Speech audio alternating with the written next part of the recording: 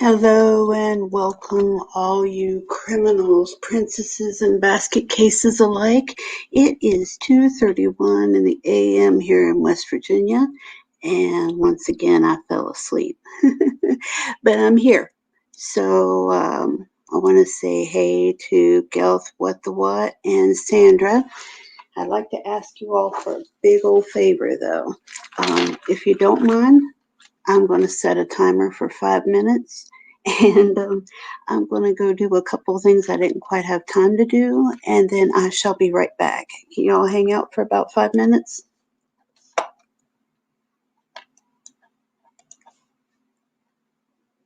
Is that cool with everybody? And then I've got some ideas about some stuff we can do this evening. I don't have anything really planned, but I got a couple of games in mind. Like if we can get some people down here, maybe some truth or dare, or I don't know, some of those silly games like we used to play when we were in high school, like Never Have I Ever.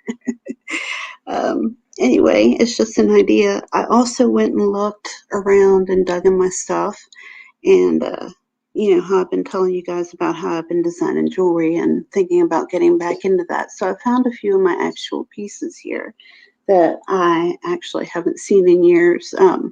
Actually thought they were lost, but I just never bothered to go dig them up, I guess. So I got a few things we can talk about, and of course the panel's always open as well. So guys, if you don't mind to give me just 5 minutes, I'm gonna feed the cat and pee, and then I will be right back. And I super duper apologize, but you guys know I never have my shit in gear. Like, I think it's to be expected at this point. No, um, okay. Well, here's your timer. I will be back. No, no later than that. I might even be back early. You never know. I'm gonna mute my mic though for you, but there's a timer.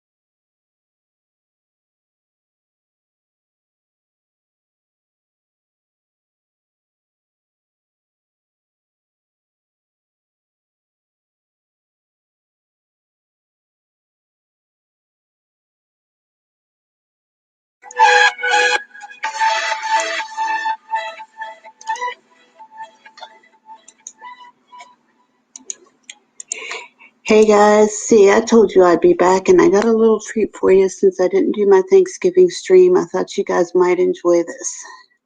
And I'm not going to give you video because I don't want to get that part of you shut down. So all we got sound, but you don't need it. This is a Thanksgiving song. I hope you enjoy it. Love to eat turkey.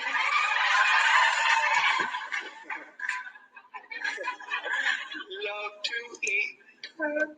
Oh, I love you.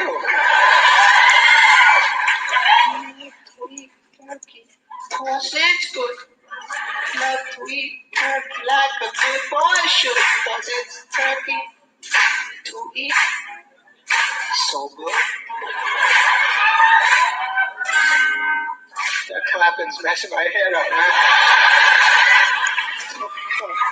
I appreciate it. But I was trying to think of the next line. I'm like, all I hear is clapping. There we go. Thanks anyways.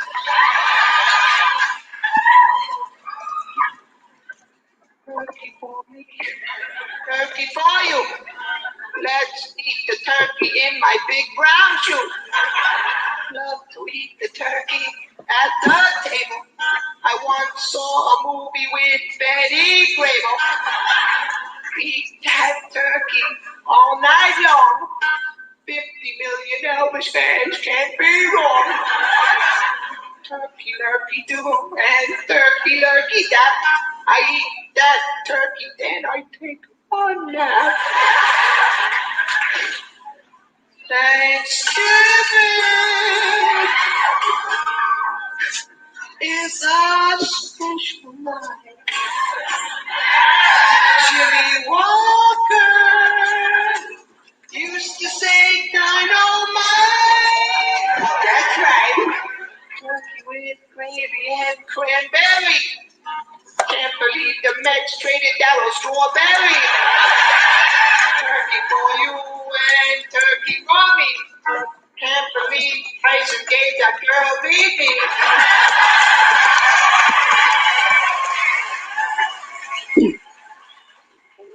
White meat, dark meat, you just can't lose.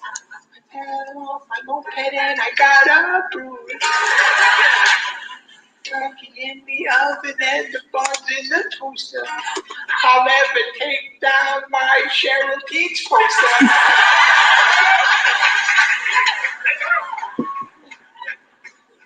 Wrap turkey up in aluminum foil. My brother likes to masturbate with baby oil. Turkey and sweet potato pie. Sammy Davis Jr. only had one eye. Oh, turkey for the girls and turkey for the boys. My favorite kind of pants are corduroys. Gobble, gobble, boo, and gobble, gobble, giggle. I wish turkey only cost a nickel. Oh, I love turkey on Thanksgiving. Happy Thanksgiving, everybody.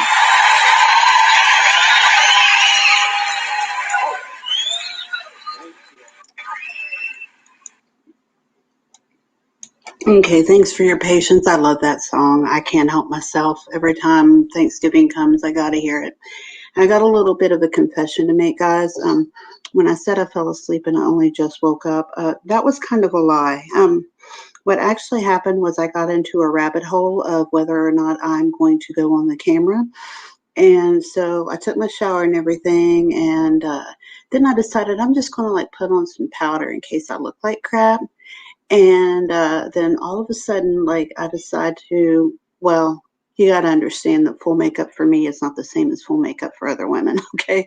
I don't contour or do any of that crap. So, like, you know, I was raised in the 80s and I never wear makeup anyway. So, anyway, I decided I'm going to make a cat eye. I don't know why, but I decided I was going to. And then after I was done, I didn't want to do the other one anymore. And so I'm like, screw it. I'm just going to smear it all up and go goth. And oh no, it didn't stop there though. Then I decide, like, I'm combing out my hair and stuff, and I'm like, damn, it's been a while since I've been a trim, since I've had a trim. I'm not shitting you. I don't know what the hell happened to me. It was like all of a sudden I'm getting ready for prom or some shit. So sorry, guys. Sorry for lying to you. Um, I just thought it'd be better to tell the story all at once, you know. I did fall asleep though. I'm not gonna lie. I did fall asleep, but that's not why I'm late. I'm late because I'm a dipshit. So, yeah, copper. Kind of the same with me too. It's like this combination lipstick slash gloss and eyeliner. No shadow, but a little bit of bronzer. No foundation. I use that mineral powder stuff that's powder and foundation, and that's about it. When I was young, like in high school and stuff, I would wear makeup, and I hated it. I always felt like my face was dirty all the time. And my boyfriends didn't like it because, you know, I get makeup on, like, I'd lean on their shoulder and get makeup on their shirt, you know. So I don't know. It just seemed like more trouble than it was worth. And of course, back in the 80s, makeup was like pancake batter, you know, you had to slather that shit on with a spatula. So, I mean, it's no wonder we felt like our faces were dipped in concrete all day, every day. You know, I don't need my face to look like a cake. I mean, I like buttercream, but I like it in my belly, not on my face. So, um, anyway, I was, if anybody wants a link, just let me know. I'll make sure you get one. Um, after I did the last, oh, I forgot. I'm going to show you the result. Oh, I'm sorry. The other rabbit hole I fell into was like, I was going to make myself a nice little backdrop, right? And I have this gorgeous painting that's, it's called A Midsummer's Eve. I'll see if I can find it while we're talking. This gorgeous painting that I absolutely adore. And I've had it in every apartment I've lived in for like the past 20 years, you know? And it has this really cool, like the way it's painted, the way the painter did it, or the artist did it, is he used shading and stuff to make it kind of look 3D. So it has a really neat effect. But I wanted to make it my backdrop, and then it fell over on top of my head and it scared the shit out of the cats. So yeah, that's hang on here. Midsummer's Eve. Here we go. I think this is it. I know I'm not showing my, okay, I found it. I know I wasn't sharing, but I didn't want to share a screen until I found it for sure. And we'll full screen this bitch. Hang on.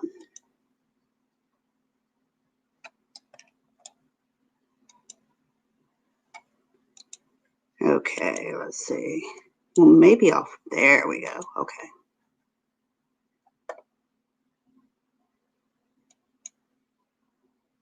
How much I love turkey. I'm with turkey like Bubba Gump is with shrimp. Sorry, I just saw that. That's cute. All right, let's see. Edward Robert Hughes, that's his name. Okay. I know you can't really see it as much in this picture, but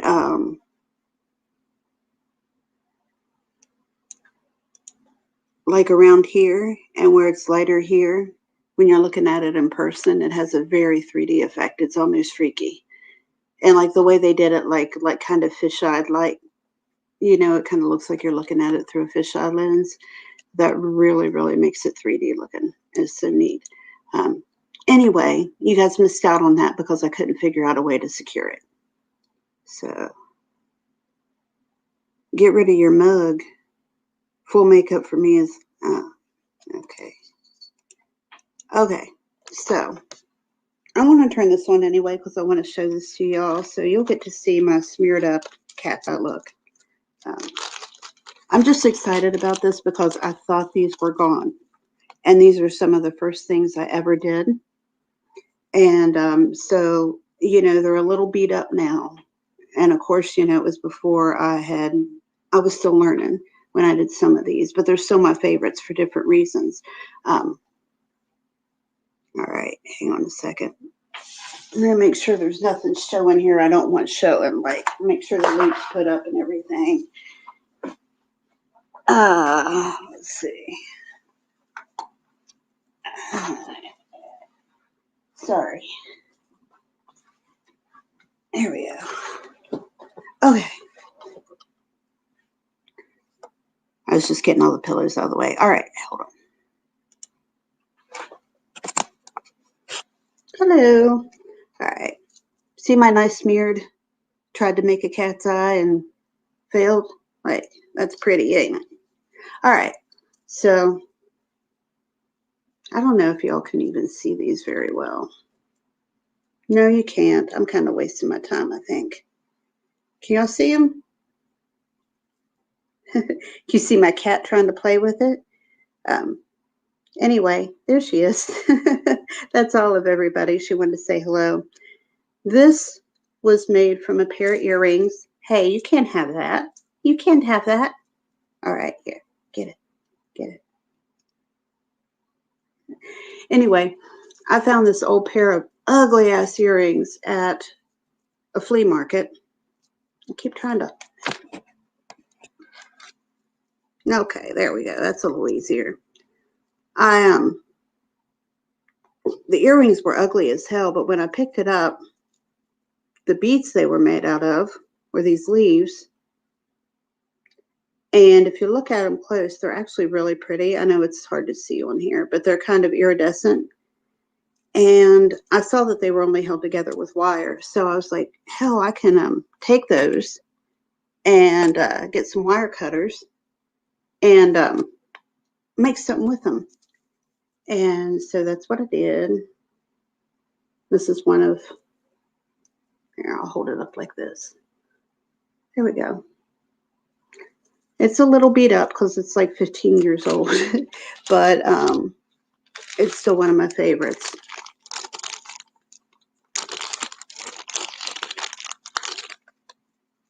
And this one, I'm not going to show you all of them because I won't make you sit here all day. I'm just going to show you my favorites. This one here is the first and only crystal I ever wrapped. And I was really proud of it. I worked on this thing probably for a total of 6 to 8 hours. And the girl who ordered it, she picked out the stones and everything. And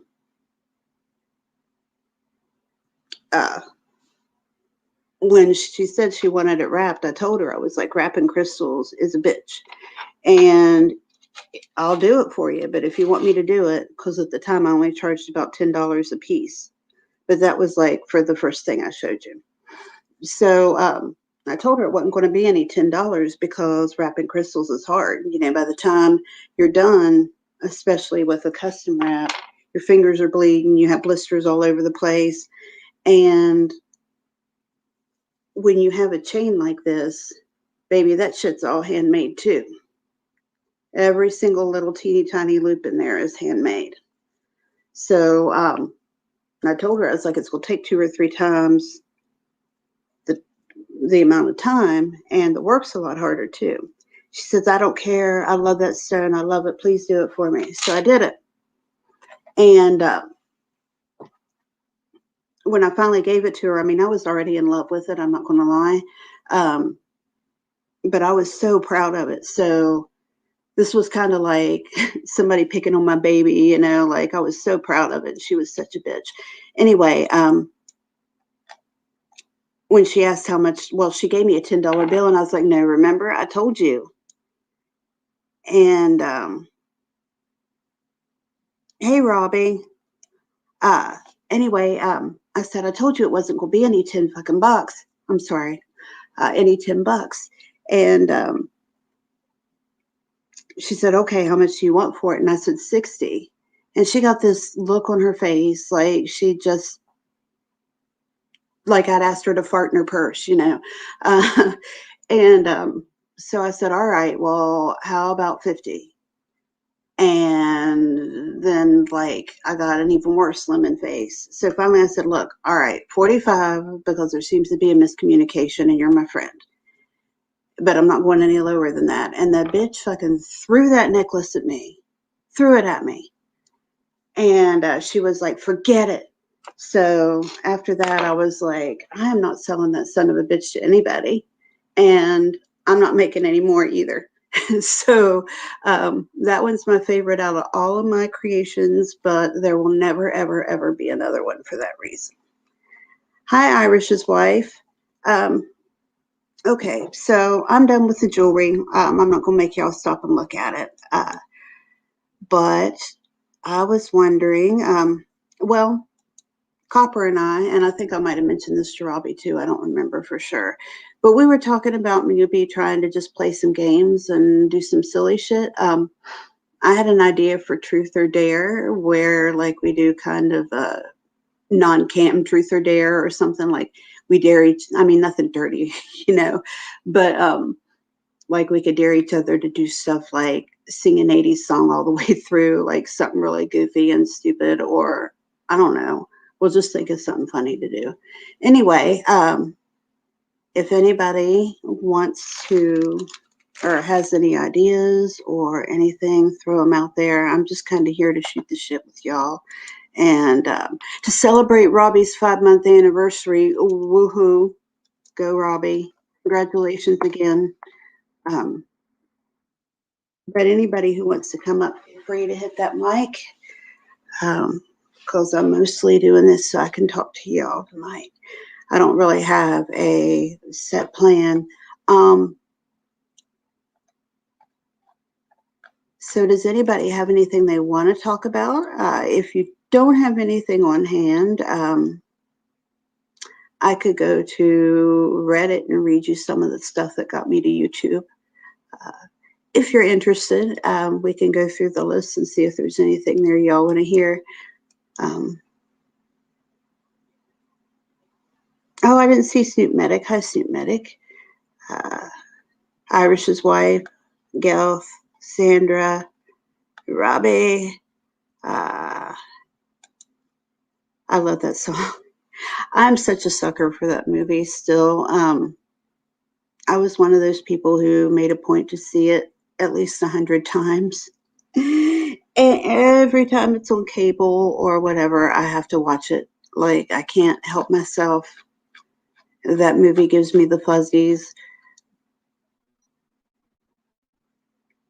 Say Robbie got a man in the Black Friday sales at Walmart. Whoa, wait a minute. I didn't hear about this. Somebody fill me in. I need the gossip. Spill the tea. Get your shit together, Carol. Sorry, Robbie, I had to.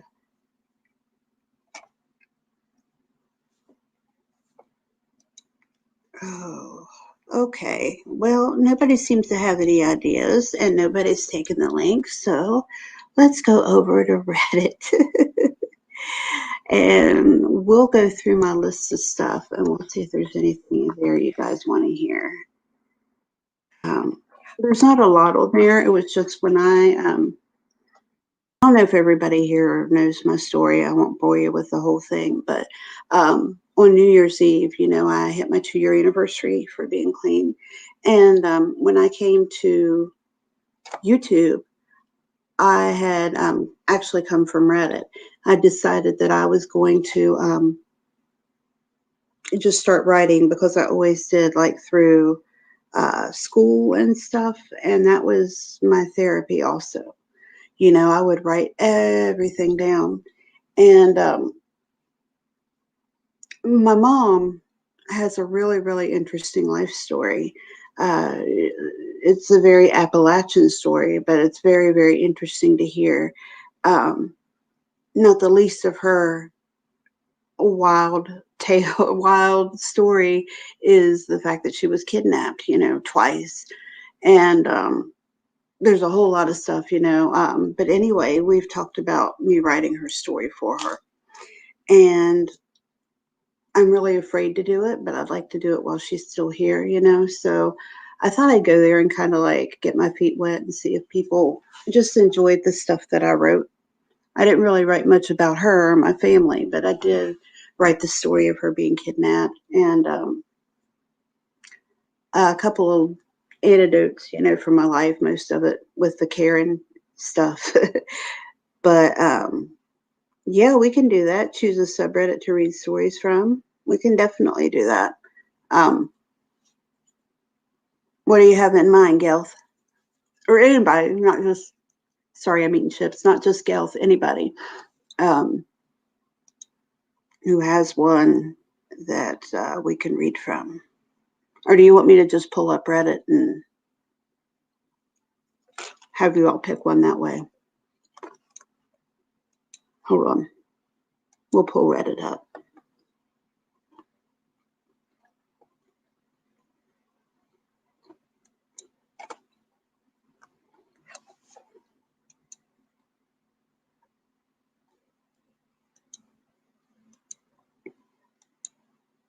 Hang on a second.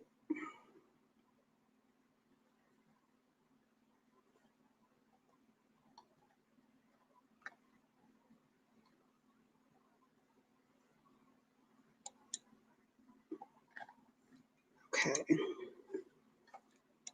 I wish there was a way I could hide my username. I mean, most people, well, everybody knows my name anyway, so it doesn't matter, I guess. Yeah, actually, it kind of does. Let me think here. Hold on.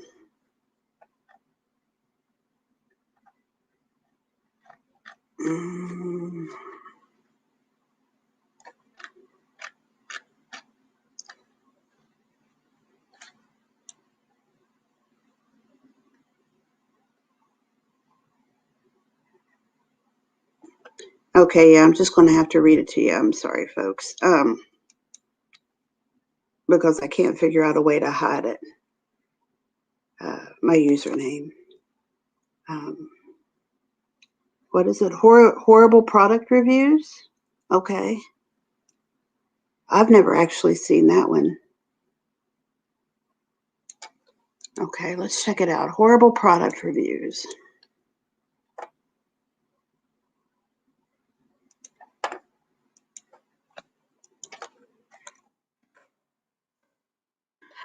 I'm glad that they came out with a separate one for this, because before it was kind of always under the choosing beggar. Like, if you saw a terrible product review.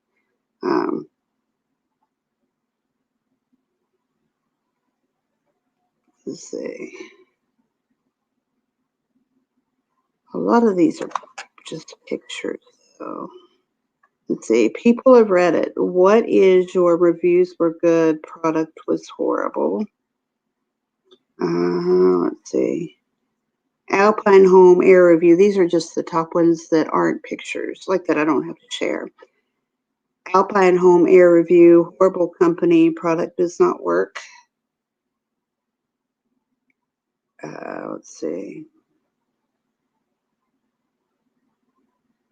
Amazon has a mouse pad that smells horrible. Okay, so out of these three, reviews were good, product was horrible. Horrible company, product does not work. Alpine Home Air Review. Or Amazon has a mouse pad that smells horrible. Oh, yeah, the Haribo gummy bears. I worked at Amazon back when that was going on. And we had a lot of fun with that. And it's actually the company's policy not to remove that stuff. And people would call in, they'd be so mad because Amazon wouldn't remove it. And I mean, it wasn't even the people who had it for sale, like just regular customers were really, really, really pissed about it. And one of my supervisors had this real bitch on the phone, and she was just acting so self-righteous about it. And he was just like, I'm sorry you don't like fun, ma'am. Well, I guess it was funnier if you had to be there. But anyway, there was one for milk too that we spent hours reading. And like some of them were kind of like the Haribo, talking about being lactose intolerant, if you know what I mean. But others, they were like, I froze it in the bottle and it made the greatest bat, but it always crack apart and I'd have to get a new one every time, or something like that. Anyway, Body Kings found a man. Oh, oh man, those things are good. There was a guy when I worked at Speedway, um, which is, I forget, they don't have them everywhere. It's a convenience store, like a 7-Eleven sort of. And they would always sell those big giant ones at Thanksgiving and then again at Christmas and then again at Easter. And, they have cameras all over the place in gas stations now. I don't know how the hell he thought he was going to get away with it. But he went back in the cooler under the pretense of, I don't know, doing something. And the beer cooler was connected to, like, the back part of it was connected to the drinks cooler, so you could walk in the beer cave and go all the way around the back and come out the other side.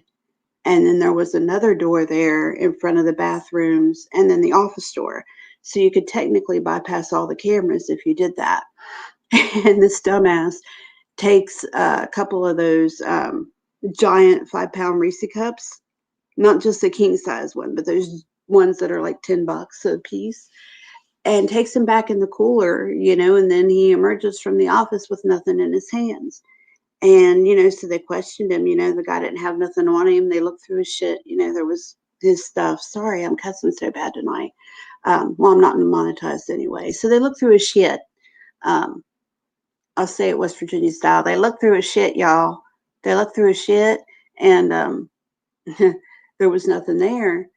And I guess like where he ate so much or something, he got sick, and he very, very obviously puked up huge amounts of peanut butter cup in the trash can. And that's how they caught him. And of course he got fired for it. But anyway, king size dick. Link is in the Discord. Link to what? I'm looking. Oh, for the gummy bears? Okay. You want me to read those? We can do that.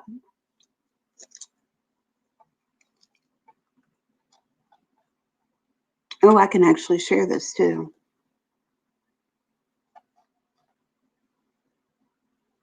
I've never liked gummy bears. Never cared for them. Okay. Going to make me Uber Eats a cheesecake shop cake. Oh my God. I so want. Oh, y'all are killing me, man.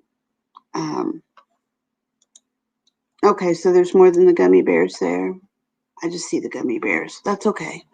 We can do the gummy bears. Let's see if I can say gummy bears again. Gummy bears. Okay. So the first review is just don't, unless it's a gift for someone you hate. I'm going to share the screen so I can see the comments at the same time, since I can't talk. Let's see. Where's it? Reddit's funny. There we go.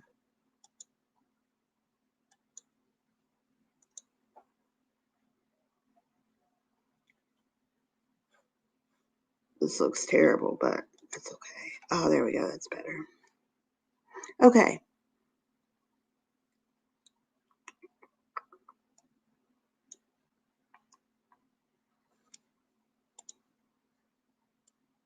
Hold up. What do we need? We need this. Okay.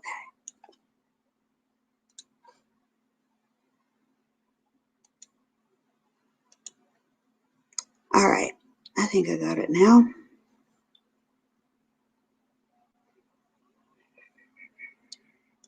Maybe.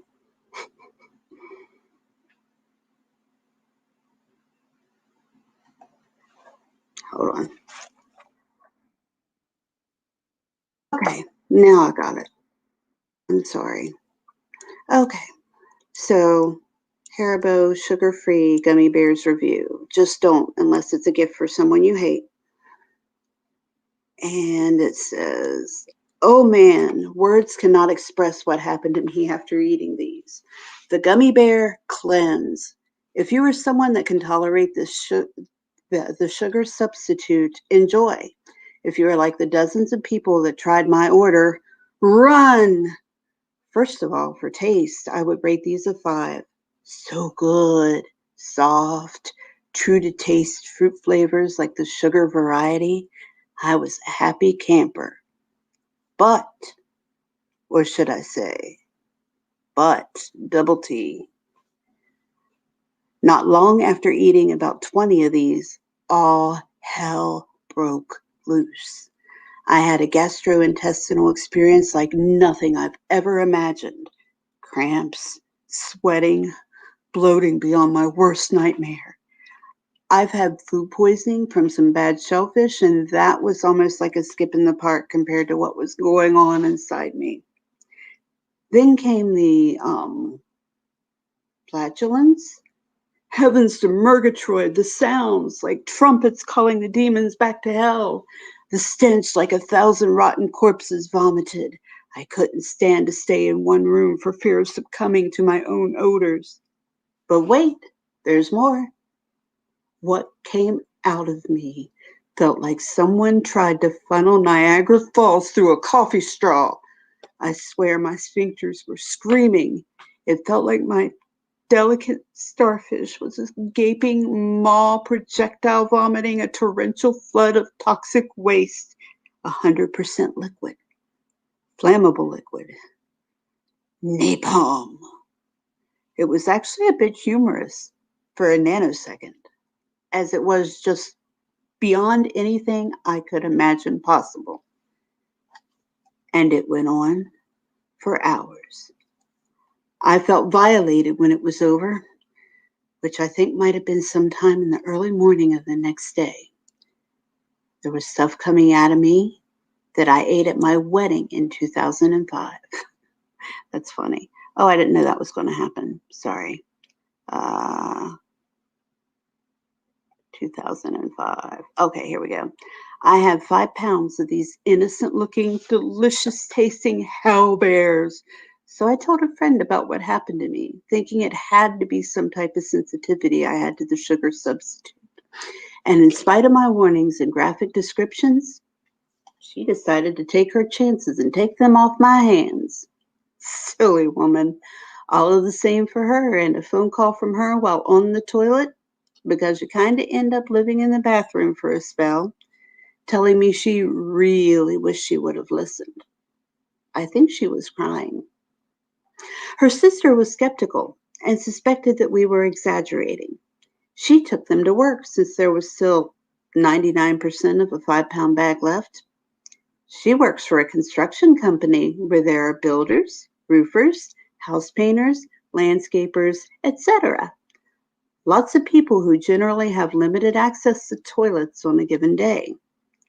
I can't imagine where all of these poor men and women poop that day. I keep envisioning men on roofs crossing their legs and trying to decide if they can make it down the ladder or if they should just jump. If you order these, best of luck to you. And please, don't post a video review during the aftershocks. P.S. When I ordered these, the warnings and disclaimers and legalese were not posted. I'm not a moron. Also, not sure why so many people assume I'm a man. I am a woman. We poop too. Of course, our poop sparkles and smells like a walk in a meadow of wildflowers. Thanks for all the great comments. I've been enjoying reading them and so glad that the horror show I experienced from snacking on these has at least made some people smile. The end. I've never actually sat and read through all these. Your gummy bears were always bouncing here and there. Well, you remember that show, Gummy Bears? Oh, you got the theme song in your head. There you go. Am I going to have to play it now? Oh, pecan pie. Oh my God, I'm so jealous right now. I'd love to have me some pecan pie. Oh my God. This is the first year that I didn't get anything pecan-like, and I didn't get, well, usually I have one of these things, pecan pie and or pumpkin roll and or, sweet potato casserole. with pecans on top. So it's kind of like the best of both worlds, you know. Pecan pie kind of meets sweet potato pie. So good. But or cheesecake. And this year I didn't get any of those things. My stupid hologram didn't even make me a Kool-Aid pie. I thought I'd at least get that, but no. I went to Family Dollar and bought one of those little pieces of key lime pie that are $1 a slice, and actually it was really good. I was going to try and make it sound pathetic, but it's actually really, really good, especially for $1. All right, sorry. Hi, Picker Leech.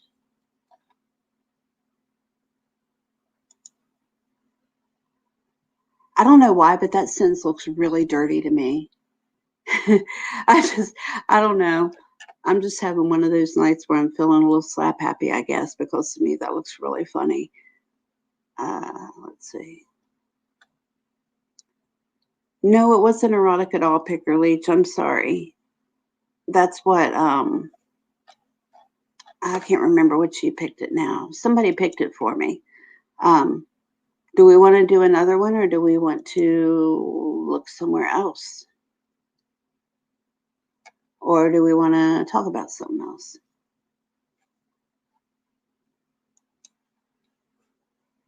I can't believe Copper's not coming up. I have to get on to her. She's supposed to be my co-host.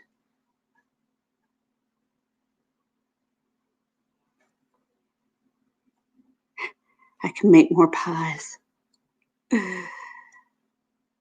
That's right. That'd be like killing the golden goose, y'all. You can't do that.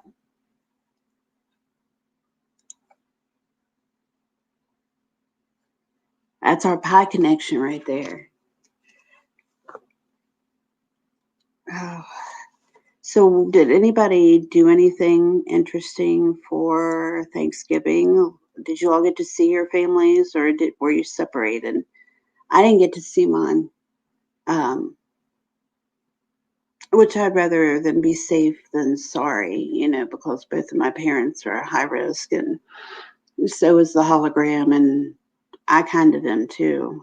So, better safe than sorry, but it's still kind of a bummer. Uh, all right, here we go. I'm going to pull up hold on, my profile here. And I'll find one that's funny, something that won't make y'all sad. Okay. So let's get a category first. So we can do, oh, hold on. I don't want to do this. Hey, hang on. Let me find the actual list. I pulled up the wrong thing. There we go. Okay, so we can do Pro Revenge, Today I Fucked Up, Choosing Beggars, Let's Not Meet, Entitled People, Childhood Trauma.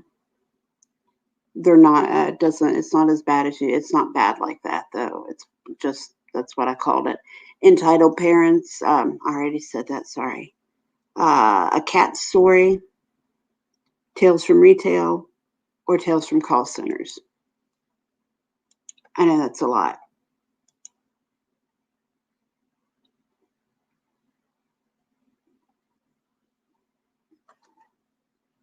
Oh no, we can talk about it. I actually love to talk about it, and there's so much about that place that you can always get conversation out of it. We could probably talk about it all night long and still never say all there was to say about that case. We didn't really party that much at the igloos itself. We used to go in there and poke around, but to tell you the truth, it was actually really boring. This was during the satanic panic, and people would go in there and sacrifice animals, I guess. I mean, I never saw it happening, but you know, you'd see like animal bones and sometimes animal corpses in them, where some asshole was trying to be all metal and thought that killing animals was a good way to do that. But we would go in there and there'd just be like pentagrams and a bunch of graffiti all over the walls. And it's just like a round stone room. So I never really saw anything there, but there were lots of really weird places we hung out up there. Like I showed you the picture of the one we called Stonehenge. Um, I actually contacted one of my friends from back home. He's a photographer. And he said he's going to try. Of course, he didn't have any real reason for me to motivate him to do it. But he said he's going to try and get some pictures together and he'll let me use some of them. The picture I showed you of Stonehenge was, he's the one who took that. So if not, I'll find something for y'all to show. I do want to save the pictures, for when I do the live on it. But we had a place that was like an old electric company, factory. I don't know. It had something to do with electricity anyway. And we called it the birdhouses. I have no idea why. But the place was like so rotted out that the floor would be like you could be on the top floor and like look down all the way to the bottom because the floor was so rotted out. It was dangerous, but kids used to go there to make out all the time. And then where we would party was this place called Beer Tree, and it was within walking distance of the igloos. But like I said, we didn't really hang out there. It was really overgrown and not very interesting. I mean, it's really cool the first time you look because of the way they're blended in. They're kind of, the ground's built up around them. So that's kind of neat looking. But after you get over that, it's really boring. But we found this big, huge tree and we partied there every Friday and Saturday night. And the reason we called it the Beer Tree was because after the night was over and everybody was done drinking, our little entitled asses would crawl up in the tree and hang our empty beer cases or whatever from the tree. So leaving that for some park worker or whatever to clean up. Sorry, whoever had to clean that up, but you don't think of that when you're a kid anyway. They mysteriously closed down a big portion of that too. Around the last year I was in high school, I'm wanting to think in 91 or 92. And they never really explained it. There were a lot of rumors and stuff, but that place has bad energy anyway. Like if you go up there, it's just, and it's not just because of the Mothman, it's just bad vibes. Like there have been numerous suicides out there. And I mean, it's like urban legend stuff. I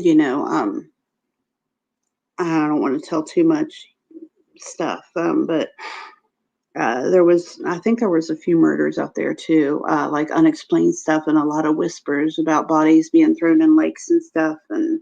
Um, and it's weird because Point Pleasant, for a small town that it is actually really swanky, but there's a huge class divide. It's like doctors, lawyers, people who make fat money, and then there's people who have nothing.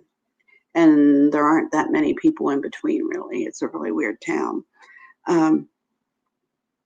But anyway, it's really swanky, so it's not the kind of place that you would expect to see any crime at all. But there's this whole really seedy undercurrent there that makes the town creepy. And a lot of unexplained stuff went on out there. It's called McClinic now. Now get this, they took an area that was used for storage of ammunition for World War II and turned it into a wildlife preservation area. And they have a farm museum on it. And they've got like fishing, like lakes, you're not supposed to fish in them. They keep them stocked though. And, all this wildlife. But if you go there, it's very post-apocalyptic looking because this wildlife sanctuary is has all these ruins is really, well, it's really a ammunition storage facility that was just left to rot. And it's hard to explain, but like you could like walk up a path around this lake, for instance, and then there'd be like kind of like something out of the Blair Witch Project, like this ruin of a building just sitting there, you know. But it was so blended in with the plants and stuff that it looked like something out of a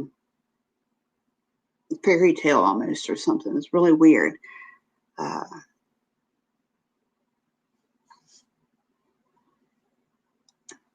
Oh, thank you, Snoop Medic. I appreciate that. But yeah, I mean, I never saw anything Mothman-like or anything like that, although I talked to people who did. I had a friend who used to work at a little plastics plant. I'm not even sure if it's still in business, but it was out the main, like our fairgrounds were on that property, and there was like a fairground road that was a little more residential. And out there was a plastics plant that he worked at, and he said that he saw stuff, and he claimed that he got weird phone calls and threatening phone calls about it and stuff. But the guy was trying to get in my pants at the time. And when he started telling me all this stuff, I just like refused to kiss him. So, like he asked me for a kiss and I said, no, thank you. So I think maybe he was just trying to get attention, to be honest. Let's see. Somebody had, let's see. Yes, Cooter, get up here and help tell stories, Wimpy. Let's see. I thought I saw a suggestion for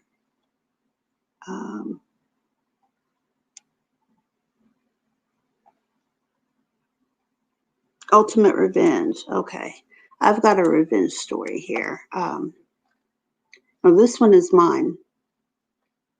And so I don't want to read too many stories that don't belong to me, just because I haven't had time to ask those people if they mind. And I'll put a link to the Haribo one I read. But I don't want to try and read too many people's things, although I can put together a few for a live stream sometime soon. I'd be glad to do that. But like I said, I do have a few here.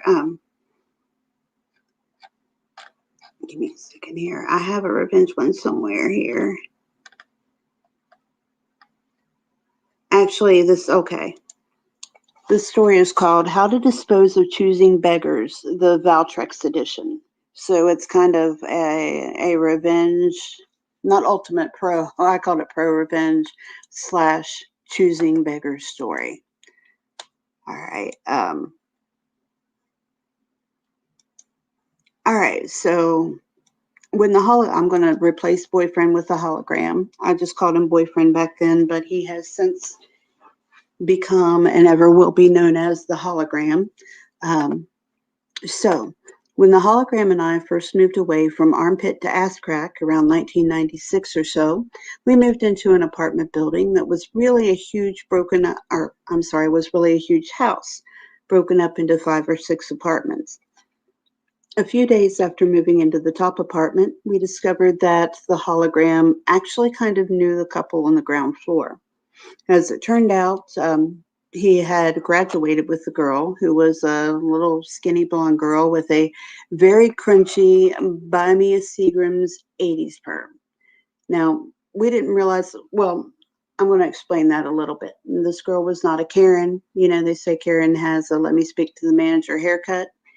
This girl was too young. She was from the 80s. I'd say she's a little more of a Britney. So the crunchy by me is Seagram's perm, dyed blonde all the way to the roots, but with the roots showing, of course. Anyway, so we didn't realize this at first, but she was a complete and total Britney, and he was kind of the male version. And at first they seemed pretty nice. We used to hang out, and we went out a few times to the club. It wasn't the club back then. It was the club. This was 90s, don't forget. Um, but I even helped her to get on at the place where I worked. Of course, it was telemarketing, but at the time, it was almost twice what minimum wage was. Um, Now, it wasn't until we lived there for a couple of months that we found out, rather by happenstance, that the couple had a rather extensive opioid habit. And this was back when I was completely clean. So I didn't know like what to look for or, what to deal with. But I was at work one evening and I had a terrible headache. And this chick came to my desk at break time. We usually went to eat together and asked me what was wrong. And I told her I had a headache, and she was like, I got Lortabs, you want any? And so I said, no, thanks, and I was like, oh my God, I can't believe blah, blah, blah, blah. Which is funny now, considering looking back on things. It's funny that I was so shocked about it, but I was, oh my Lord. But this girl, I don't know if she sold them on the fly or what, but she was like always offering me one. Like if I had a headache, she was like, you want one? If I had a bad hair day.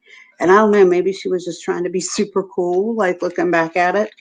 But at the time, it kind of freaked me out a little bit because I was super, super innocent. Um, but anyway, sorry. That was kind of like what their life centered around, they were at that point. And we were just these two little fresh faced, like newbie couple, who didn't know anything. So we decided that we weren't going to, we decided to kind of pull back a little bit because, she got fired from her job and they just started hitting us up for money. And that was really kind of what did it. They'd start out asking us to borrow like $20 or whatever. And we did it and they paid us back and, it was no problem. And then the next thing you know, they wanted to share our cable. And of course, they wanted us to pay the first month. And we were like, but we all lived in the same building. And we were like, Truthy,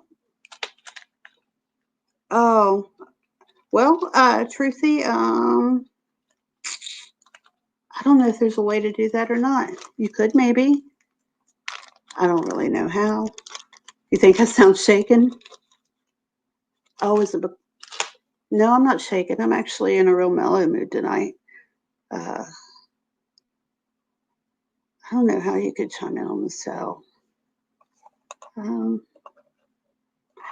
Do you need me to drop the mic or drop the link? Is that what you mean? If I have no mic?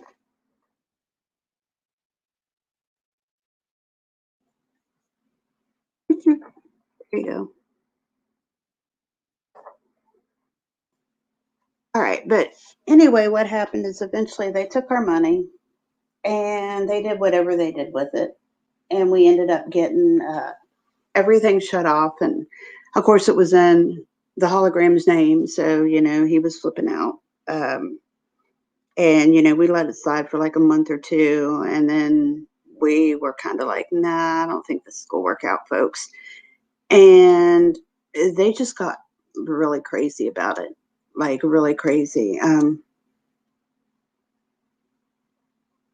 Yeah, you can do it on mobile. You can download StreamYard. Oh, here he is. Aha! How long were you waiting? Oh, about 30, if that. Very quickly. It was good. Oh, okay, good. Yeah, I'm sitting by a fire pit. I don't know. I heard that. Yeah, maybe I was wrong, but it sounded like you're, I don't know, a little shaky. So I was like, I'm coming in. No, actually, maybe I should be, but I was just telling the story, and I was supposed to be. Maybe I was doing character. Did everybody else think I sounded shaky?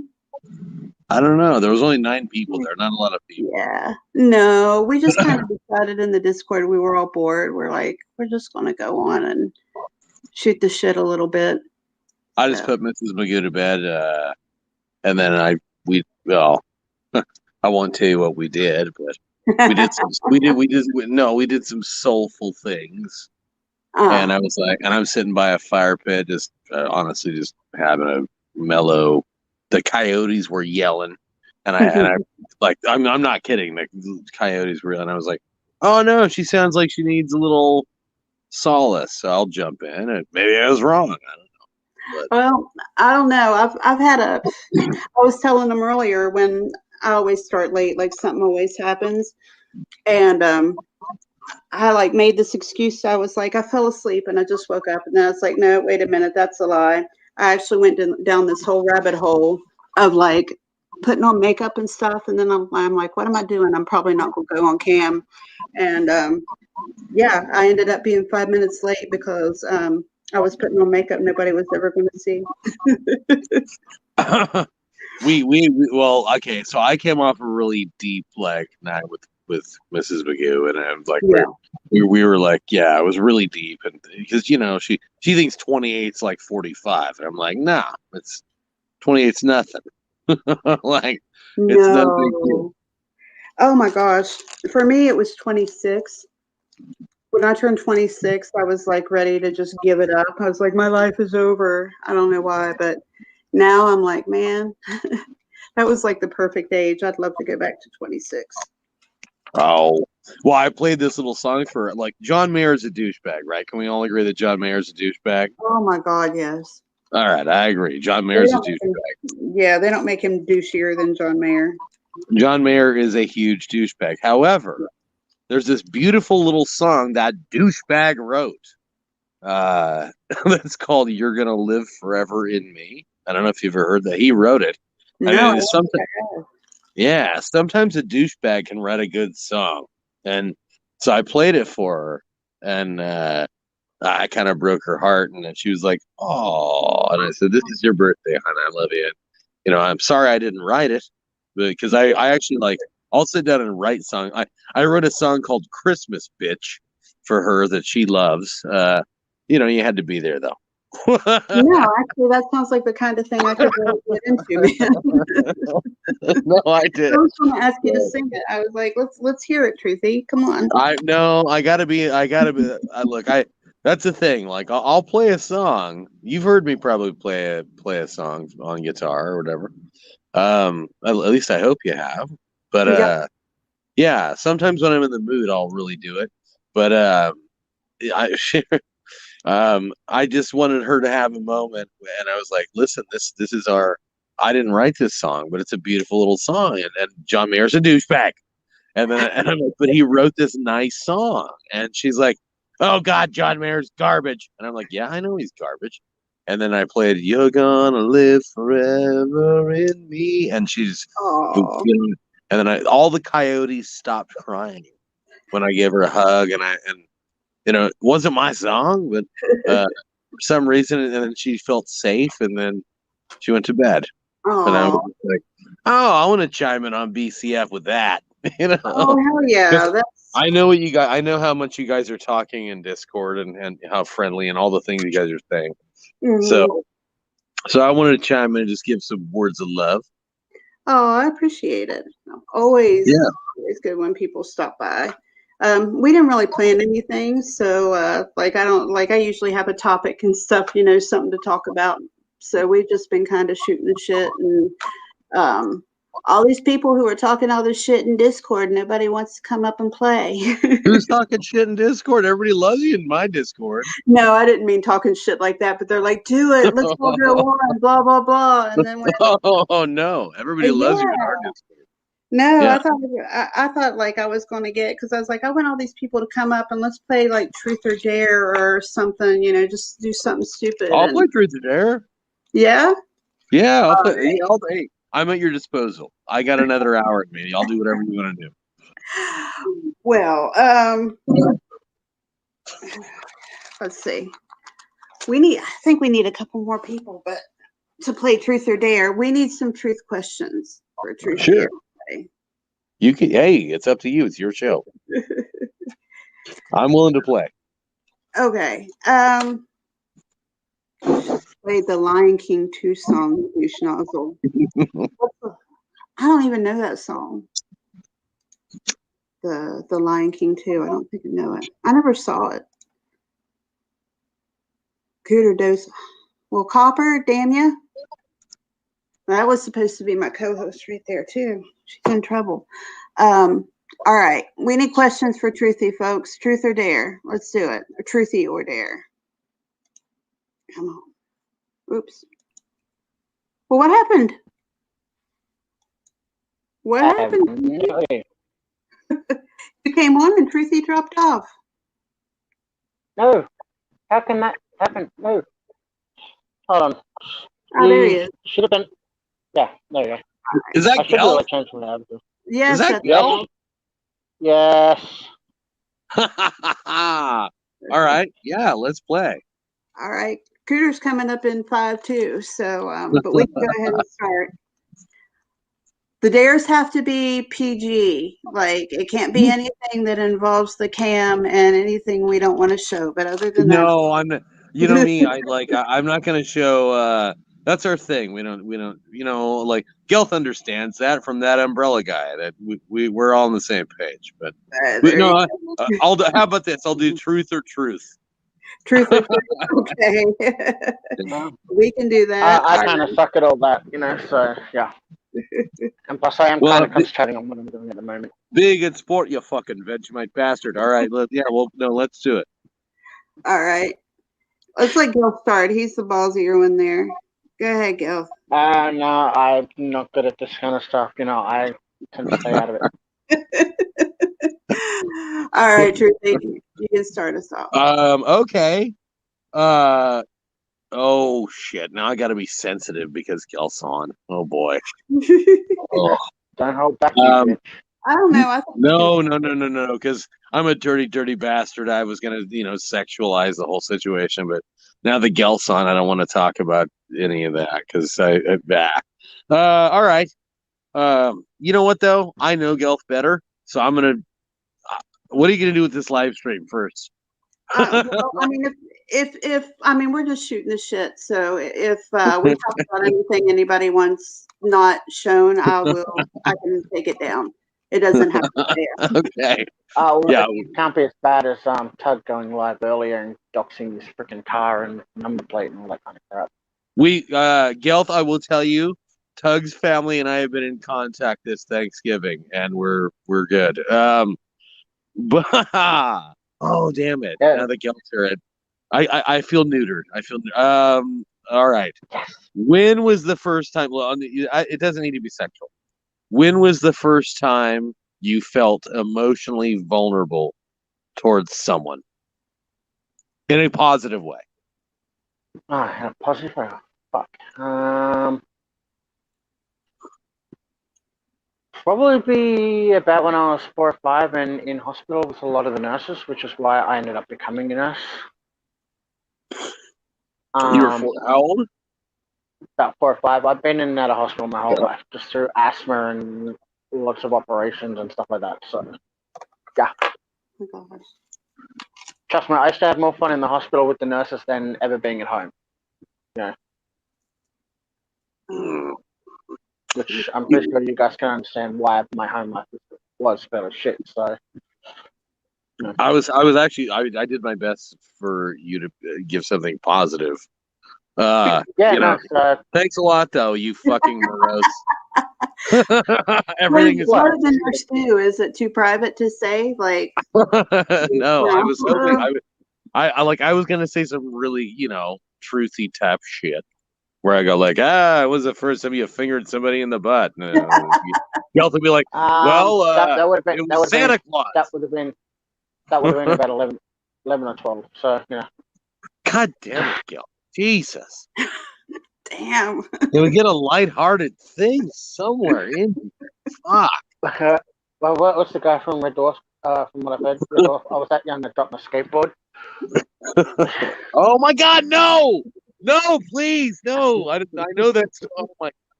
Gelf. Oh God, don't. This is not that day. This is not that day. All right, I well, know. we're just keeping it lighthearted. What was your Oh, favorite toy as a child?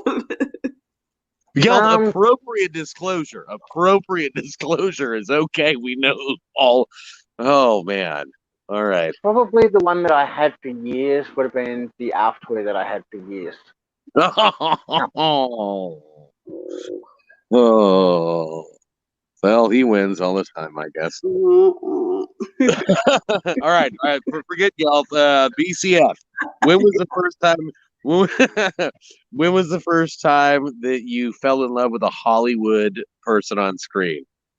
And who was it? Or she? Even she? Yeah, cool. It was actually a he, and I know this sounds weird because I was a kid who was like afraid of everything, and I never had like I always kind of had like little girl crushes on like it was like oh it's Kirk Cameron, you know, whatever. But my first really hardcore celebrity love crush was people still tease me about Kiefer Sutherland and the Lost Boys.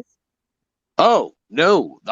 My best friend that I had a crush on would always talk about Michael, where are the worms? Michael. Oh my Michael, God, he was where are so the hot. worms?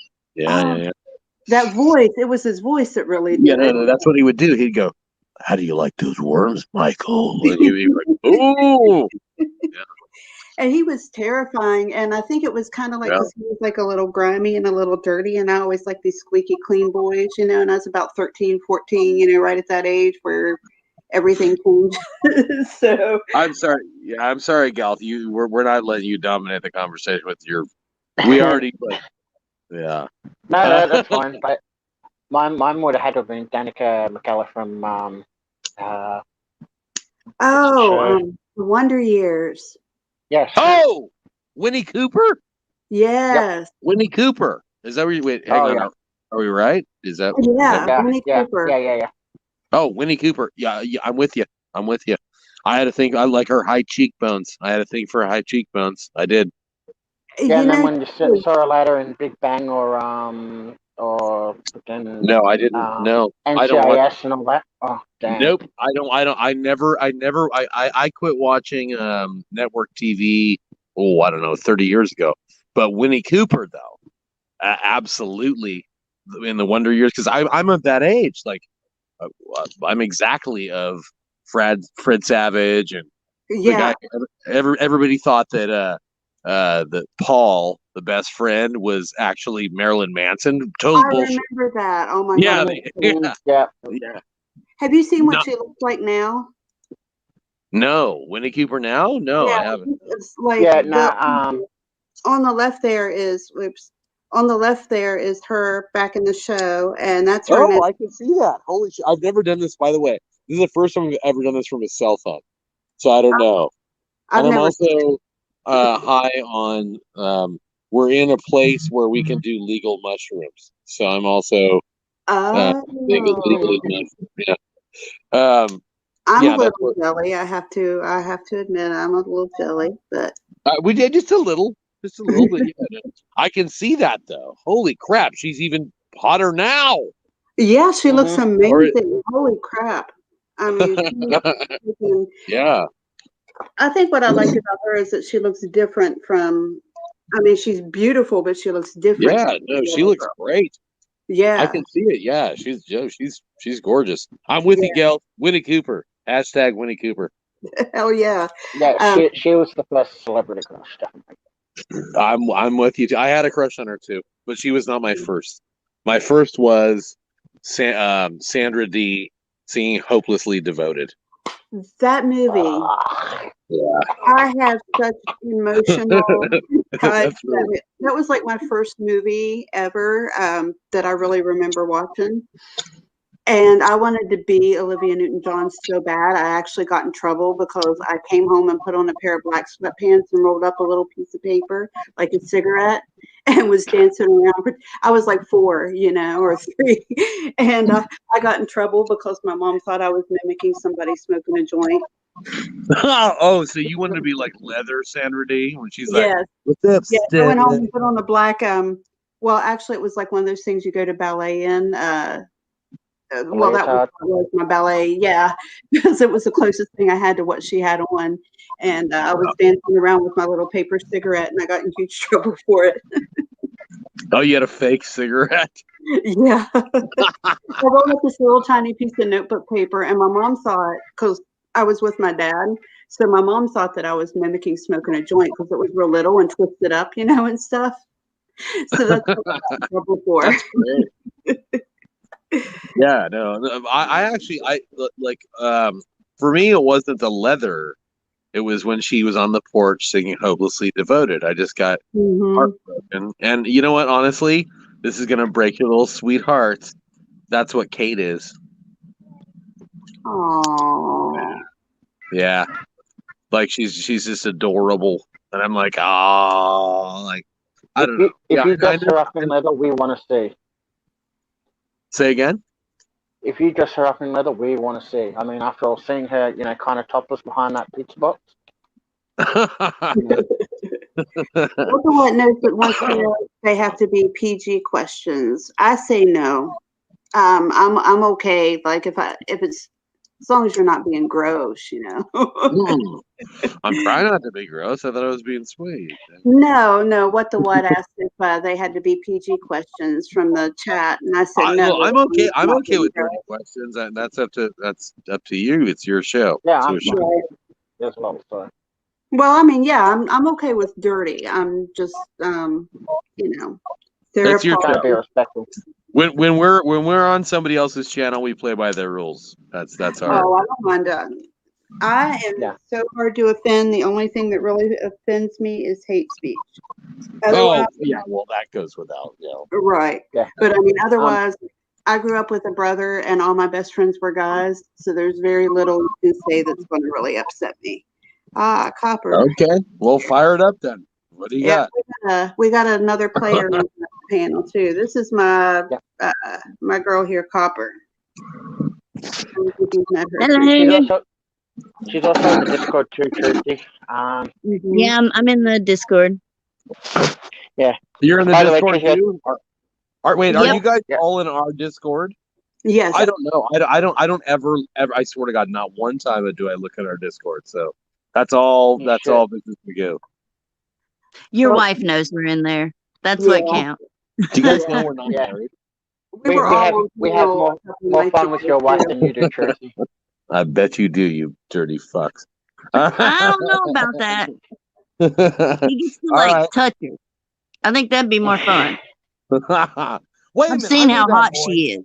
I know that voice. I can't tell on my phone. Aren't you like a big ass channel? No. No, God, no. Oh. No, I don't have any channel. There's some big ass channel that sounds just like her, and I love her. I love it. At least I know my voice is out there somewhere making money. Okay, well, go ahead. Ask me a dirty question. I'll answer. All right. Oh, who's your current fantasy crush, both male and female? That's that's a good one, actually. Well, Butcher from the Boys would be my male because I just, I feel like the guy. I feel like that guy fits me. Number 2, female. I don't know. I don't really have a current one. Shit. I can't think of one that right now. I'm old school. Like I used to have them, but now I don't have one. I was going to say, what about a pre-Mrs. Magoo celebrity crush? Yeah, no. Look, I'm willing to answer this question. I'm trying to do my best. Even if they're already dead, go ahead. Because I would, my female crush would obviously be Marilyn Monroe. No. Okay, or even Judy Garland before the drugs. I like her too. I got nothing wrong at all with Marilyn Monroe. I mean, when I was a kid, Marilyn Monroe, especially when the dress blew up, I was like, yeah. I think we all were. We were like, woohoo! Yeah. But I'm trying to look for current ones though, like current.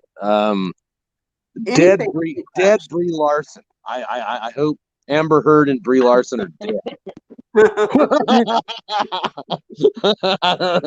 Yeah, like I don't want to have sex with them. I just hope they're dead. Okay. Crush by steamroller or something, huh? Yeah, just maybe there's a building falls on them, or just some natural causes. Yeah, especially Amber Heard. All the Lego exploding in her cheeks. You know what? I hope the actual set from Pirates of the Caribbean falls on Amber Heard, and that in sweet, sweet, deadly irony. That's my crush, and that's also called Celebrity Crush. Celebrity Crush. Get it? Double entendre. Yeah. There you go. Mrs. Magoo. Which celebrity? Mrs. Magoo. Ask him about Alice Eve, she says. Oh my God! Is she awake right now? Is she awake? Yes. Apparently so. Yes. Is she in this? Yeah. I see that. Yeah. Oh shit. I thought she was coming join us. Yes. Okay. She nailed it. Living people that I don't want to see dead. Alice Eve is absolutely 100% my celebrity crush. Yes. There you go. Good for you, Mrs. Magoo. I thought you were asleep. All right. Okay, who is that? Who's Alice Eve? Yes, she is. And my favorite interviews that she has out there are with who's the Craig Ferguson. So she has these interviews with Craig Ferguson. They're both flirting really heavily, and Craig Ferguson is like quick-witted and studly. I love Craig Ferguson. Like, I'm all about Craig Ferguson. And Alice Eve, the Scottish dude, right? Yeah. Yeah. Okay. I really cute. like him too, actually. No, he's a handsome guy, but I forget that part. I just love his wit. He's so fast. Are you familiar with a movie called Saving Grace? No. Craig Ferguson, and it's kind of an independent movie, but it's a stoner movie. It's a British stoner movie, and it's about this little old lady who decides her husband dies and leaves her in debt, so she decides to sell weed to save her her home. And Craig Ferguson teaches her how to grow pot. It's that's awesome that he's in. I would totally watch that. You should check it out if you ever get to. I used to have the DVD, but it's very enjoyable. You know what's crazy is Mrs. Magoo was probably like 150 feet away, and I thought she was asleep. And then she's like asking about Alice Eve, and I'm like, oh shit. I don't think she knew you were on here because she said she was passing out and thought she'd pop in, and here you are. I thought I put her to bed because it's and I'm sitting by the fire outside. She's inside. We're in a huge ranch it's like 5.9 square miles. Oh wow! So I'm like, I had no idea that she was in this shit right now. But she's totally right. It's Alice Eve. Oh, that's funny. Yeah, she said she's super sleepy. Well, hell yeah. That's the perfect way to fall asleep. Oh my gosh, it's just smoke a little bit. I bet we should get Siren Jag in here too. Oh, how's Siren doing? I heard from him earlier. Yeah. Come on, Siren, get in here someday. Love your heart. So tomorrow we're doing day after tomorrow. Well, we got suites at the casino. So, if anybody believes in I don't know, karma, let's win those progressive slots so we can sue the shit out of our enemies. Hell yeah. I'm with you. I'll be right behind you cheering you on with that. I know you will. We won't talk about those people. I'll be in the front. Definitely seen good juju your way. And I guarantee you, when you do that, there'll probably be a line of people right behind you, and they'll be like, "Me next, me next."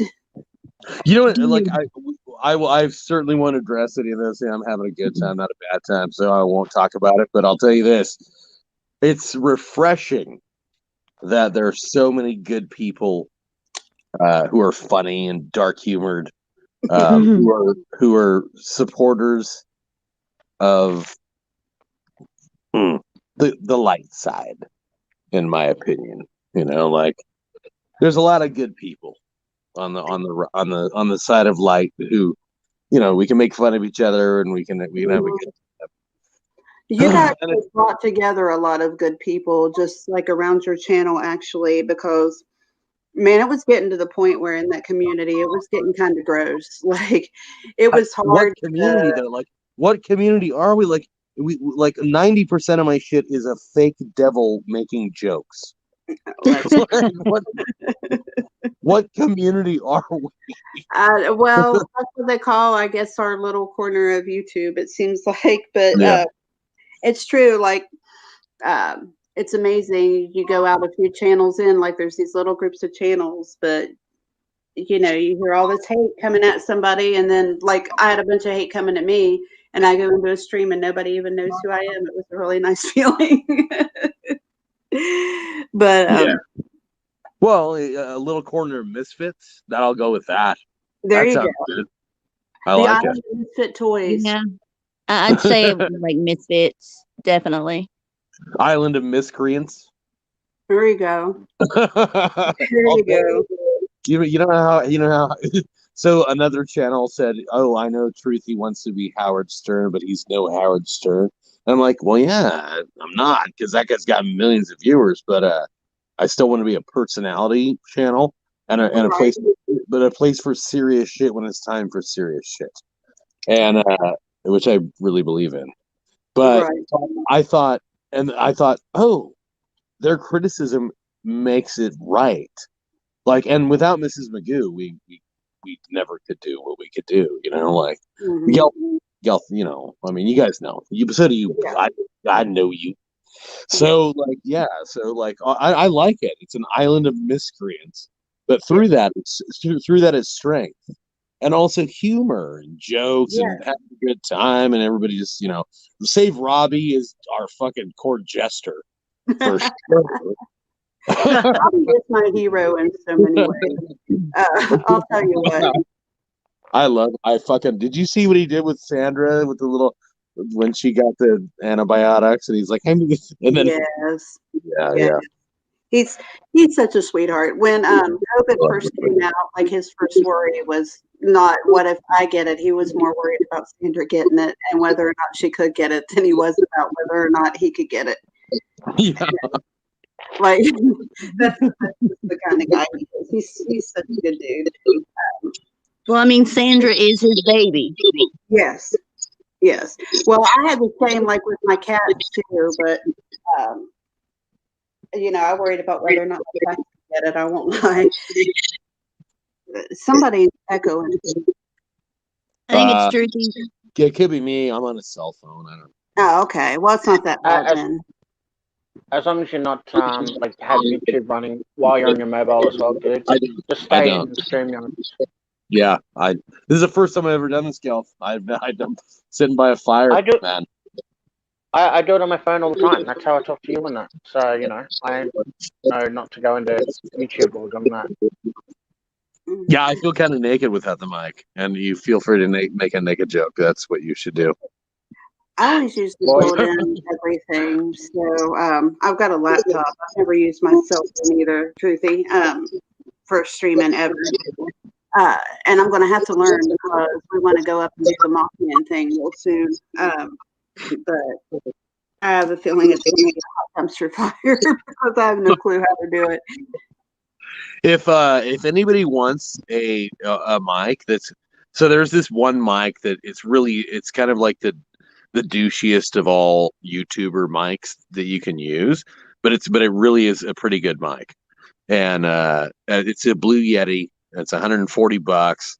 I'd be happy to buy anyone on this panel a Blue Yeti mic. Just Merry Christmas. Like I would totally. I'll buy anybody on the. Okay, but don't add any more people because that's a lot of money. Start calling in. I'll buy you all Blue Yeti mics, and then all you have to do is they're USB, and you plug them in. And I'll put my money where my mouth is. I'll get you all Blue Yeti mics, and as long as we're on the same page, we don't turn against each other like fucking Benedict Arnold's. No. You know what? Speaking of that, how is the situation with Will? Gelf wants to address that, does he? All right. Okay. Yeah, no, honestly, it was refreshing that Will had a moment, man. Honestly, I knew that if you looked at my community post, I don't know if you guys, I don't want to say this stuff because I hate to assume knowledge on the part of the reader. If you guys don't know, the Glare is my bro, and we were doing lots of stuff together. And then Will had this moment. He didn't like the way that I handled myself on Critical K's panel. And I knew what I was doing. I had a strategy. And Will just was like, "Nah, Truthy, you're a bitch." And I was like, "No, you don't understand what I'm doing." And so Will, called me out. And then well, I offered to fly to Tennessee and have some fun with him. And, but that's what testosterone-filled guys do, Gelth. Yeah. As long as you guys are okay, because I was just like quite a few other people distressed by the situation. It's like, well, I can kind of see where Truth is coming from. I can see where you're coming from. Don't be divided by the shit that was going on, and Yeah, you thought that I kind of bitched out, and there was a lot of people that did, and that's fair. But my number one goal on going on that crazy bitch's fucking podcast or whatever, was she was saying that I was threatening her life, that Truthy can't made it so that she can't leave the house. So I came in like this. Listen, I promise you, we're gonna threaten your life. We're logical people. We're smart people here. Internet, like that was my main thing. And then she just, let's talk about the 22,000 that Michael Long makes. And I was like, listen, I'm not trying to play this game. I don't know what you're doing. We'll just see. And then she throws out this white supremacist thing, and I was like, what? Oh man, okay. And she's like, you've never heard that? I'm like, no, I have not. I live in California. I don't want this white supremacist shit. Like it took, and plus, I'll tell you this. This time of year is the time of year where my dad took his own life. It's coming up real quick. I'm a little soft. No. I'm not sad fishing. But I'm a little softer. They're during the holidays. Like I'm, everybody gets a second chance. Like, can't we just all get along type shit? But that's not what I was trying to do with her, though. She kind of dug her own hole. And in my opinion, I told her I want to change hearts, not minds. And Michael Long talked about that with Mrs. Magoo. We've been on the phone a lot. We've been on the phone. I was like, Michael, I'm sorry if you feel disappointed or whatever. She might have thought she won a debate, but she didn't. I let Mrs. Magoo on her channel.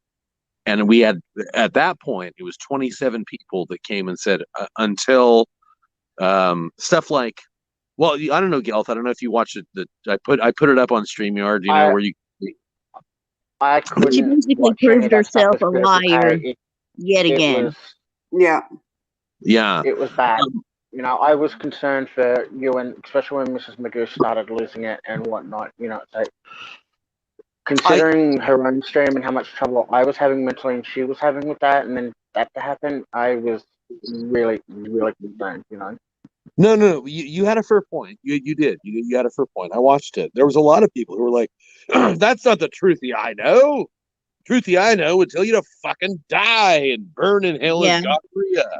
Well, I understand both sides. Like, well, some are mad, you didn't just tell her to go, shove it up her ass. I mean, really. And, then the other ones are like, well, I understand why Truthy didn't tell her to shove it up her ass. It was because he was proving a point that, there's no threatening going on. Well, no, here's the thing. There's no changing K's mind, but there is changing the hearts of the subs. Oh, yeah.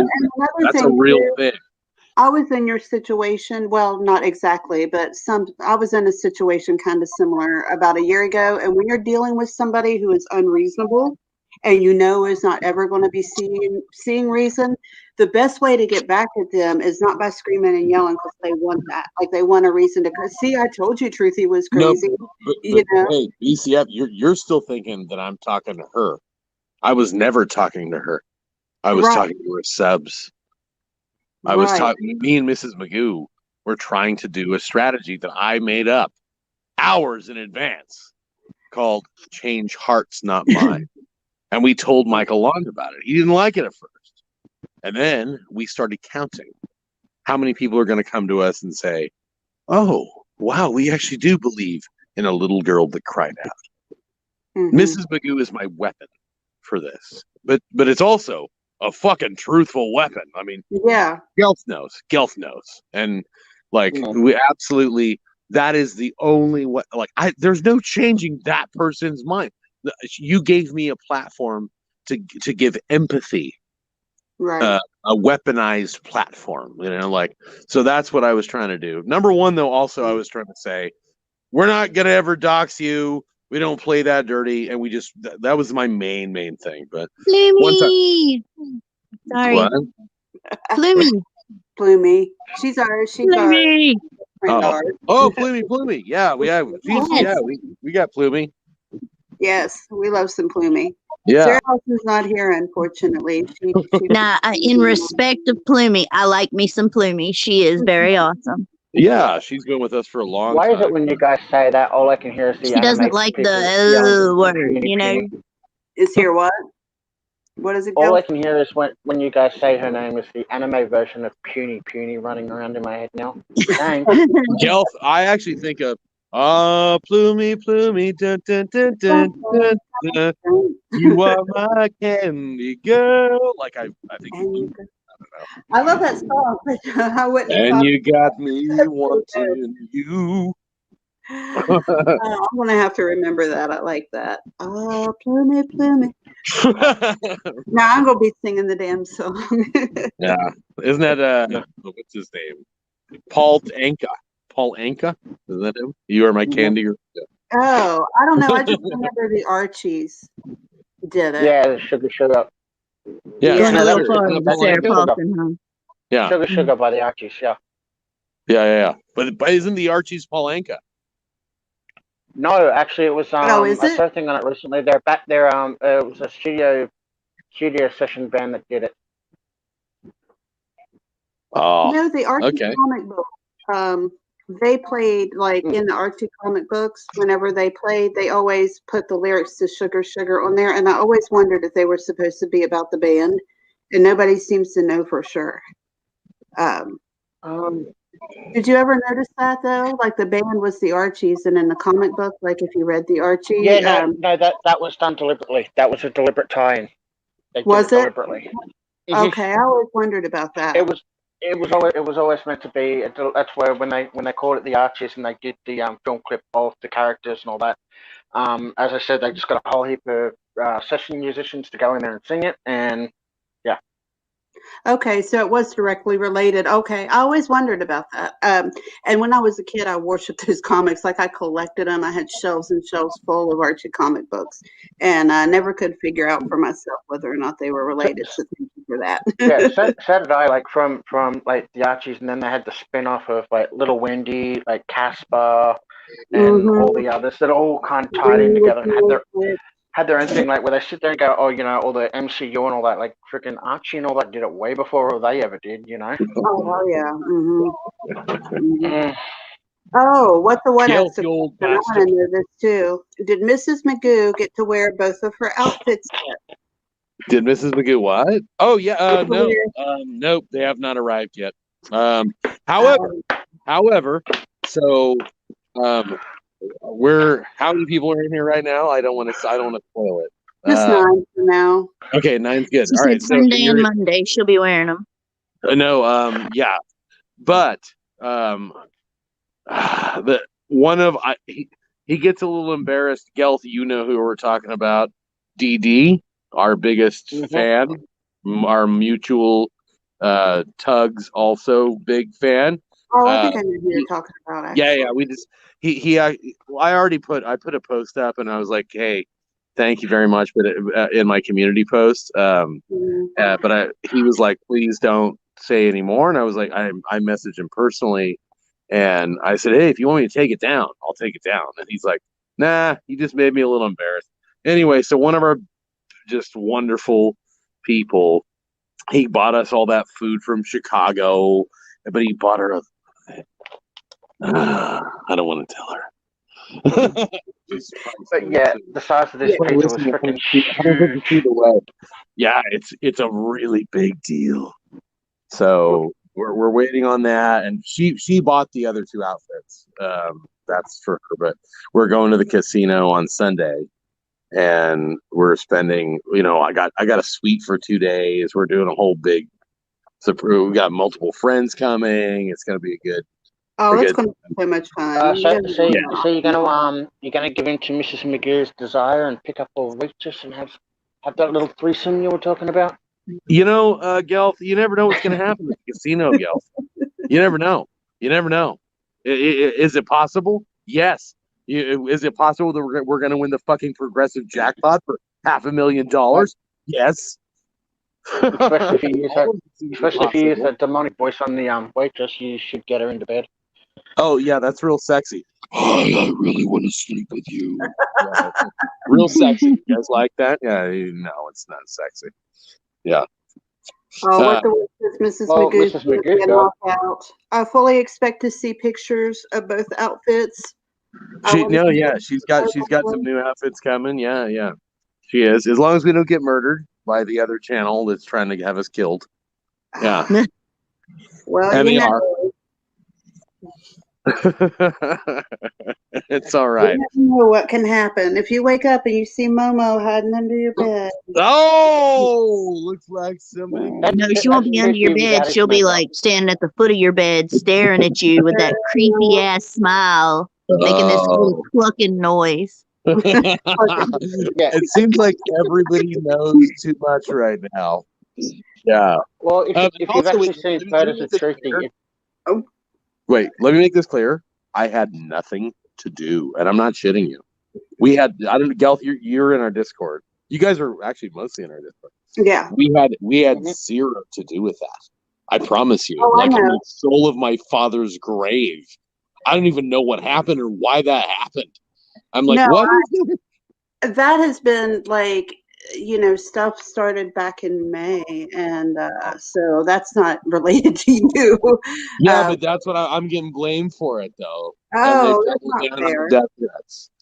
Yeah. That's fair. I mean, I'm lucky. I was one of the people that she pointed the finger at, but nobody really focused on me because I wasn't that well known.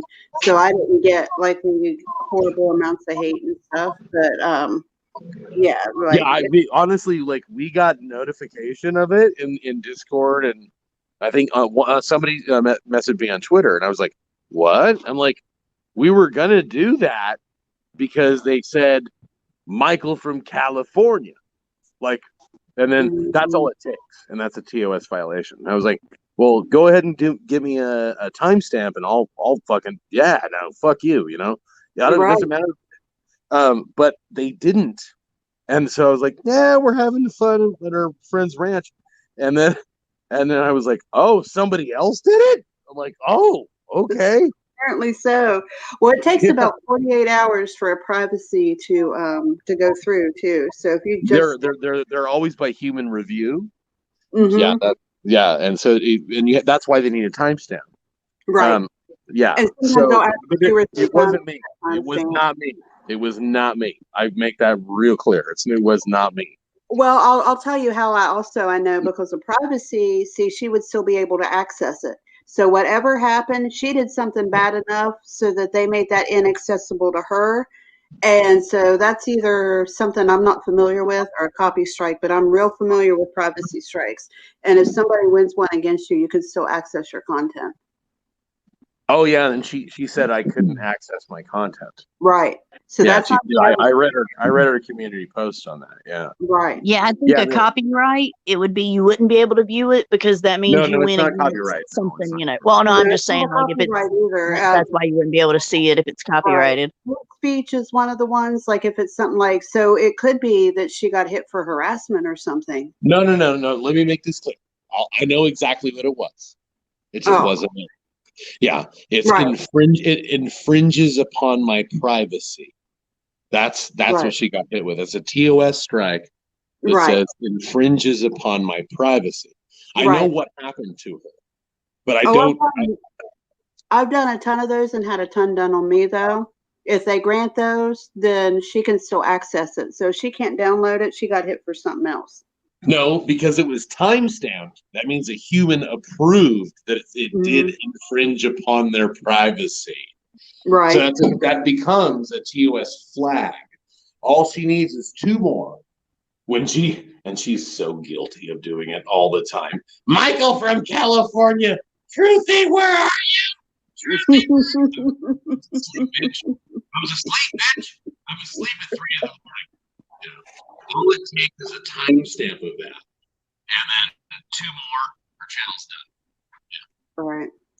That's why I keep telling people, like, with mine, because there was a channel that was giving out my personal information at one point, and they keep popping up, and I keep striking them, and people are like, why do you bother? They're not doing much. And I'm like, every single video with my full name and my picture on it that I get taken down is still a strike against that channel eventually. And if enough people do it, don't let that stuff pass by, folks. Like, if somebody's doing that to you. Honestly, that particular person, who I'm not still saying their name, they do it all the time. They do passive aggressive doxing, where they go like, well, here, let's play a game with Gilf. Hey, Gilf, how's Scotland? You like it over there in Scotland? That's enough. That's it. That's because we know Gilf is from Scotland. He's not sure. Right. But all you have to do is say, how is it in Scotland over there? You like that Vegemite? That's oh yeah, I really love that haggis Vegemite. It's such a sexy flavor. I obviously chose a different continent just to be nice. Yeah, I know. Yeah. So that's all you have to do to be a TOS strike. Like, I never do that. Like, if you listen to any of the stuff I've ever done, I am not for that. And I always say, no, dogs, that's not BS. Like, Gilf is my moderator because I got umbrella guy. And a lot, actually, most of our best moderators, like Siren Jag and Xfarna and that girl. Yeah, everyone, really. I totally coached that umbrella guy badly. But they're wonderful, and they all came from that. And so, like, we that umbrella guy has had horrible things happen to him. And so no matter what, even Momo and all that whole situation, we make jokes, but we really mean it. Like, yeah, leave it at YouTube. We're fighting on YouTube. That's fine. We're not fighting in real life. And right. I don't like them. I wouldn't hang out with these chicks. If I saw them at a bar, I'd let Kate throw a drink on them. But I mean, it's not like we're going to spend our lives where they live. Like, well, here's what I don't understand with these people. Like, it's so easy not to fight. All you have to do is just go somewhere else. I mean, on YouTube, like, the easiest thing to do is not fight. And these people cannot, like, it's not enough to just not like people. Like, they have to go further than that. And that's what I don't understand about. Well, okay. So the one thing all right. So I was talking with that umbrella guy privately, and he says, I used to be like you. And truth of you, I used to be like you. And he's like, I started off that way, all heart. He's like, he chewed a lot of other YouTubers' ass, And then he's like, now he's learned to be like this cool Southern, like everything. I'm just gonna do my thing. You and I today, you and I are going on an adventure. You and I, I view it as a 90-day probationary period. Like, I just started, really. Now it's been 120. But, my 90-day probationary period, lessons learned. Like, I'm not going after Critical K. I'm not. That was a stupid move, even trying to. I mean, we did win some hearts over, which I'm proud of. But I was a new YouTuber. I'm not new to life. If this was real life, I handle things differently. But I should have listened to him the whole way through, and he gave me great advice, and I was like, nah, you just don't get it. I got a lot to say, man. And He was right the whole way through. I think we're all guilty of that. I mean, I ignored some good advice too, and I wish if I had taken it, things would be a lot different now. Isn't that right, Copper? Yeah. Well, So Tug yeah. always says, "Don't monetize your enemies," and No, he always says monetize your enemies. But that sarcastically. No, he has done that with one of the guys, SJW Captain America or whatever his name is. He's monetized him to the tune of $30,000 plus. So Wow. So yeah, monetize your enemies on YouTube, dude. You may as well and have a bit of fun with it and go, you're paying my bills this month. Thanks very much.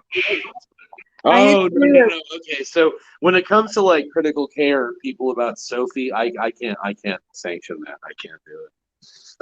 No. You on that. Yeah, maybe if you're playing around with comic book stuff, sure. But this is serious shit with kids, man. I mean, no. I'm not monetizing. Yeah. I get it though. Yeah, I wouldn't send people over there to hear that hogwash. Yeah, that's content. Yeah. Put it very simply. I can't monetize Sophie's Veruca assault. Nah, I can't monetize. No, that's no good. But in his case, yeah, it was the kick Vic and the whole comics gate and all that. But I also looked and I made a video about the analytics of Kay. She's dying. She's dying analytically, which is great. So Tug sent over this. Well, he didn't, but someone else did. She got shot up in views by 200% for one video. But then I ran the Social Blade. She's down 18.2% in subscribers. So that's wow. Yeah. That's so it's a win. Holy crap. It's a big fuck the one hit on the views. The views don't matter. I said that to Siren Jag, by the way, too. And I was like, Siren Jag, no, don't worry about the views. Worry about the subscribers. Right. And so, I mean, slowly we're chipping away at the stone. But I agree with Tug now. I don't want to make any more about her. Yeah. I don't want to be a drama channel. Why am I caught up in this? You are a drama channel. Shut up. I think we all get drug into that. It's all the newer people get drugged that way at some point. You just have to decide if you're going to take that avenue or not at some point. I don't know. We want to unify people, not divide. Right. Well, and I don't like the idea of insulting and dragging other people just for content. That's content. It's not content. No.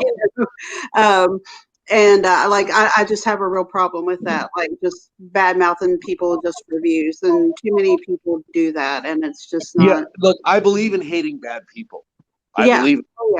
And I'll probably never shut up when I see some holy shit injustice calling Sophie a brat and Veruca. So I can't.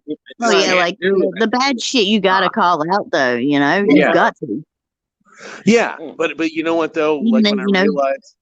When I realized that we're fucking up by monetizing them and making them more popular, I'm like, I gotta rethink. A lot of them are dying for you to do that. You know what I mean? They're dying for you to do it so they can fire back and suck people in and use you for views and a stepping stone up higher. Yeah. Well, but the thing is though, I have 3,820 people in 4 months. And they're still going well, you're a tiny little channel. I'm like, yeah, but if you compare me to what your growth is, it's really big. And and then I think that's my ego though. And then right after that, I think humans. They're humans. I don't care. I don't care how fast I've grown. Subscribers are humans. There must be a reason that you're listening to me and Mrs. Magoo, who are truthful of our hearts. So that is humbling. So our growth is not about stupid ego tripping. It's about people are gravitating towards us. We're changing hearts, not minds. Yes, exactly. That's what I at least hope. You've got some questions in the queue here. Yeah. All right. This one's for you and Gelf. The first time you ever got caught right in the middle of doing the dirty by a percent or whoever. Oh, my virginity. Oh, I think she means parent. Okay. Oh, okay. Yep. Same. Never for me. I didn't get. My virginity. So there was a girl named Susan who was my girlfriend, and I was a sophomore. She was a freshman, and I was not her first. And she was on top of me, and my mom went. I was a latchkey kid. If you guys know what a latchkey. Oh yeah, I was a latchkey kid too. Uh-huh. Yeah. So like my mom worked, but for some reason that day, I heard the garage door open. My bedroom was right by the garage door open, and I had to flip her off, and it was the worst. It was my virginity. Oh. Yeah, it was horrible. It was a terrible experience. Oh my God. Let me tell you what, mine was almost as bad. It was almost as bad. And I was, I'm gonna tell it. I was almost 18 years old. I was like 17. I was such a good kid. Like I never did anything. Well, I worked that summer in the concession stand of the pool, and the lifeguards, it was like the lifeguards and like two concession people. And I was the youngest, like everybody else that already graduated and was a couple years older than me. And I didn't know then, but I know now that they all planned it out, that they were going to leave me alone with this guy. So everybody just disappears. And I had a huge raging crush on him. I mean, don't get me wrong, like it wasn't anything sinister. But oh my gosh, everybody came back. So like right as it just got started pretty much. But I was humiliated because like 20 people I went to school with saw it. Oh no! And it was my very first ever, and because he was a lifeguard, people walk by and sing the theme song to Flipper at me. Oh no! I kid you not. Like the fair was coming up, and that's like a big thing in a small town. The fair, so they walk by and they call him Flipper. Yeah. Oh, you got Caddyshack somehow. That seems like a Caddyshack thing to do. Somebody. Oh my God! And oh my gosh, to make it even more humiliating. Remember how I said earlier, well, I don't think you were here, but I said earlier, like I used to write all the time. So I wrote about the experience in my journal, and somebody went through my bag at work and they all read it aloud. Oh, that's cruel. Yeah. Yeah, that's seriously messed up. Yeah. But if you can laugh at it, and then it actually takes away the power. Oh, well, yeah. Well, I mean, the guy was really nice about it. He lied and, tried to like cover for me and everything. But I mean, there was no getting around it. I mean, I was just caught. So yeah, I can laugh about it now. At least the guy was like really he wasn't anybody to be ashamed of getting with at least. Isn't it crazy? Isn't it crazy to think about the falseness of popularity? Like as I put myself back in high school, like I was so busy being what the internet would be called an edgelord. You guys know what an edgelord is? Oh yeah. Hey, Gelf will know what that is. Something akin to Dick Steppin', ain't it? Yeah, Dick Steppin'. Dick Steppin'. Yeah. Yeah, Gelf. That's an inside thing. I get it, Gelf. Yeah. Well, I always wondered, like I've heard y'all talk about it. I never knew what it was. No, that started with Will, at least as far as that. He kept saying Robbie was Dick Steppin'. Yeah, no, like I don't know. I had a trunk full of machetes and brass knuckles, and we just would we'd fuck people up and get in fights, and I just want to be edgy, I'm an edge. Now they would call that on the internet an edgelord, which is a joke. Like they make fun of you for, oh, what's up, edgelord? Right. I totally deserve the title of edgelord. And now I'm like, I'm a teddy bear. I got a girl I love, but I protect her, and you can fuck off. That's funny because my brother's a little bit like that too. He always had throwing stars and nunchucks and all that stuff. And he was walking around like he's going to fuck somebody up. No, I actually did fuck people up. I tied people to my muffler. And I drove my car. I used my family had a grocery store chain, and I would tie their neck around my apron I tied their neck around my apron to my muffler, all three, and then I'd drive them down the road, and I'd fucking. Yeah, no, I was a real edgelord. Damn, yeah, I'd say so. Wow. Yeah, no, I'd like, because I knew that I'm like, I'm getting away with this shit. You're not going to stop me. No, I was crazy. I was in West Virginia. That's like cattle wrestling, only with people. Yeah, no, I was legit crazy, and I like my repentance is so strong.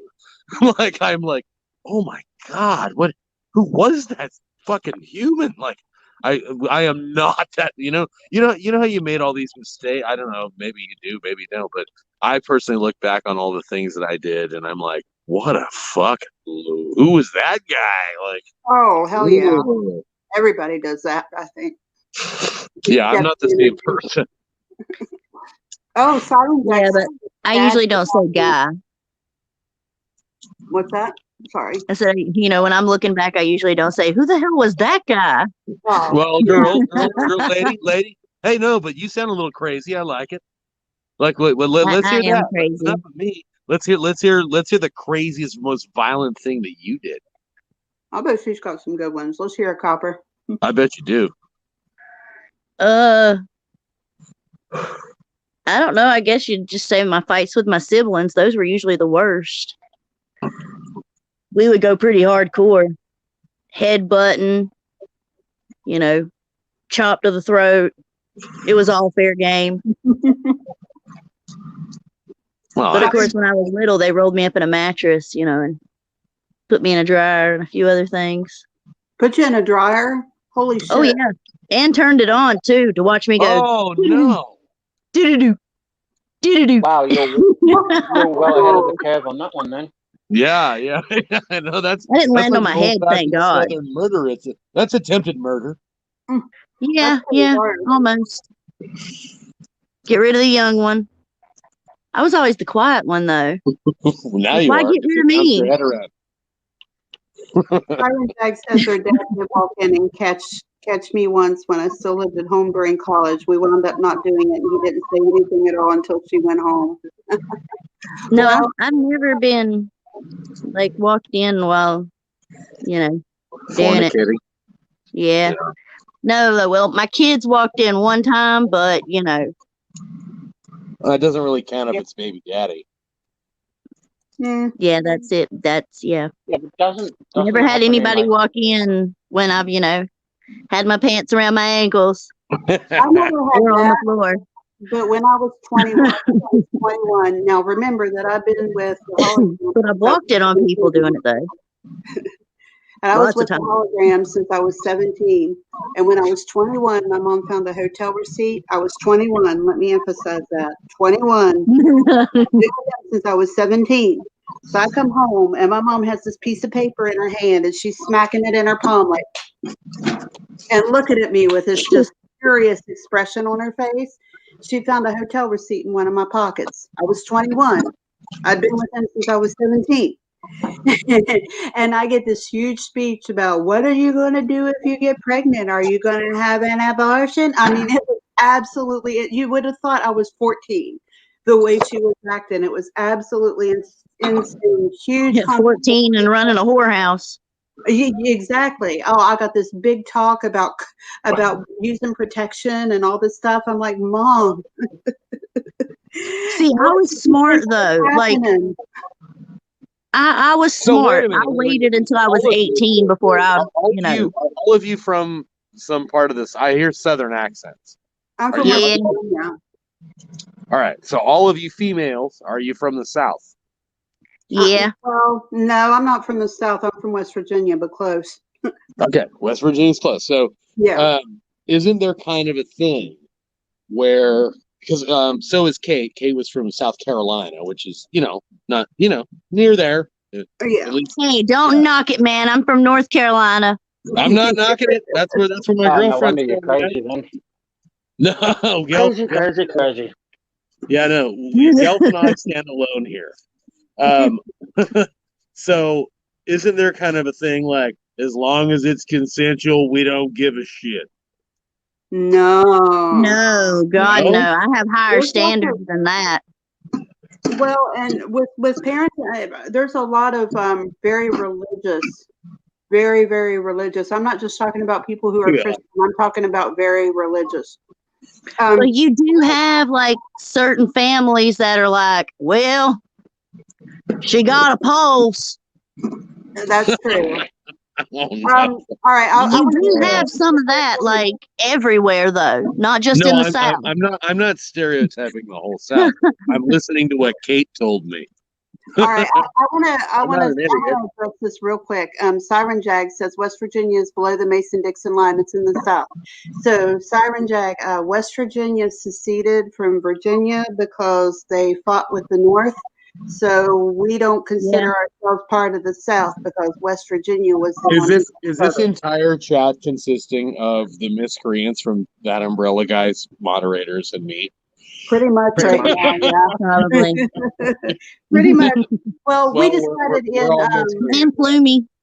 Yes, and Plumey. And Plumey. All right, that's Plumey's cool. a standalone right there. We were in Discord when we all just. Robbie was here earlier, but we were in Discord when we decided to go live, and Darling because I pushed the issue is live. So the other people, Darling Nikki's live, under me are probably in Nikki's chat right now. Is Nikki live right now? She was last time I checked. I don't know if she still is, but she was anyway. Oh, I love her. I think she might be. Hold up. We could go raid her. Could we do one of those things that Robbie does? What does he call them? Raids? Yeah, we could. Yeah, she's live. She's got Robbie and Casper on the panel right now. Oh, that'd be fun to do. Yeah, we should just raid. Yeah, we should just go and raid and have. I don't know. That's up to you. It's your show right now, but that sounds pretty. Robbie, Robbie and I were talking on the phone for like an hour and a half today. Yeah. And Robbie thought I'm the one who struck that particular Momo. And I was like, Robbie, it wasn't me, man. And he's like, what? And so, I refuse. I'm now adopting Tug's strategy of fuck that. We're not naming these people that don't exist. Like, I don't want to play that game. Yeah, fuck them. Because I reckon. Go ahead, Gal. I reckon I could probably ping who the hell was pinging everybody. There's been quite a few people striking everyone lately, so it'd be interesting to see. There's multiple people striking? Mm-hmm. There's a lot of it going around at the moment. There's a lot of channels going after each other at the moment. Well, I promise you, I have yet to unleash one strike on any channel. The trauma community's going after each other left and right. Well, no, I hate certain people, but there's honor amongst thieves, in my opinion. Like, you got to really earn it. I'm not going to throw that around. Like, YouTubers, we're all in it together. And so I'm not going to toss around strikes like a fucking, I don't know, cunt. Yeah, I wouldn't either. Yeah. No, that's our favorite word around here. Well, it's bad practice. And twat waffle. It's bad practice. Like, even if you disagree with someone, nah, we're not I don't play that. So I promise you, I am not the one. I'm very curious who the hell did that and what the hell we saw. And I'm like, what? Okay. But I'm the number one guy. If you look at the community post, that jealous clout chaser struck me anonymously. Nope, didn't do it. Like, but I'm curious though. Oh yeah, me too. I'm wondering who did it. What I don't get is like, instead of you guys all striking each other and stuff, I would have done it. So instead of you guys striking each other, why don't you go after more worthy opponents? Like, look at what Sony's done. Look at what Miso Entertainment's done. Why not go after these bigger freaking multi-millionaires? Like all the small people gang up on the bigger people and go, knock your crap off. We were here before you. Quit it.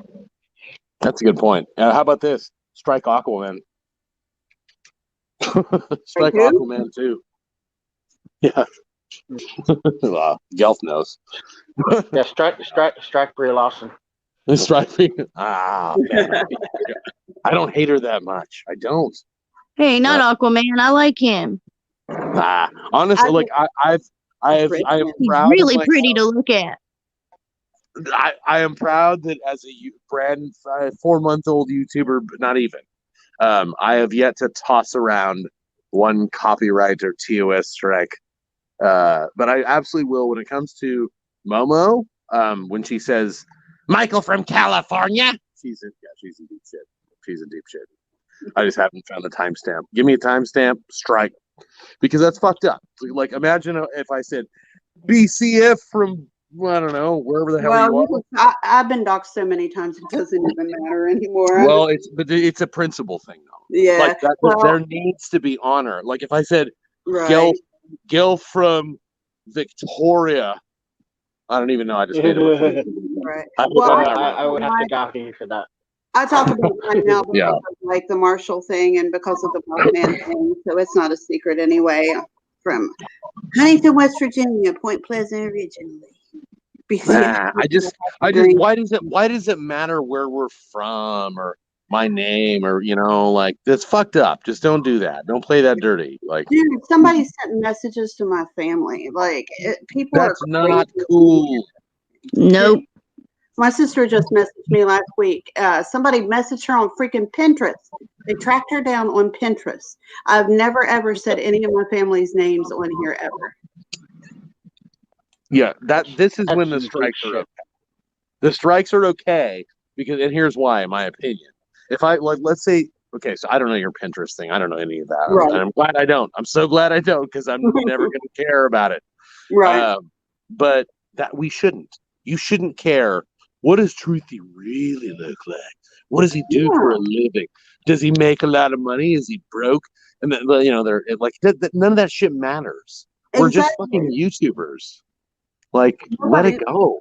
Like, nobody has any business knowing anything we don't choose to share. And that, thankfully, YouTube agrees with that. So in this case, when it comes to exposure of privacy timestamps, we need to actually use our power to not allow this anymore. Like not TOS strikes, certainly not copyright strikes. That has nothing to do with it. But copyright strikes are a bitch move in general, I think. Yeah, I agree. Like everything should be just fair game copyright. Yeah. Like you could, if you want to make a I hate Truthy and he's a closet homosexual, yes, do it. Do it all day. Like I totally agree with that. You should totally rip on me, and that's cool. But don't expose my loved ones to danger. Yeah. That's what I say. Like, hate me. You can make a million videos saying I'm an asshole, talk about how my content's bullshit. Like, I don't care, but leave my family alone. They have nothing to do with any of it. Like, just it drives me crazy when people do that shit. Absolutely. Stab the person in the face and not the back. How's that sound? Say again, Gel. Say again. Stab the person in the face and not the back. How's that sound? Yes. There you go. I agree. Hey, that's an Oscar Wilde thing, Oscar Wilde said that a true friend will stab you in the front. An enemy will stab you in the back, or a coward will stab you in the back. Fine. Yeah. Here, I will dox Truthy. Yes, we all know his name's Michael, and we all know he's the secret, illegitimate son of Elon Musk. I wouldn't be telling anybody that or bragging about that. He's in hot water right now. I hate Elon Musk. What the fuck are you talking about, man? Gelth has actually seen my picture. Gelth is one of the few people to see me and Mrs. Magoo's picture. And Mrs. Magoo always says she wishes I was Carl Urban. So go ahead and rip on me for Yeah, for actually being Elon Musk's illegitimate child, because he's got all his billions stashed away. I fucking hate Elon. I hate Elon Musk, especially since he dated Amber Heard. God damn it! Okay, for anybody who doesn't hate Elon Musk, like the universal like no, I don't. If I look like him, I'll get surgery. Sorry, no. Arrogant, new money douchebag. He's the that basically is Elon Musk in a compound sentence. Well, if you know the Amber Heard community, he dated Amber Heard and supported the abuse of Johnny Depp by. Yeah, no, he's he's a scumbag, and none of the things that he ever claimed to invent, he invented. He just paid people to do it. Exactly.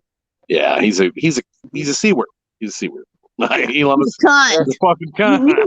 He's a freaking cunt. I'll say it for you. See, you just say C word and I'll go cunt. Yeah, as a male, you don't get to toss around those. Unfortunately, I don't. I'll toss it around for you. Word. Here's my. It's truly my favorite word.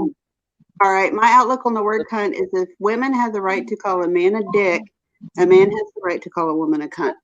I'm not. I don't think I could call Amber Heard a cunt. I could say that. That's well, just so you know, I'd rather be called a cunt than a bitch. I don't care if as long really? as yeah. I don't know. I have one of those, but I'm not a female dog running around in heat. I've called Kate a bitch in a good way. I'm like, you're such a bitch right now. Like, and she's like, goddamn rights. I don't know. My husband knows better. He knows better. You can call me a bitch. You can call me a cunt. I don't care. Do not call me stupid. That's the only thing that'll really make me angry. Is if you call me stupid. Stupid. You didn't call me any other name. I don't care. Did you say don't call me stupid? Yeah. That's a tough one. That's the only thing that'll really make me mad is if you call me stupid. Like I have a saying, call me whatever you want, just don't call me late for dinner. I'm the chef, so my girl's never late for dinner. But I got to confess, I called Kate stupid a couple times. I did. What? I like that. When she didn't see my plan, like when I had a plan and she didn't see what was happening, I'm like, stop it, don't be stupid. And then I would explain my plan, and then she'd go, look at me, and she'd go, I see what you're doing. I like it. Well, don't be stupid. It's not the same thing as calling somebody stupid, though. Yeah, just like, my husband knows, he'll say, you're acting like a bitch right now, rather than going, you are such a bitch right now. Just that one little word could mean, the difference between the tone, the evilness coming out, or, staying inside. Yeah. Yeah. Okay. I'm talking about calling me stupid and meaning like you're so stupid. You're so stupid. Yeah. Okay. Exactly. Yeah. It's the context. It's what you're looking for. Yeah, exactly. I think Gelf, more tone than context. That's why text messaging is terrible. Like if I seriously. I'm the same way. If I were to send a text message to Kate, you're so stupid, she'd be like, fuck you. But if I'm like, you're being stupid right now, then she'd be like, oh, you're being stupid, as opposed to you are stupid. I get exactly. Right. Yeah, that one little word could, be the difference to World War III. Yeah. Yeah.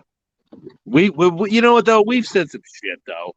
She's said some shit to me, and I've said some shit to her. I mean, in any relationship you're going to, until even after you learn the person and just what not to say, sometimes it just slips out. Yeah. Yeah. That's a good one. It's slipping out. I mean, it happens. Slipping you just gotta, pick what? back up, carry it back on, get back on the horse and start riding again. Slipping out's just a segue to slipping in. That's right up there with well, put it this way. This is why Truthy is so jealous of not being at home and being on his mic, because he's hard and jealous of something that is longer and thicker than and works harder than he does. Okay, sure. Whatever you said, I'll jump on board with that. I'm a good sport. That's funny. You know what I love about our moderators? They always rip on me first. That's true. I wouldn't have. I rip on myself, so I don't need any help. Well, if you can't dish it up and can't take it, then just yeah.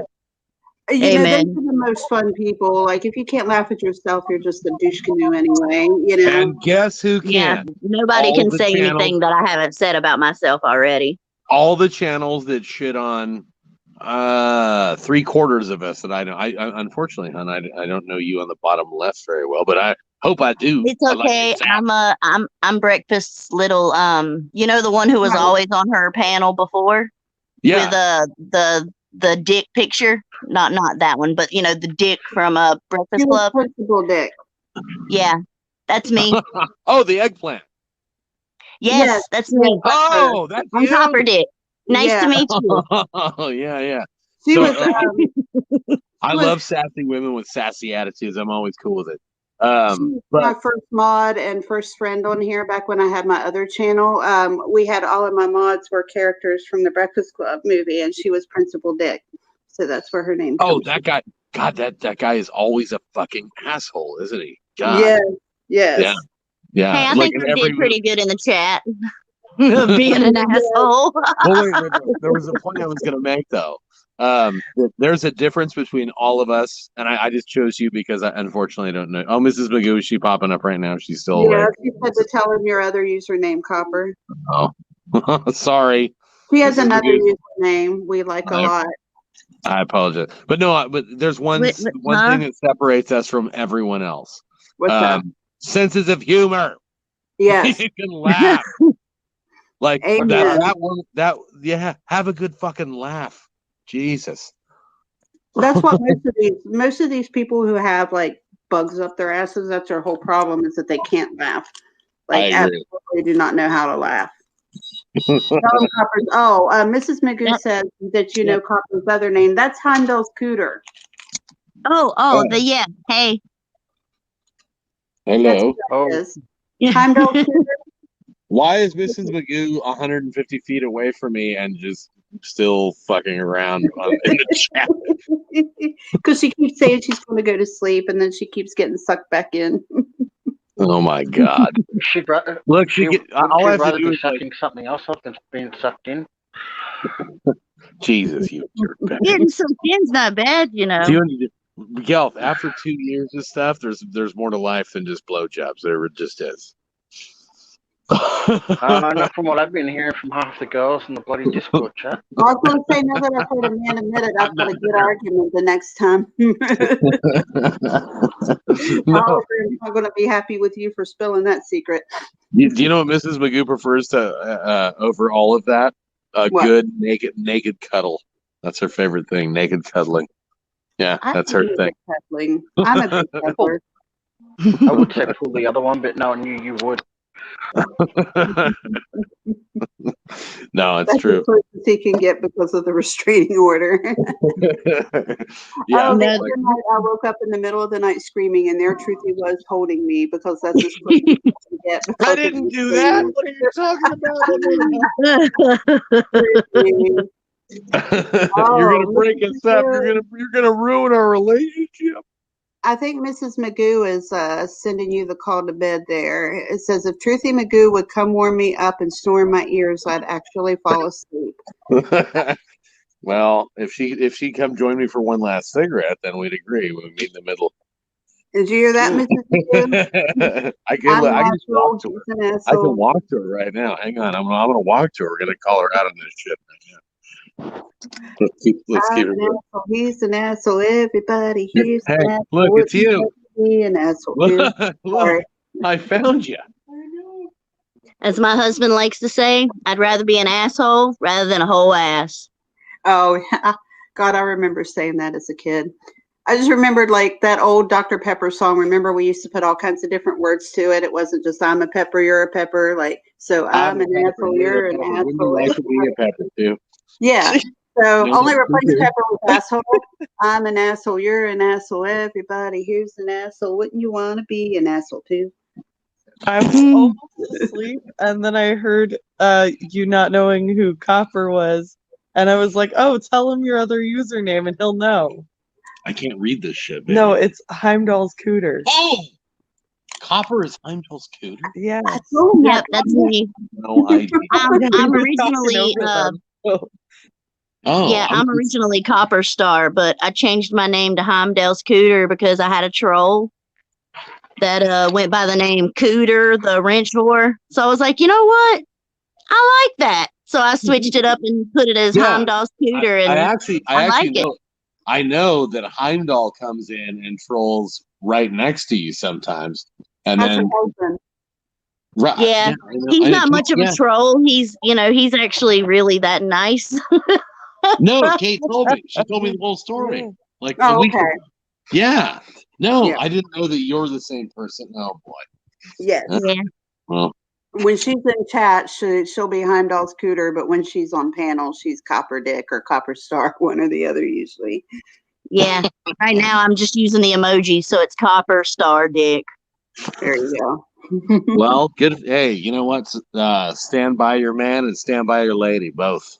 There you stand go. by your dick and vagina. Yeah, you definitely got to stand by your dick. and your vagina. Too. And your vagina too. Let's not be sexist. Well, you know, coming from me, you know, I've only got a dick, so I'm sharing, you know, I'm standing with my dick. And then he can say he's standing with his vagina or his cooter. I hate that word. That word is so gross. Cooter. Yeah. And you know what? They use that word so much in Virginia. Oh my gosh. And I don't even know where half of the sayings come from. And but like I have a friend and she'll say I was higher than Cooter Brown. It's like I have no idea where that comes from, what it means. And when I ask her, she don't know, but she says it constantly.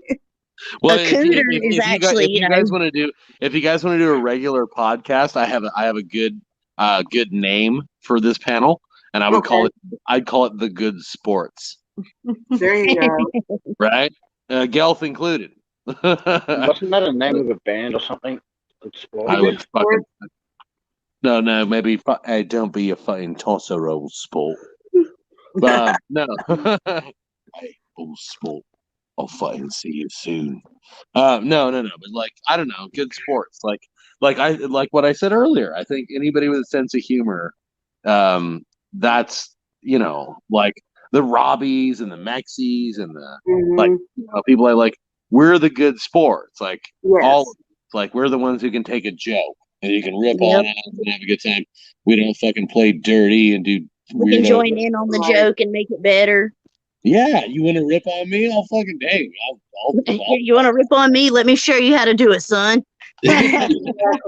Right. Well, the good sport your content so much. That's exactly my, my brain. Because, like when the troll was after me, I was like, bitch, please. I can come up with a better name than that. And I did. I was like, you think I'm ashamed? Hell no. Heimdall Scooter, loud and proud. Do you know what I was just called? It was the least creative attack name I've ever heard. Truthy McLie. I don't know. You could have said like Molester Magoo or something. Honestly, Monster Magoo. No, if you really want to go after me, you can be like Mr. McMonster. I mean, come on. I had somebody try to call me once by calling me What's up, Gal? Hang on, Gal is saying something. Hang on. What's up, Gal? I just said Truthy McFingerpoo. Truthy McFingerpoo. See, that was good. Yeah. That was real good. Yeah, any of those are like more creative, or like I don't know, Liar McFuckface. Mr. Magoo, finger paints with Liar poo. McFuckface. How about Liar McFuckface an awful lot. I like Liar McFuckface. I'm gonna have to type that in chat just so I can pin it. For real. Larry McFuckface. I had somebody try to troll me once by calling me scrambled eggs and toast, and they actually thought that was going to upset me. I made that my name for like a week afterwards. Yeah, exactly. Like, at least, damn. Bag. They kept on calling Copper trash bag. Like, she's a trash bag. Yeah. So she changed her trash bag for. Yeah. All right. Like, face. There we go. I pinned my own comment. There you go. Like, you can call me Baggy for short. Baggy. That's what happens when. Never mind. Okay. Truthy McOoze. I like that one too. McOoze. Well, actually, that's the Magoo's. Magoo's. That sounds pretty. That almost. McGoon. I mean, come on. You can do so much better than Mick Liar. Magoo Liar. Like, come on.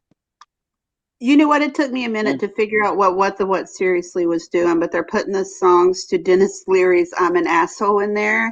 And I was like, I drive ultra slow or in the fast lane and I was reading this and I was like, wow, are they doing that? Like and then I figured it out finally. So I finally caught on to the joke and it took me all this time to figure it out. The nickname Flip Top, the toothbrush girl, when I yawned, my face disappeared. You know what's funny about that? Because, like, I always make jokes about people having flip top heads. Because, like, Cameron Diaz is one, like, the actress, you know how big her mouth is? Like, have you ever noticed? Like, she has the biggest, and I love Cameron Diaz, too. She's one of my favorites, actually. But she has this huge mouth, and it looks like the top of her head flips back whenever she talks. So, yeah, but it's not as big as Aerosmith dude. Oh, no. Now, his head looks like it flips all the way back and it, opens up and swallows a whole child. Gelf, help me out here. Gelf knows. That comes from South Park Canadians. Hey, everybody, I'm from Canada. My father. That's what I was getting ready to say. Oh, Philip, I balked again. It was for me saying people have flip top Yes, heads. I know. I love that. I love South Park. I can do Cartman pretty good. Oh, I can do Cartman. You go first. Oh. No, you go first. You said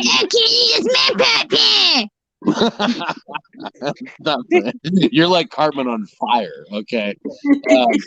Hey guys, I'm going home, but Mom, I want some cheesy No, if you're gonna do that, do it where he's talking about eating carpet like rug for like an hour or something, or whatever it was that was going on about. Oh my tongue's so tired from eating carpet. Oh, that's pretty good. I lit carpet for an hour and I still don't feel like a lesbian, I think was the line.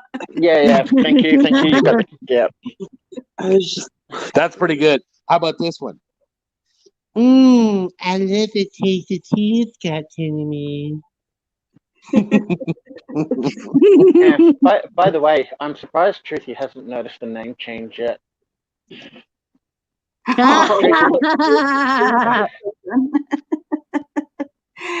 That's what I should have changed. Well, no, actually, if I did change my name to Environment Fuckface, it would be everywhere. So. Oh, no. Hang on. Oh, I'm so blind, Gelf. You have no idea. That's funny. I mean, it was there to do, so I may as well do it and have a bit of fun. Shit! Back away! I love it. How about the Liar McFuckface podcast then? I don't know. Whatever. We can work. You can work it. There would be that name alone would draw people in if you just Liar McFuckface and you just like tell the news stories completely and totally wrong.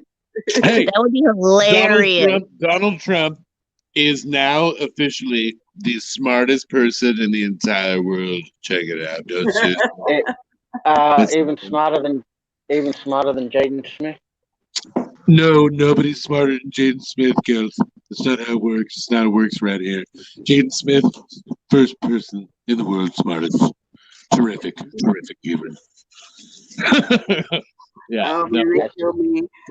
I recently saw a thing where and I love to watch these people who specialize in body language and shit. Like, I love to watch them tear apart Amber Heard and stuff, but I saw them tearing apart the Smiths on their red table, and, ooh, man, I know, they're in bad shape over there. We'll just put it that way. Did you see that? Isn't all of Hollywood in bad shape? Oh, my God. I'd say the only ones that are still, like, maybe all right are Goldie Hawn and what's his face? Goldie Hawn and Kurt Russell. Yeah. And Tom Cruise and even they've had, kind of, issues. Not Tom Cruise. But they haven't had like real public issues. No. That's the fucking difference. Right. Them and Tom Hanks, I don't think I've ever trouble at the moment. What? Did y'all hear Keanu Reeves got engaged? Oh, he's finally found another Yay! love of I his know, life. like, yay! He's finally gonna be happy. Yes. Am I the only weird one that's like really happy when a dude I crush on in Hollywood actually finds some happiness? Settles down. I know. Come I'm on, but he deserves it though. After everything he's been through, Yeah. with the loss And of he's his Yeah. really a wife good and dude. If anybody deserves it, it is that man right there. Yeah, he is really a good dude. Can we all get unanimous agreement that Keanu Reeves is the nicest guy in Hollywood ever? Yeah. Yes. Mhm. Can we also state that I would so trip him and fall underneath him to break his fall any day I of the would week? hope you would. And you know what? I'll fag out for Keanu Reeves. That I guy. So check up with Keanu Reeves. Yes, I probably said a horrible word there. I take it back, but not really. Yeah, no, Keanu Reeves, gentleman. He's like one of the last living Hollywood people who's just a genuine guy. Yeah, well, did you hear what happened with the Matrix? Like, the final Matrix, they were running over budget, and he sacrificed so much of his pay in order for people to get paid for the whole to staff. fit the movie. Mm-hmm. Yeah. And he still takes public transport, and if someone needs a seat, he'll gladly just get up and give them his seat and all that. Oh yeah. He sees a lady and he'll get up and make them sit down. Wasn't there something where he bought motorcycles? It was like yes, yeah. He bought all the people who did the stunts on his movie, all new motorcycles. Like he's just this awesome guy. Keanu Reeves is awesome. Oh yeah, he's done like I don't think he cares. He about donates like most of his paycheck when he gets it. Mm-hmm. Yeah. Well, if you ever he does that to like different charities and stuff. Yeah, and if you hear stories about people waiting on him, like he always leaves like huge monster tips and stuff like that too, and like. So a girl I dated worked at a restaurant in LA because we're in California. She said Keanu Reeves came to her restaurant, and then she said, "Oh my God, are you Neo from the Matrix?" This is a while ago. It was a long time. Yeah. And he looked at her and he goes, "Yeah. Did you like my performance?" And she goes, I thought you did a great job. And he's like, "Oh, would you like to be in the movie? We're making a sequel." And he let her into Revolutions as an extra. He brought her into the Matrix Revolutions as an extra. Oh my God. See, that would have been a dream come true for me. He didn't bang her. So it wasn't like even not banging me, that still would have been a dream come true to like be in that movie with him. Yeah. Well, yeah. Even as a blank person walking down the street. Yeah. Yeah. Like I heard you took thanks for coming. Oh, sorry. I wanted to say goodnight to you. Oh. Siren Jag, my bad. I'm sorry. Siren Jag. Siren. Siren Jag to be included on the Miscreant podcast. Siren Jag's a valued team member. Yeah, when he dies, like somebody better petition for that mofo to like be, commissioned a saint or allowed into sainthood. Yeah.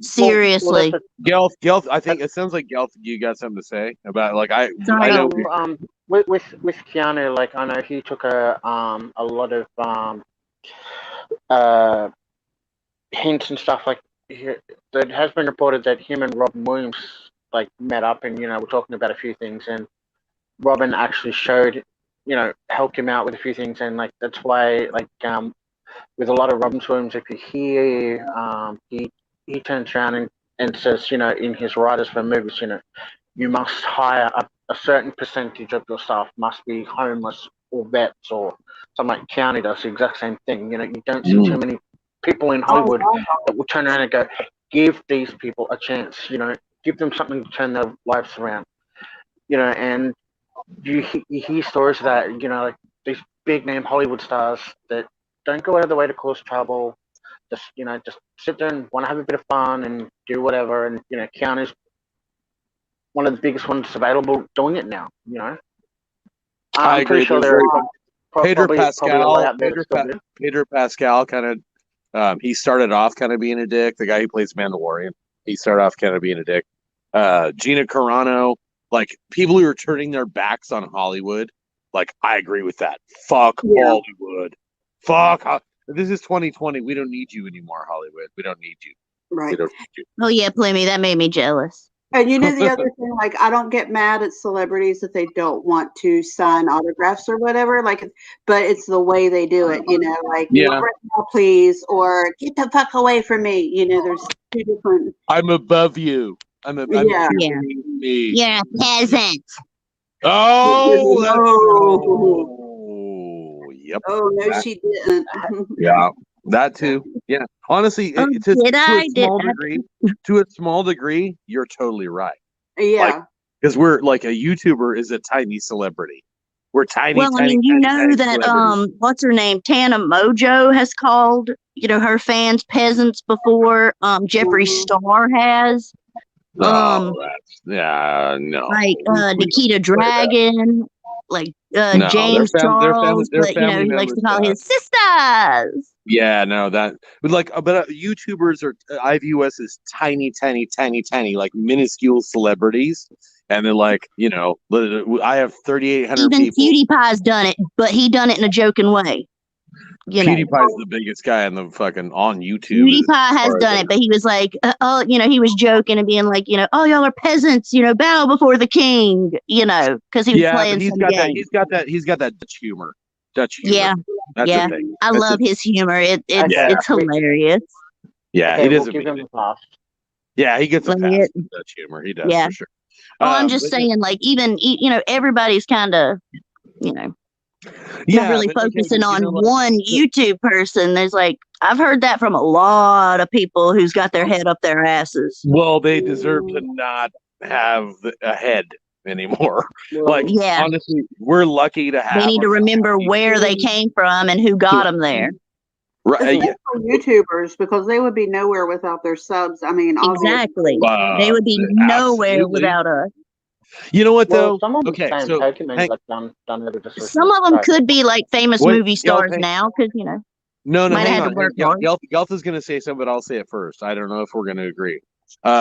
When it comes to our channel, we don't really we view everybody as sort of like a safe, I don't know, I feel like I'm a tiny version of like a Howard Stern show. I say where the fuck I want, and they let me, and they chew my own ass. Like we have our own whack pack, and and we're smaller, but I mean obviously, but I want Cherry. I think he just said it jokingly too, because he was but I want to be a personality channel. And I don't want you to go for don't come to me for the Sophie Long stuff, please. I'm not a new. I do talk to Michael Long, yes, whoopity goddamn do. He's a human.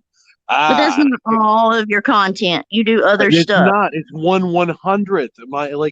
Please, that's not my show.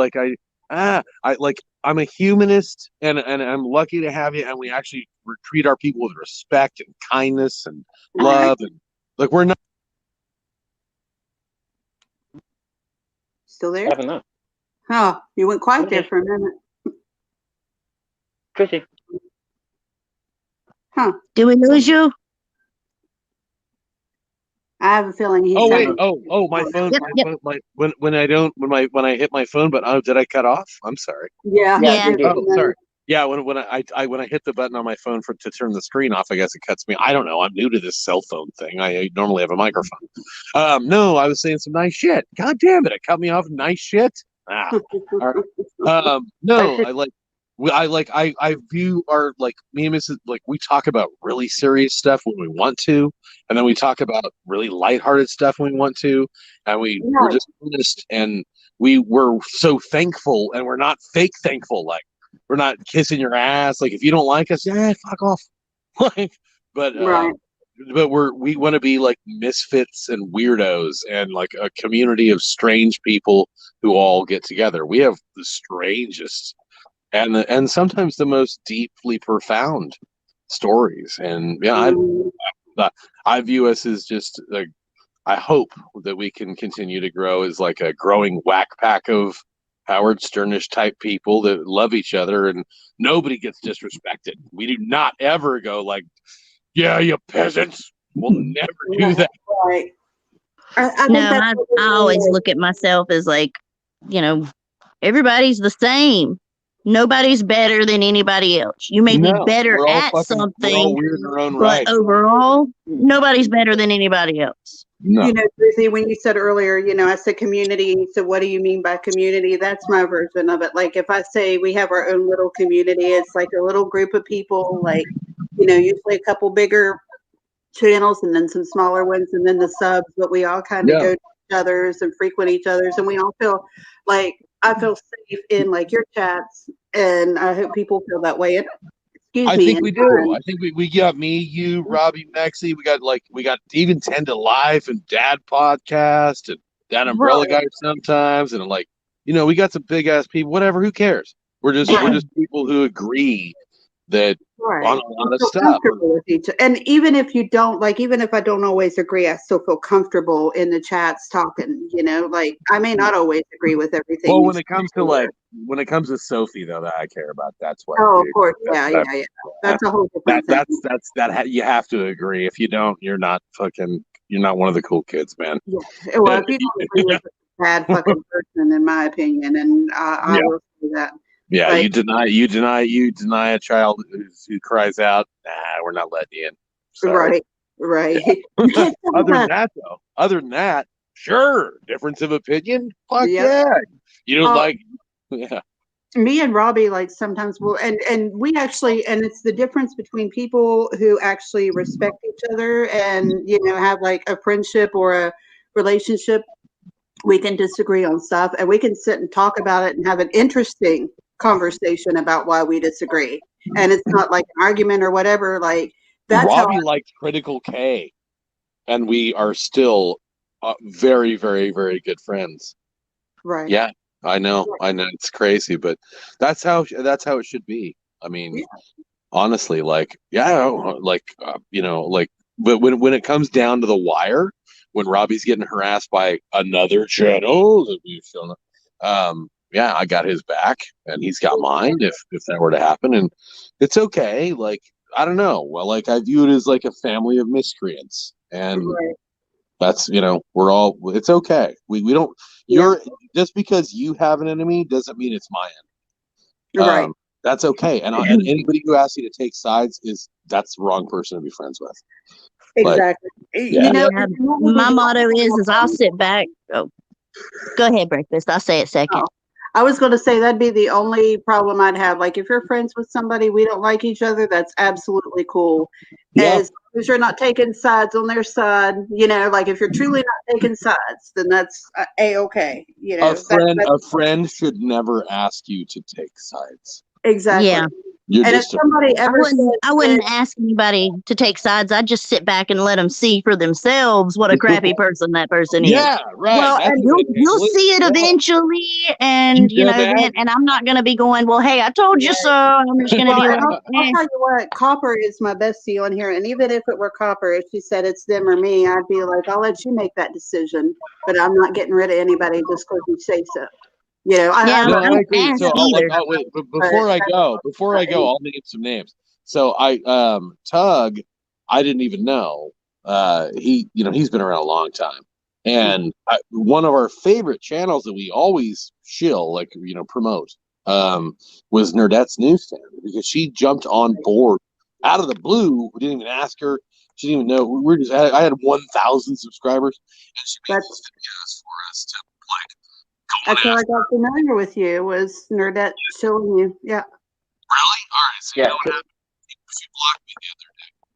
Oh, man. I have no idea why. Why did Tristan block you? I have no idea. Kelf, how supportive I've been. I don't know.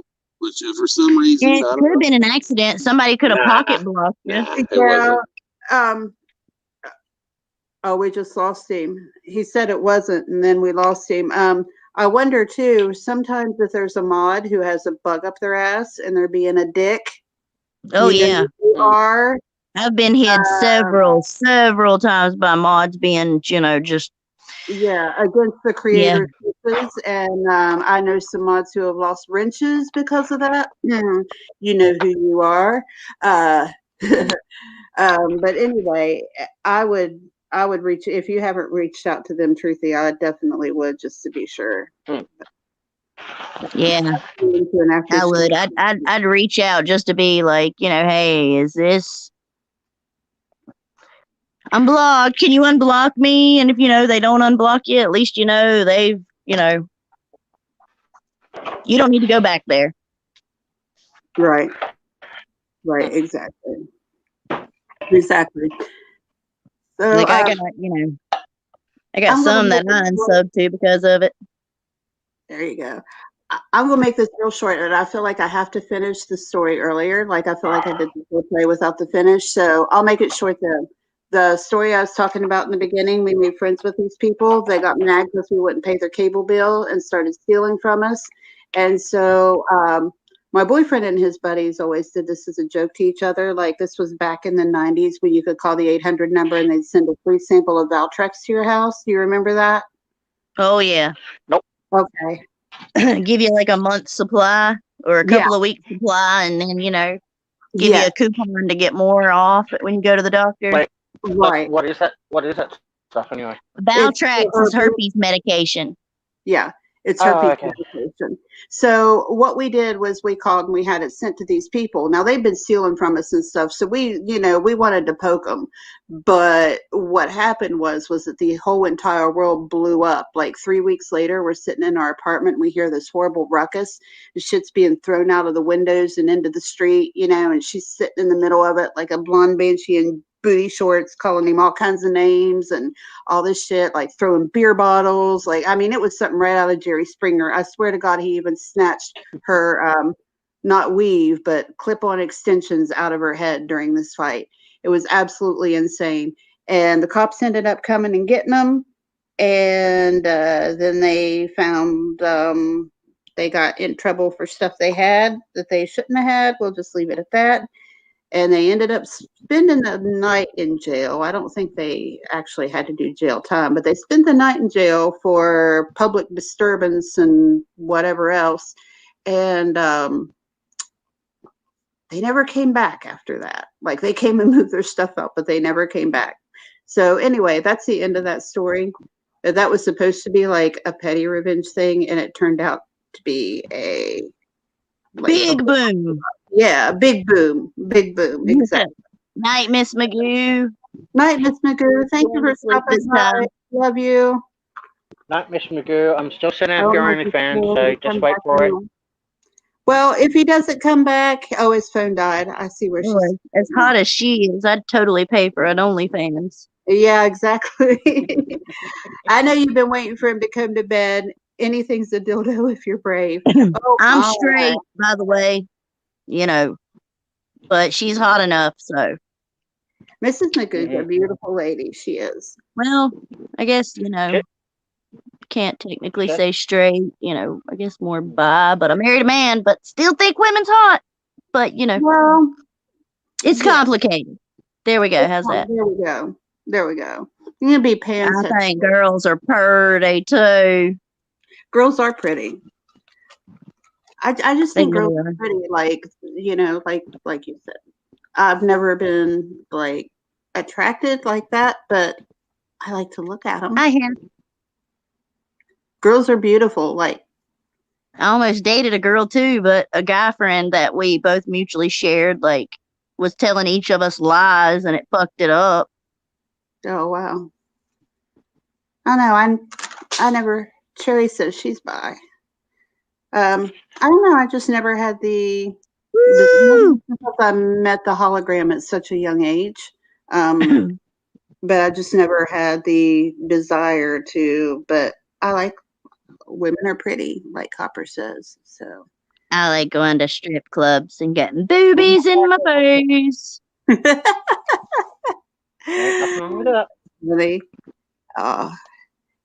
Night, Mrs. Magoo. I'm so glad you all stopped by. Truthy always makes the panel interesting. Did we have any questions? Only because you're paying for it. Huh? What? Only because you pay Truthy for it. Come on, tell the truth. No, you pay Truthy. Truthy's a little money hole. Come on. Well, wait. How can she be his? Oh, money. Okay, never mind. I misunderstood what you said there for a second. Oh my god, I can't even pick on Truthy anymore without you guys misunderstanding. Oh, no, there goes the fun of it.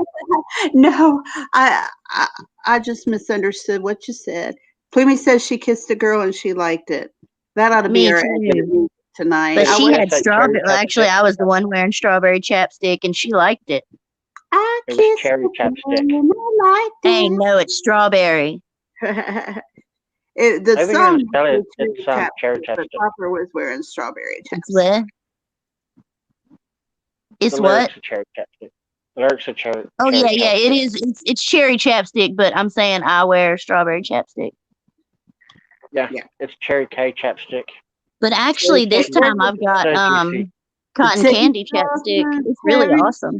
Chapstick. Now I'm going to be wanting to sing that song all night long. I even had cake batter. Oh my gosh, that stuff was so good. I had to switch because I was about to eat that whole tube of daggum chapstick. I'm straight. However, I've had my monies of experimenting, making out with other women, and I can admire when they're sexy and beautiful. And hell yes, I'd do them if they. Yeah, exactly. What?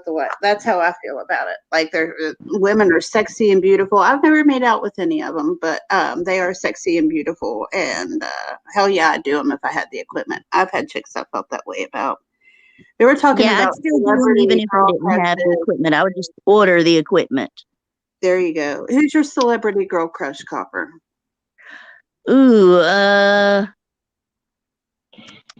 like Gal Gadot right now. I mean, she's just, cool. But back in the day, it was, what is that chick's name from The Craft? The one that was crazy? Robin, Fairuza Balk? Yeah, her. Oh, she was my favorite. I like her.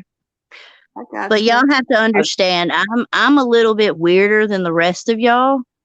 I'll share some pictures in Discord of what I like, and yeah, y'all can see them. Mine would be, I mean, back in the day, it was Drew Barrymore. Like she just seemed so like free spirited and so sweet, and I don't know. I'd have so done her, but I don't know. What'd you say? Say that again. I said, yeah, I'd have done her, Drew Barrymore, but I don't know.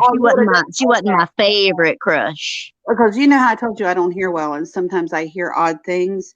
What I heard was I slid down her butt, and I knew that couldn't be right. Oh, I'd like to slide down her butt now. She's aged like a fine wine. She has. Reese Witherspoon. There was another one of my younger crushes. I loved some Reese Witherspoon. Maybe when she was younger, but not now. Not now, but I loved her when she was younger in Cruel Intentions. And Ryan Fleet. Freeway. Oh God, I would have totally been the cream in that cookie sandwich. Did you ever see Freeway, Copper? No, I don't think so. It doesn't sound familiar. You need to look it up because you know how Reese Witherspoon, like even in Fear, like she usually plays this really sweet, like character or like strong woman. I'm going to see if I can find a trailer for it actually. But Freeway, and Kiefer Sutherland's in it too. But in Freeway, it's like kind of a comparison to The Big Bad Wolf loosely. And she's probably like 14 when she made this movie. And it's got like Amanda Plummer in it, and she's her mom, and her mom is a hooker, and she's like basically a trick baby. And oh my God, it's so crazy, this movie. I think I might have seen it. Like, is it older movie? Yeah, Reese was like 14 or 15 when she made it. Yeah, I think I might have seen that movie. Is anybody? If it was like before, if it was like 1990, was it like 95 or something like that? No, let me see if I can look she was younger. It'd have been like 92, 96, 96. I was wrong. Well, technically, I'll play the trailer for you all, and we'll see if any. Oliver Stone. Oh yeah, Jennifer Beals. She is gorgeous. I like her. I loved her in Seventh Heaven.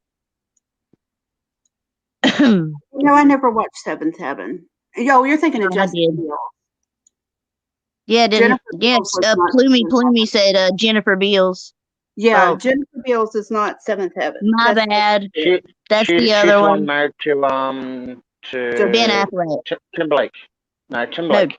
Dustin yes. Bill Jessica is Biel married is to married Timberlake. to Timberlake. Yeah, Yeah. that one's the Jennifer one Beals married is the to one from Flashdance. Stan. Yeah. I didn't watch that movie. Oh well, I didn't I'm either. not too But big on dance movies. all right, here's the check this out. This is the trailer for Freeway. Oliver Stone. Wait. Hold on. Oh yeah. Milk. Listen to it. I'm not Chopper. I love you too, baby. Her dad just doesn't get it. Larry, get your goddamn hands off my anatomy.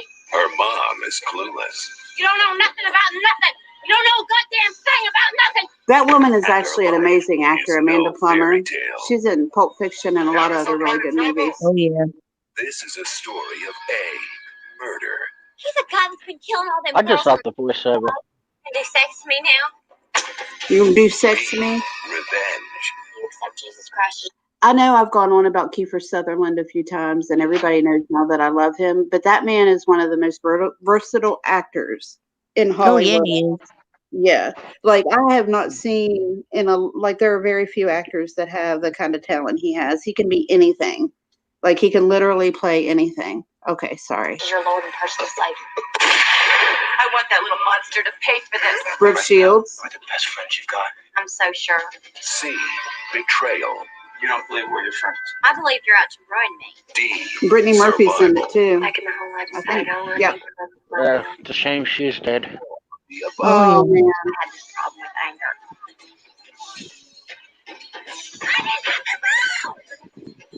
We need to put an end to the system that lets dangerous, violent thugs be prosecuted as children.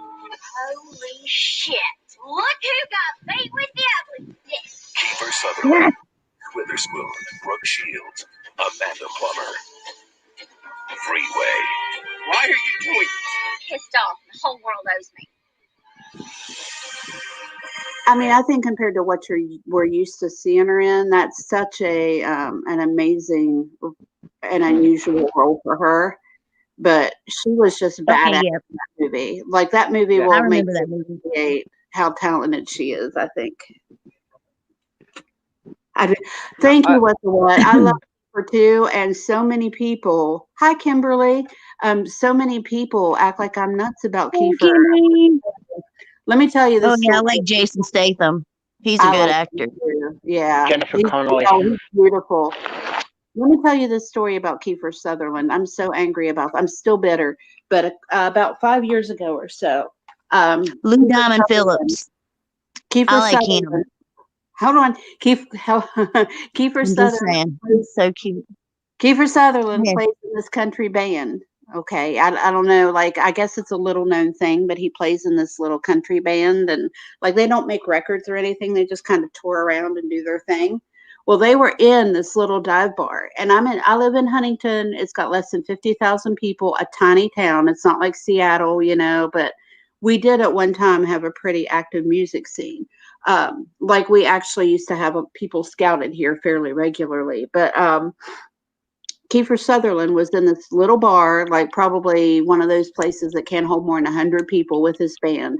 And I've loved this man ever since I was 14 years old. I was so excited. And would you believe that I could not get a single fucking person to go with me? And the tickets were only like $15. And nobody would go. And the main reason I got was because I don't like country music, or I don't know if his music's any good. Who the fuck cares? It's Kiefer Sutherland. I'd have went with you because I'd have been thinking the same thing. It's Kiefer Sutherland. Yeah, and these bars are so small. Nothing else. His ass is going to look great in those jeans. Yes, and the bars are so small. If we went, we definitely would have had a chance to get close enough to touch him at least. Grab that butt in those nice tight jeans. A better than average chance that we would have gotten to take a picture or an autograph or something. I mean, to me, that's worth $15. I don't know. They probably would have thrown me out for groping him. For real. I'm still angry with Truthy's back. Hey, Truthy, hang on. There's your mic link.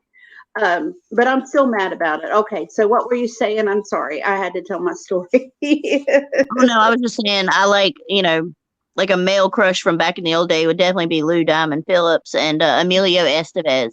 Oh, Emilio and those I like them too. Oh, I like Blue Diamond too. He was so pretty. He's actually what was it I saw him in not too long ago? Oh, there's a TV show. Oh gosh. Oh, it's a Don't real ask me. It's called The Lou Diamond Phillips Show, naked.com. Check it out. really. It's like Borderlands or something, wasn't it? No, I made that up. I just realized I lost my shit. Like my battery ran out at the most inopportune time.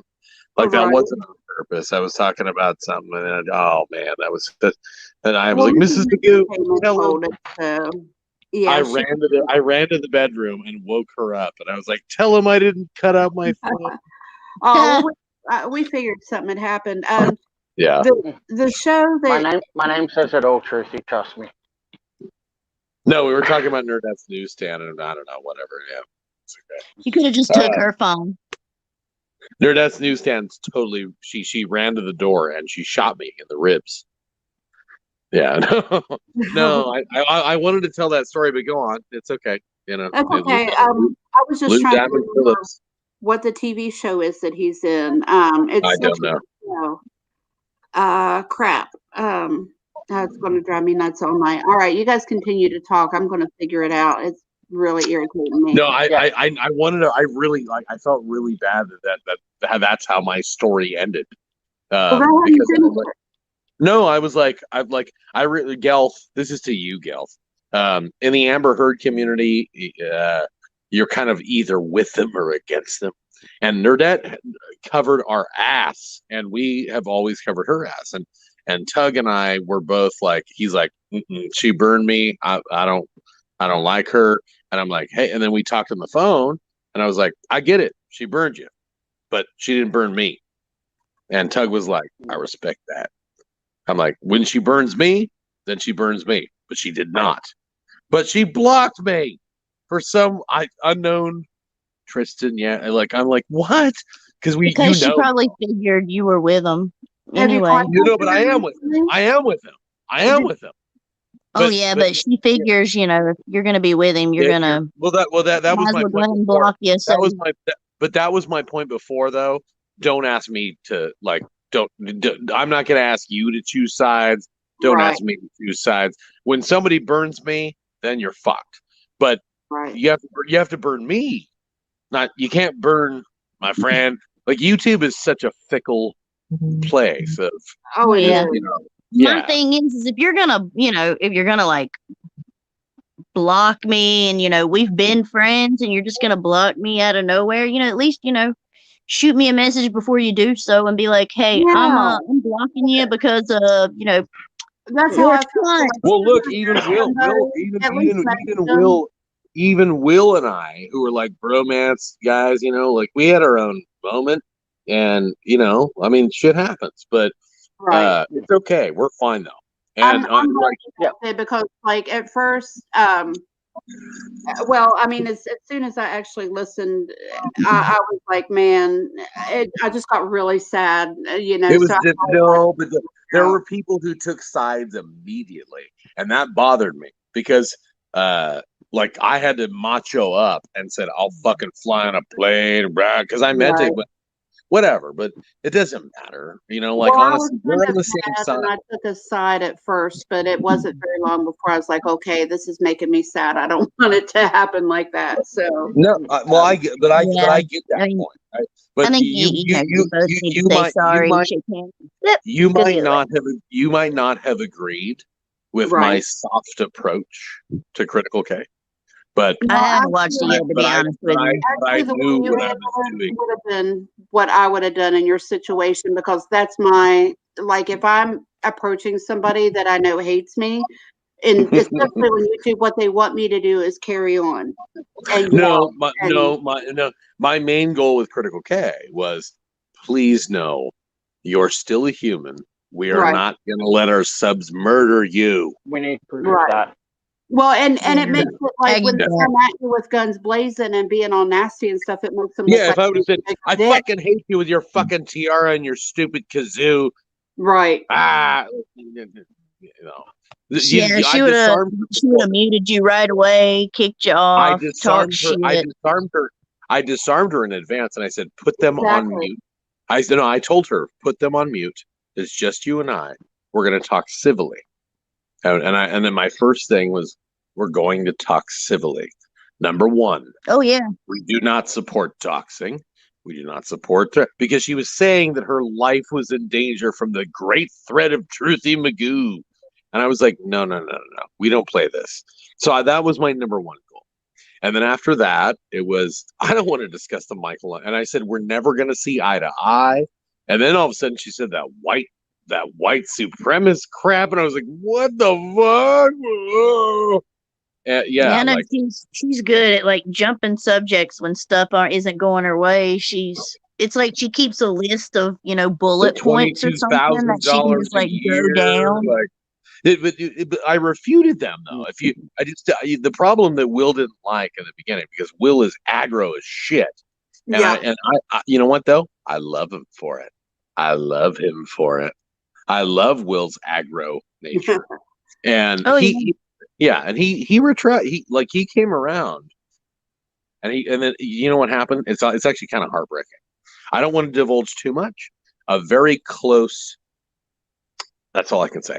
A very close person in his life had just passed away, and so Will was very emotional. It wasn't the oak leaf wines. It wasn't the jokey shit that we do.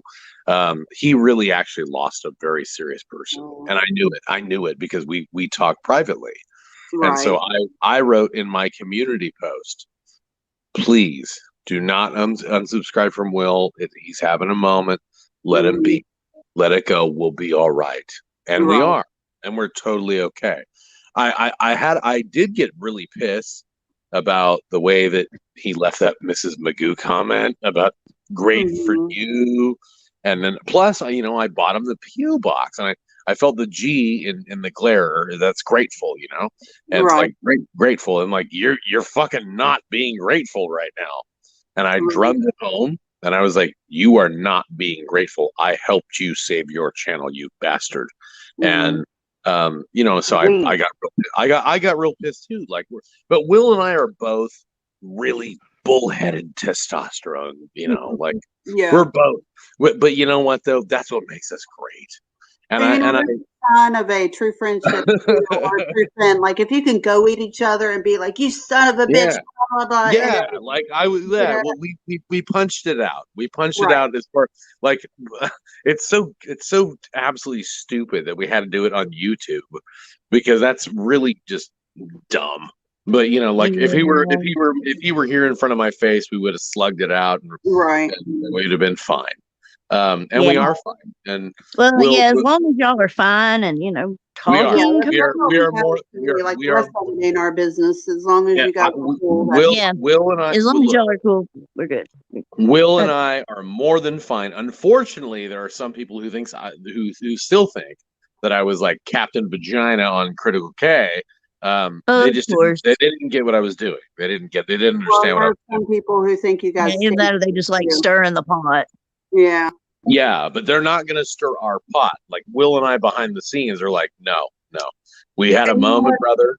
That's what makes them the maddest too, is that they try to stir that pot and it doesn't work, and you ignore it. Oh, they're trying so hard. Oh my God, the emails. They're emailing, and then so I have to email Will, and I go, "Are you getting this shit too?" And then Will will go, "Yep, I'm getting it." Yeah, and I'm like, "Yeah," and then we go like, "Let's not get provoked. Let's stay on target. Stay on target." But we really are both. My last message to him was, "Hey, I hope you're doing okay. Happy Thanksgiving. How you dealing with your loss?" And he's like, "I'm having a hard time. Me and Mrs. Magoo. How's Mrs. Magoo doing?" Like, we are actually really friends. And is it a mistake, or did he call her Mrs. Vagina there for a second? No. See, no. I'm glad that y'all No, that's me. made That's it. me. Well, I'm glad y'all made it. No. We'll never. No. We'll never would say that. He's very No, I respectful. thought you said it. I thought you just Oh, said I'll call her. my mistake. I'll call her whatever I want. I'm glad that y'all, we did made peace because, you could tell just from I could tell just from listening that y'all were, And I'll tell you, like, meant to be friends. Yeah. I've known Will for a while. Like I told you, he was there for my first live and pulled my ass out of the fire. And he's a great guy. Like, I mean, I think pretty highly of him. And God bless him. He saved me from going up there. Right. From going up wearing a critical crap. No, to breakfast live, first live, because nobody was like, I was gonna call in to help, but no, I'd never done it before either. I'm not bullshitting you guys. Like, this is I like never called in and saved my ass. Will and I. Will's going through some shit. I don't want I cannot tell you because out of respect, but we don't expect you to. He lost someone. He lost someone so important to him, like losing a limb. So when he reacted. So yes, it really is. And so when his last live stream was called "Cleaning Up a Mess," that was actually. I didn't watch the stream. I forget why I didn't get to watch it. Yeah, but you know what though? Oh, sorry. Yeah, I hit I deleted my live stream when I screamed. I'm like I was on fire. I think Gelf, were you in there? Yeah, no, I was trying to keep Will on track, and that's why I stayed with him for a while to make sure he was okay. And I was unhinged. No, I'm quite hinged now. I'm very hinged. I'm very. That's funny. My name says otherwise. Well, piss off, love. I was going to say this earlier, but I got sidetracked. My point of saying what I said about Will is that when he apologizes, that's one thing about him. Like he's sincere. Yeah, it was very sincere. I was going to say like he doesn't bullshit when it comes to that. So no. He really was. He was very sincere. Yeah. And very happy that things worked out the way that they did because I really liked just like you, Robbie, Maxie too. Yeah. And how about this? The glare on panel. 10 to Life and Dad Challenge too. So 10 to Life came friendly to our channel because of Will, and we obviously, how could you say a bad thing about that person? She's fucking amazing. And so like what the hell's wrong? Like anybody says anything bad about Annie, like I'll fire up on you again. I think a lot of people wouldn't admit it, but she's a female celebrity crush, if you call YouTubers celebrities around this community. I tell Mrs. Magoo the same thing. I'm like she's like, which one? I'm like, we talk about this all the time. I'm like, hey, can I get a hall pass? And she's like, well, her husband won't let you. I'm like, yeah, I won't let you either, or whatever. That girl is so beautiful. She almost doesn't seem like she's otherworldly beautiful. Well, she's also. I always say this: she's a class act. So I'm to be fully honest with you, I'm really happy with Kate. But do I think she's beautiful? And in my past, would I have tried to sleep with her? Yes. Right. But she's happy too. So fuck off. We're old. Who cares? Right. But I love Annie because I love Annie the way she carries herself. Like she carries herself as I really do. And I can't say this clearly. The true crime community as a whole is nuts. And it scares the crap out of me. Like I don't want. We are not. Look at my channel. We are not that. That's not what we are. Oh well, what amazes me is like your channel is so chill and everything, and my channel, like still the most I ever had was like somewhere around 650. I think is the highest mine got to. Wait, what are you talking about? 650 views or something? No, 650 subs. Yeah, but I mean, I was never trying for big. Like neither were we. Neither were we. We're not. Hang on. We're not going for subs. Oh no, that wasn't my point though. My point was just that people will focus on us, even though like it amazes me that these people will focus on it. And I mean, like, what's the point? Even if I was doing asshole things every day, you know, and like with your channel, the way they focus on it is just really bizarre, you know, like this fixation, because there are so many people out there, like even who are doing horrible things, and people like shrug their shoulders and they're like, "Oh, you were really mad that night."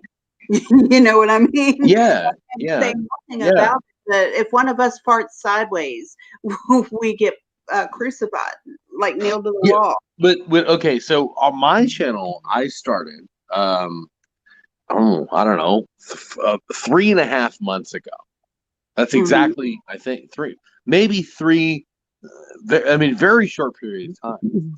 And my first video was to defend male abuse victims, and I did an Amber Heard, sort of takedown video. Right. And then I did my own research, and I found out this whole. If you go back to my first video, it was me doing detective work, and it worked. And I was like, oh. Well, I'm gonna. That was the one that was all like where you were reading documents and stuff, right? The Daily Mail, and Kathy Lett, and all this stuff. And yeah. And I was like, "This watching you ever since." Like, I didn't chat much. Nobody fucking watched it. Nobody fucking watched it at all. It was, but it was. I think. But it was based on the same thing that me and Mrs. Magoo think, that men can be victims too, and so that's our heart. Oh, of course, our heart was in the place for the Johnny Depps of the world, right? You know, like and unfortunately, there's channels now that just males of all ages can be a victim in some way or another. Like, of course we can. He was innocent. Like, I heard all these wonderful things, and I mean, I had an abusive family member too, and the wonderful things he does in my mind did not make him innocent. It wasn't what made him innocent to me. There were two things that gave it away. One is major, because if he was abusive, it wouldn't be just with Amber Heard and all those women that in his past. Yeah, there would have been more women coming forward. He beat my ass too. Right. Winona Ryder, right? Right. Kate Moss, right? I'm like, you don't just all of a sudden go, whoopity do, I'm gonna beat some bitch's ass. Right, exactly. But here's the main thing with me, like that first video that she came out with, the one she taped without his knowledge, I could tell very much so that by the way she was talking when she was, but Johnny, I went to make my coffee. The way she was talking, you could tell she had previously been winding him up. It was so obvious. Before that in case you sweet ladies haven't heard my story, there's actually, this is how we got started. Me and Mrs. Magoo, okay. This is how we got started. We used to watch That Umbrella Guy. We used to watch Nerdette's Newsstand. We used to watch E-Hacker. We used to watch all of that, because when I was Gelt, I'm gonna leave my opinion on that. I mean, he motherfucked me, but it's okay. I forgive him. Gelt, I appreciate your support though. But damn it, he did. Trolling's all right. I'm just telling the truth. No, it's okay. It's okay. As long as it's fun trolling. It's because I have no clue what you're talking about. No, but there's he doesn't. He doesn't. I don't know. No, Gelf just showed his "I love you support." But I do want to say, like, one thing that I know. Okay. It's okay though. Like, right. Honestly, I'm just telling you, like, when Kate and I were watching the Johnny Depp situation and the Amber Heard thing, like, just play out on, because the mainstream media didn't cover it, and we were like, all we had was YouTubers, you know, and that umbrella guy. Well, there actually was a bigger guy who just disappeared out of nowhere, and Brian McPherson is his name, and his name is incredibly average, and he just disappears. I don't think he cares to be a YouTuber. You know what he cared to be? An archivist of of what happened with Amber Heard and Johnny Depp. He didn't care to be a YouTuber, and which makes him honestly the Bruce fucking Wayne of all. Like and all you had to hear was you weren't hit, or sorry, you weren't punched, you were hit, Johnny. All that stuff. So in my particular case, in my life, I'm a 6'3" big old dude, and I'm also martial arts trained. What a whippity fucking do. But I was almost stabbed to death by a woman who I was living with for the third year. And I raised my hand, and I blocked it, and the knife went through my whole hand. And and so my dad was a very powerful man, and whatever. I went to his house, and I was bleeding out of my ass, or my finger, or my hand, actually, but whatever. I'm overdoing it. You were bleeding a lot. Trust me, I've stabbed my hand. I know how much that bleeds. I'm overdoing it, but I still was bleeding pretty heavily. All right, fine. It was for dramatic's sake. So I went there, and my dad told me, he goes, I told you she was a fucking psycho. He's like, you live up, what you did is yours. And I was like, I know. And then he goes, if she intrudes on my house, then it's mine. And I'm like, all right. And she left all these death threats and burning the house down. So he drove her. She was, I don't even want to go into it, but she ended up going to the country of, she ended up moving to the, go ahead. 1 second. I need to mute my mic for just a second, but you guys go ahead and talk. I just wanted to let you know that I have to step away for just a minute. I'll be right back. Go ahead. That's okay. I've told this story before, but I realize that not everybody hears stuff, so you got to repeat it. So I was bleeding. Good thing you're a good storyteller. Yeah, thanks. He almost has the voice for it, Donnie. No. Well, I mean, you can have the voice for telling a story, but you've also got to have the ability to tell a story. I mean, well, my story is definitely got the face for radio. Gelth, you've seen my face. Is it that bad? Yes, it's that bad. That is why I'm saying you have the face for radio. All right. Well, all he'd have to do is put his wife on camera, and he can use his voice, and then it's a great combo. Gelf, I've never seen your face. Make it scripted and make it to where your voice comes out of her mouth. Oh my God, that'd be great. Gelf has seen being dropped on my face being dropped on my face when I was younger means I definitely don't want my face out there because Well, that's fair. I've never seen Gelf's face. That's actually, that's unfair that you've seen my face and I haven't seen yours. I actually need to work on that, don't you? But either way, I love the way we rip on each other. So so my honestly, like, my true heart was like, holy shit, men can be abused too. But I, as a big old dude and somebody who knew he couldn't fight back, I was like, I just sympathized with Johnny Depp. I was like, women are crazy, man. Like, bitches can be crazy.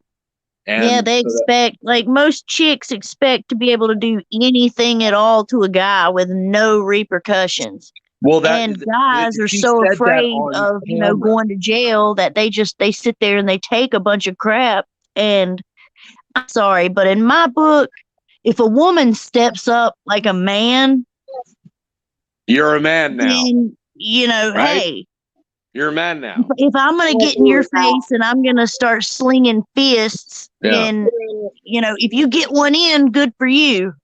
Let me tell you a story about a girl. And I'm one of those people who really doesn't like the idea of anybody hitting anybody in general. I don't. Wait. Yeah, see, I'm not going to be going up with some guy trying to beat his ass for no reason. Anybody. Exactly. I would never try to stab anybody that broke up with me. But check out this story, man, and tell me if you wouldn't have felt the same way. All right, this Might friend fuck of your ours. brother, but I'm not gonna stab you. Hang on. This girl, or this guy, I've known him all my life since kindergarten, right? So this girl comes in and they date for a while. They have a kid together. They break up, and for some reason, she thinks that this girl that I've only known for like 2 years is going to get my loyalty over top of a friend that I've known for at this point 17 years, or no, actually 20 years. So anyway, they get at this. We're having a party, you know, fire in a trash can, warm wine coolers, the whole 9 yards, beer tree. And she starts to fight with him because she was one of those who would say shit like, I don't know what they're talking about, Jill. "Get out of my face, I hate you." And she'd be like, why would he take the time to say he hates me if he didn't really still love me? Like, she was totally out there. So anyway, she has this big fit on him, and I didn't hear like what happened before that, but she starts screaming and yelling at him. She's really, really short, and so she was like jumping up, trying to hit him in the face and shit, and screaming in front of like probably 50 people, "You're never going to see your daughter again, you son of a bitch." I swear to God, I've never in my life wanted to hit anybody more. I wanted him to hurt me. Like, we were screaming at her, like, please just hit her. Just punch her right in the, just clock her ass. So, that is some WT. That's some WT. That's happening right there. That's some straight up Jerry Springer type shit. It really was. Yeah, totally white trash. Totally. But I mean, in that case, I think he would have been perfectly justified if he would have clocked her one. See, he wouldn't have had to pop her one because I'd have popped her one. Yeah. That would have been like some chick talking to my brother like that, saying, "Oh, you know, you're never be like, you know what? Hey, I'm more your size. Why don't you come over here?" Yeah, really. Hey, Gelf, let me tell you how us California wealthy people would handle it. We'll just sue you. Toilet seat. No. We'll sue you to the ground, and then we'll actually make sure that you end up in Leavenworth. Well, if you can get them to hit you first, you know, then you call the cops to get them arrested for assault. You didn't touch them, so there you go. They're going to jail for a night. I lived in a town that only had like 2,000 people in it, or 3,000 at the time, and they would have completely ignored it and come out and just confiscated everybody's beer and told them to go home. So. Yeah, we were. Yeah. That I like that vigilante justice type shit. I do. But honestly, like if it were to come to play where I live, cops take your alcohol and send you on your way. No, my dad basically provided them their 6-pack for the night. No, I'm physically here. Like, I'll break your jaw. I'll break your jaw. I'll take your eye. I have a thing with taking eyeballs. Gelf can vouch for that, and so can Mrs. Magoo. I will take your eyeball. That's my trophy. I want your eyeball. And I'll take your eyeball, I'll break your jaw, and then you go to prison for life. That's how I play. Yeah. So, I play what it says. YouTube has lots of creators that give the impression someone opened the doors from an asylum. Oh, here's what I wanted to read. He reminds me of somebody, or Amber Heard reminds me of someone with split personality disorder. Watching Tug led me to Truthy Magoo, and Incredibly Average is who led me to Tug. Absolutely, that's a great. I'm honored to hear that path. That's like 6 degrees of Amber Heard right there. I'm honored that to me that's the most honorable path that I bowed down to that level of. Yes, I think that's amazing. Yeah. Yeah. Incredibly Average. Unfortunately, does he like who is it? He's the guy. Like I was mentioning him earlier. Really, I've never heard of him before. He's the guy that has all of the things. Like, if you want to hear Amber Heard going like, "Yes, you were punched, but you weren't hit," like all of that stuff. That's all him. That's incredibly average. If one of the mods has the link, you should drop it in the chat for people who want to check them out, because I don't know them. Whoever said that is exactly right. Incredibly Average is first, and then Tug is second, because Tug does honor by Incredibly Average. I am just a fool who makes jokes about Amber Heard. So I would love that. Yeah. No. Well, whoever said that is right. Considering Tug has been accused of being on Johnny Depp's legal team, Whereas E-Hacker, on the other hand, has been accused of being on Amber's. So, well, he's not. E-Hacker's not on Amber's team. No, if you look at her IMBD, she's actually got him listed as. Look, I don't like the guy, but I'm not going to shit on him that way. No.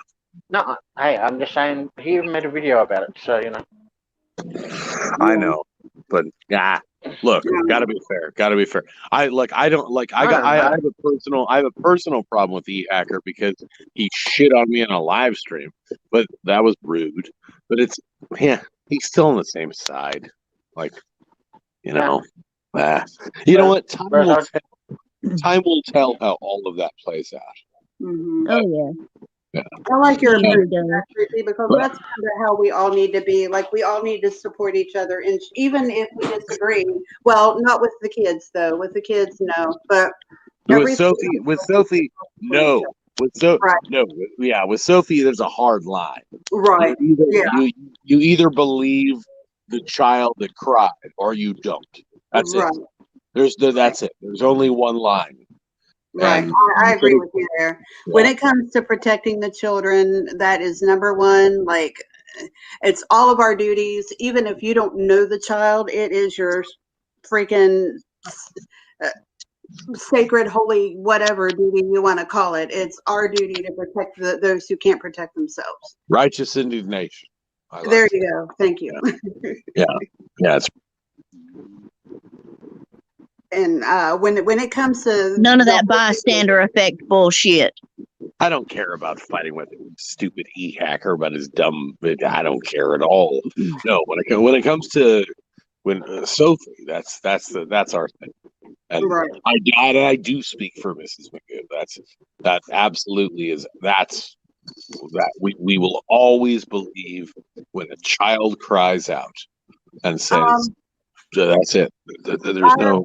I want to mention here while I got you on, because I'm hoping that you can share her information, like when you decide to stream again next.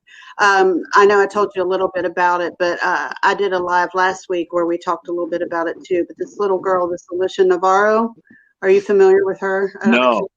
We've been running like seriously backs to the wind, running away from it. Like the fact that I'm even on your call right now is just because I was bored. Like we're trying to live our own life, and we're staying in our friend's ranch. And I told you we're by the fire. Like for the last 3 days, we're like, because we have death threats, and Mrs. Magoo's.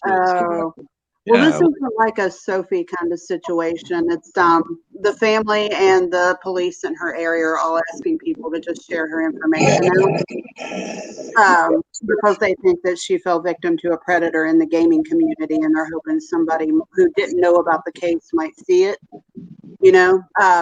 So that's all. So you're putting that on my fucking shoulders, are you? No. I sent the graphic to a lot of people, and I just asked them to make a post about it. But absolutely, if you don't want to touch it. No, God damn it! I hate you for doing it. No, seriously, I didn't mean it that way at all. It's still in the Discord. No. It's okay. Kate's Discord. I don't get on. Gelf, I'll never get on Discord. It's never going to happen. Ever. I don't blame you. That's where the information is right now. If I was you, for real. No, Kate's asleep, and let her rest. It's her birthday. So here's what we're doing. Here's our plans. Here's our plans for me and Kate as humans for the next few days. We have one more day here at our friend's ranch. And I just jumped in because I was like, yeah, that sounds fun. We're on goddamn vacation, and and that's how I view it. We're not activists by nature. We're just no. I wasn't. Hang on.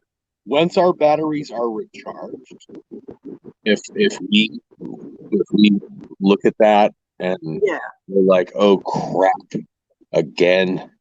Do we need to?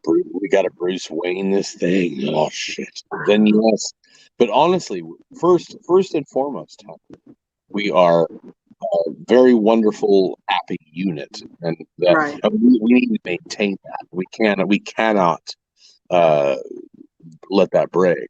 So, Right. but we will though. We will when we're ready. So that's I respectfully postpone you. Yeah, fine. Yeah. Like I said, it's not the kind of thing that needs like activism so much. It's not like that. So I'm sorry if No, it's okay. It's okay. Look, if it came across do you like understand that. how many emails we get because of the Sophie thing? They're like, "Oh my God, you've done like like we didn't want to be this. We like 90% of my channel is jokes about the devil liking stuff that he's not supposed to like, and I wanted to be a comedy channel. It just turned out this way. Right. But honestly, but we're okay with when it's time to be responsible. Right. But what we're doing right now for the next few days, Kate's birthday was today, and happy birthday, Kate. Thank you. Right. But I promise you, yes, we will look at it. That's all I'll tell you. Yeah, I mean, no, like I said, it doesn't have to be a big deal. It's not something that is meant to be a big deal. So I apologize if I came across that. It's okay. Like okay. So we get these emails all the time, and it's just like, oh my God, is the world this bad? Is the world this bad? I say, oh my God, it's even worse. It's oh no, like it's overwhelming, and like we're just tiny YouTubers, right? Lucky enough that in the last 4 months we grew really fast. So, but we don't want to be these people. We want to just live our lives, Right. And we're not like 10 to Life is actually, I think, probably the best person to handle this because she wants to be a true crime channel. Right. I do. I think Annie's probably the best person, and she handles it so well. Like she's so kind and balanced, and we're not. I'm not.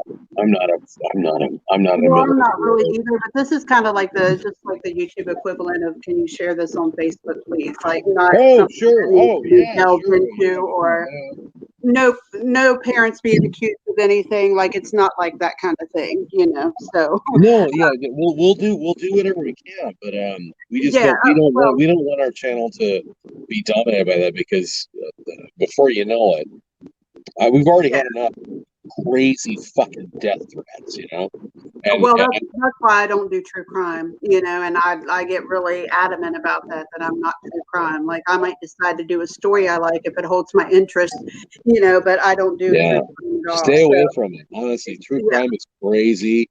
Yeah, that's my advice. Like, honestly, like, what does a YouTuber make? Even if you have 30,000, 100,000 subscribers, it's not worth losing a loved one over. No. Well, nothing is. No matter how much money you make, I mean, nothing's worth that. No. The most you can make, if you have 100,000 subscribers, even with super chats and all that stuff included, is 75,000 a year. Yeah. That's the most you can make. Is a human life worth $75,000 a year? No. No. Hell no. No. So it's amazing how crazy people get, like, for real. It's just YouTube. I mean, people take it way too seriously. Like my channel has always been like, if somebody asks me what my channel is about, I'm like, it's just about me. Yeah, but what do you talk about? Whatever I think's interesting that day. I mean, that's really what it is. Like, so today I might talk about like I did 2 live streams on the show The Masked Singer. You know what I mean? So I have a really wide variety of stuff. It's just whatever my interest. And Kate and I want to spend our next 2 days. I have a giant ass suite that I got upgraded in because we love to gamble and play Lord of the Rings slots. And we just want to have real world life, and we're not going to make any videos. We're not going to do any live streams. Lots of sweet people in our Discord, including Gelf and Lisa and Lynn and like all of our really, like wonderful people that we love. Like, please do live stream. And we're like, no, not right now. Like, we need a good 5 days off because Mrs. McHugh just had serious, like, they said, oh, we're going to get you Lady Gaga. We're going to fucking cut your nose off. What? Yeah, they pulled all kinds of gosh. shit. Yeah, and it's like, but look, I personally am like, come get me, motherfuckers. Right. But that's not Kate though. Like that's her. She's having nightmares and she's freaking, and that's what they want. That's what they want. So I'm I'm fucking locked and loaded. We're at a compound. We have automatic weaponry. We're it's crazy.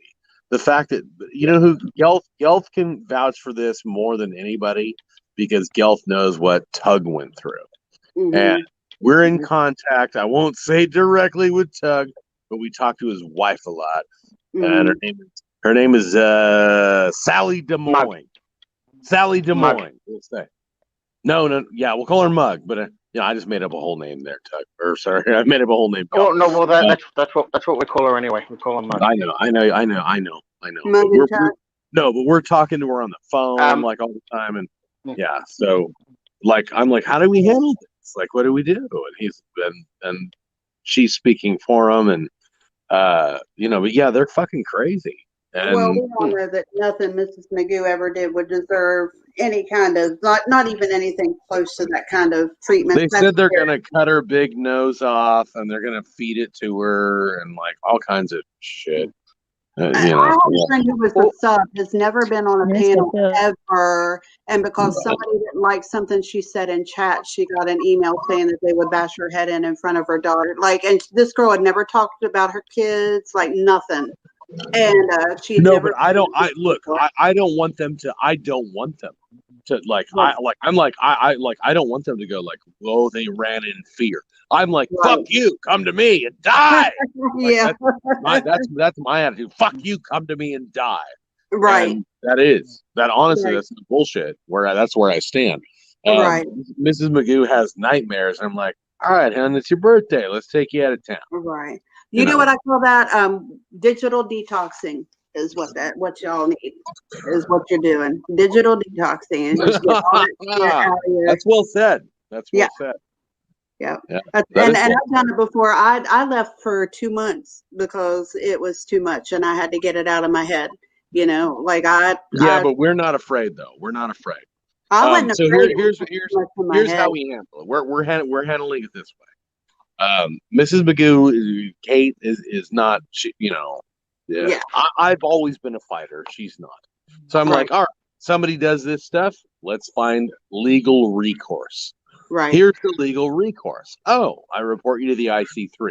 Oh, we do a TOS strike. We get a timestamp. Oh, which also, by the way, I told you before, wasn't us, but we will. Right. Once we find a timestamp, and we have many, we just need somebody like Varna or Gilf or whatever, one of our good moderators to go, oh, timestamp, she said your name. Then yes, TOS strike. Boom. And all we need three of those, her channel's done. Then we do a cease and desist. We're going to our friend Annette's house, our one of our best friends. Her name is Annette. She's our attorney. And we talk about this in Discord. And only this is like I'm saying stuff is whatever, it doesn't matter. We're doing a cease and desist, and then a restraining order, an internet restraining order, so that you don't get to talk about us anymore and say Kate is in California. I didn't know there was such a thing. But she does that passive aggressively all the time. Right. Hey, what's up, Kate from California? And I guess when I was asleep at 3 a.m. one night, she was like, Truthy, where are you? Your name's Michael from California. And I was like, I was asleep, you fucking weirdo. Like I was That's doxing, dude. Your name, like you totally don't tell your name. It's doxing with intent to harass. But we need but you know what though? To be fair, we need timestamps. We can't just go around tossing around, TOS strikes and all that. Like so, what we need to do is we take a video. Play within reason. Yeah. Yeah, we yes, right, Gelf, right, exactly. We play within the law. Right. They play dirty. We don't. We play within the law. So this thing you're talking about is just called an internet restraining order? Yeah, it's IC3. It's called the IC3. All right. That's something I need to know myself, so I appreciate you mentioning that. Yeah. Yeah, no, we don't play dirty. We like I know I say that all the time, but believe it or don't, that's really how we operate. No, I totally get it.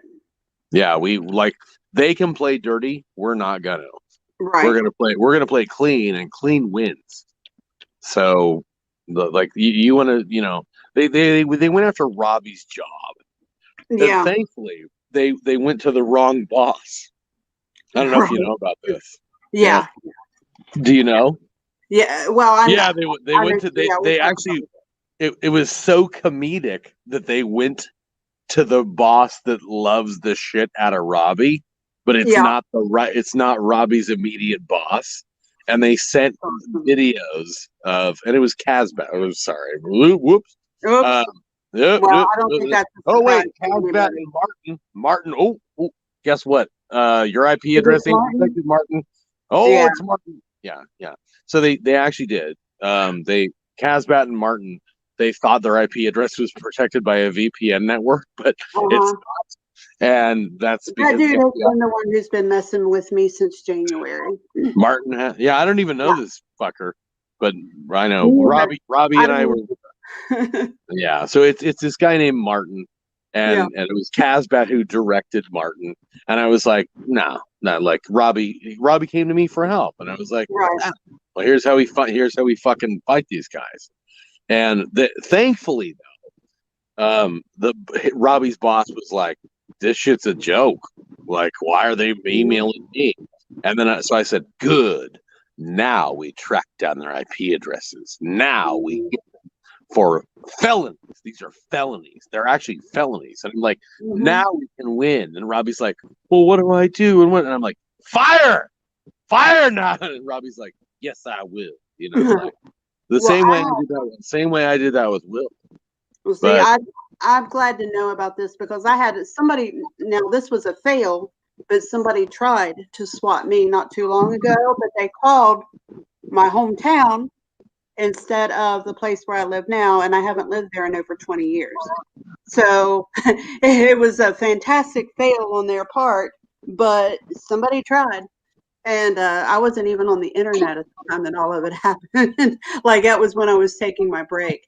But I'm glad to know that there are things you can do. There absolutely are. Yeah, that's the problem. Robbie didn't know that there was things he could do, and neither did Will when I met Will. I'm the one who said, no, fight back against the copyright strikes. And, I view myself sort of as like internet dad. Good, I'll take it, Like, this is how you come to other people for help, like Todd, me, and everyone else. So come on, share the love around Truthy. Stop, taking all the love for yourself. Wait, say it again, Gal? I said, stop taking all the love for yourself. You came to me and Tug and everyone else and asked for advice, and we gave it to you. So, he's right. He's right. Yeah, but I won't tell you, Gelf, that Tug said a word because he didn't. Someone else did on his behalf. We'll leave it at that. Tug has not intervened in any way. But yeah, you know exactly what it's driving at. So yeah, I know exactly what you're talking about, but that is the truth. So yes, he's right. I trust my mentor. That's all I'll say. I trust my mentor. When it comes to YouTube, I have one, thankfully.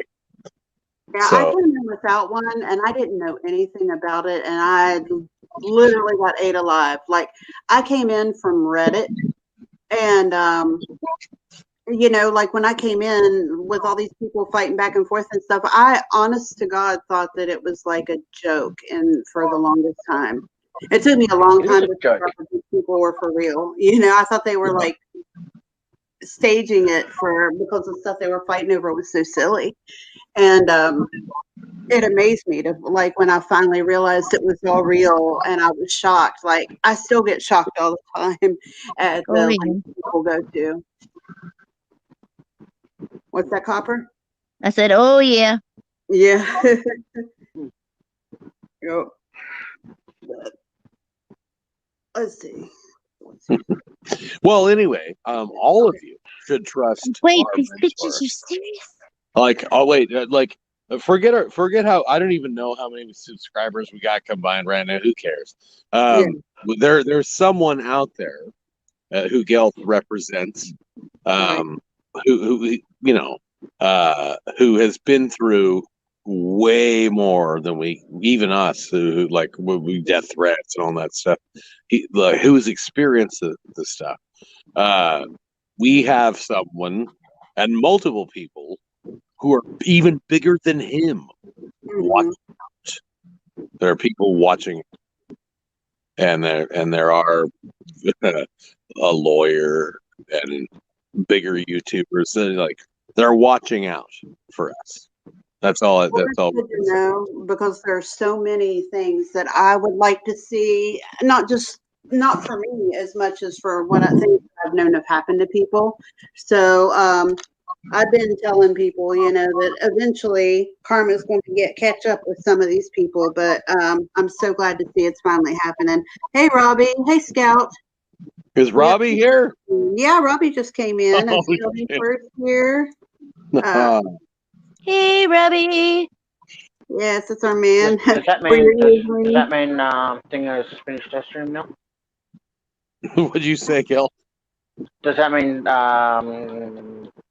Nikki person's finished their stream or whatever? Oh. Right. Yeah, we forgot we were going to go raid Darling, her. it's Darling Nikki. It's Darling Nikki, dude. She's fucking amazing. Don't say Nikki person.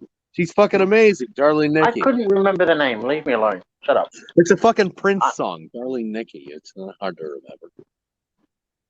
Yeah, yeah. She's a good friend of ours, Gil. She's a friend of yours. No, yeah. What? Oh, you fucking solitary bastard. The only thing I love is that damn Big Mac that I ordered the other day that I rubbed in all your faces. Hey, Gil, don't be a cunt. Now that Robbie's here, we should do some more Truth or Truth, and he'll probably stay in chat because he never comes up on panel anymore. He's probably tired anyway, but we were doing like a Truth or Truth, and well, it was supposed to be Truth or Dare, but everybody was just answering the questions. So if anybody wants to go back to what we were doing before and ask us some Truth or Dare kind of questions, so we got new people in here. All right, yeah, sorry, we got a little serious, didn't we? Yeah. Look, I'm in for a couple. I've got a good I don't know, 20 minutes of fun. You got 20 minutes of fun? All right. Then I gotta go cuddle Mrs. Magoo, but yeah, Yeah, I think she gave up and went to sleep. So you might want to. No, I kissed her. I kissed her goodnight. I kissed her goodnight after she. Yeah, we're good. You guys are going to have the greatest time. I'm so excited for you both. That's going to be awesome. Truthy secretly wants to go and kiss the peacocks. There are so many peacocks around us, you have no idea. But yeah, okay, yeah, no. I want to see your peacock. Sorry. Oh Jesus! All right, go on. I am one of those people who will burst into song at any moment, unplanned, and yeah, it just happens. Sorry. Those who know me have learned to deal with it. They learn to cope. We have at least 250 peacocks right now around us. Oh wow! Yeah. I read somewhere that those things are really loud, like they scream. They're yeah. Here's how they sound. They go yeah, yeah, yeah. Yeah. They're like demons, like little demons everywhere. Yeah. Mm-hmm. Yeah, that's really kind of cool. I saw this video once where this guy got attacked by one, and it was the craziest thing I've ever seen. Like this peacock fucked him up. They don't attack. No, they don't. This one did. Like somebody was keeping it as a pet, and I figure it's probably because it was pinned up or whatever, but it got loose. And oh my gosh, like it was going at him like the way you'd expect a goose to go at somebody. No, that's not normal. So the only thing I can say bad about peacocks is when I drive an I'll just say an American muscle car, and so they don't give a shit about my American muscle car. Like, I'm like, get out the way. And then you have to floor it for them to finally go, all right, fuckface, we'll leave. Right. Like the word, like the noise doesn't scare them at all? Nah, nothing. The horn, nothing. They don't care. But once they know you mean business, like when Mrs. Magoo's driving my car, which she drives it a lot, they take advantage of her. But when I'm driving the car, I'm like, fuck you, you're gonna die tonight. And then they just go, oh shit, this guy means business, and we get the fuck out of the way. Oh wow. But either way, neither of us have ever killed a peacock. They get out of the way. At the last minute. They are quick when they want to be. Yeah, but they need to know you mean business. Right. Yeah, the one of the ones I saw was this little boy who got attacked at like a children's zoo or something, and this peacock like somehow got loose, or maybe it was a park. I'm not sure. I'm trying to find it, but they actually had the footage of the one I saw, and like it was insane. You know what? I'm actually gonna get in our Discord, Gelf. We will get footage of me facing down with my car a peacock tomorrow. I would love to see that. Yeah. They do that. Like they stand there till the last second, and then you just gotta go boom, and then they, oh shit, that guy's gonna fucking kill us, and then they get out of the way. Never once have we killed a peacock. You know what happened at our ranch show that was really depressing? Oh, you want to hear a sad ranch story? Yeah, sure. All right, so it's my buddy's ranch, but I used to live here, and we're just hanging out. But yeah, so I used to live here for like 2 years, and there's this avenue. I won't say the name of the avenue, just to not dox ourselves, but I made a joke. We'll call it Ranch Avenue, and it's a mile-long road, and I swear there's dogs, chickens, all kinds of animals that are jumping in front of your car to try and commit suicide. It seems like it's not really true, you know. But it's the one time I had this girl I was dating before ago, and she said that she was pregnant, and I was like, oh my god, like oh, knocked out the girl. Go ahead, y'all. Here's a joke opportunity. No, I'm waiting for you. I'm not gonna say one. No, it's okay. So I'm driving down the road, and I'm like, dude, we need to get some beers. You're not going to work today. And he goes, I'm not going to work today. Okay, we're cool. I'm driving down the road, like, we're going to get some beers. I don't know if I'm celebrating or if I'm pressed. And so I'm speeding down, we'll call it Ranch Avenue. And he owns it, all of it. I see your fucking video. That's funny. It was quick. You did that. Yeah, that was funny. Nicely done. She kind of deserved it, though. I mean, it's kind of satisfying to see. Yeah, that was pretty damn funny. Yep, don't antagonize the peacocks. Yeah. That was the poor girl. So I'm driving down full speed, and I'm like, I'm going to get beer, and I'm like, God damn it, I'm having a kid. I don't want to have a kid with this chick. She sounds like a valley girl, whatever. Stop sticking your dick in crazy, Michael. Well, I don't do that anymore, man. I got Mrs. Magoo. This is not a new story. It's an old story. There you go. So, yeah. So we've all had our crazy ex or two or three. Yeah, and like Kate loves my old crazy story. So I'm driving full speed, and then all of a sudden, I swear to God, down Ranch Avenue, we'll call it, a fucking chicken just bolts in front of my car, and just feathers everywhere. Oh yeah. And I was like, oh no. And I realized it's the first mammal I've ever killed. I've killed lots of, like bugs and shit. Very cool.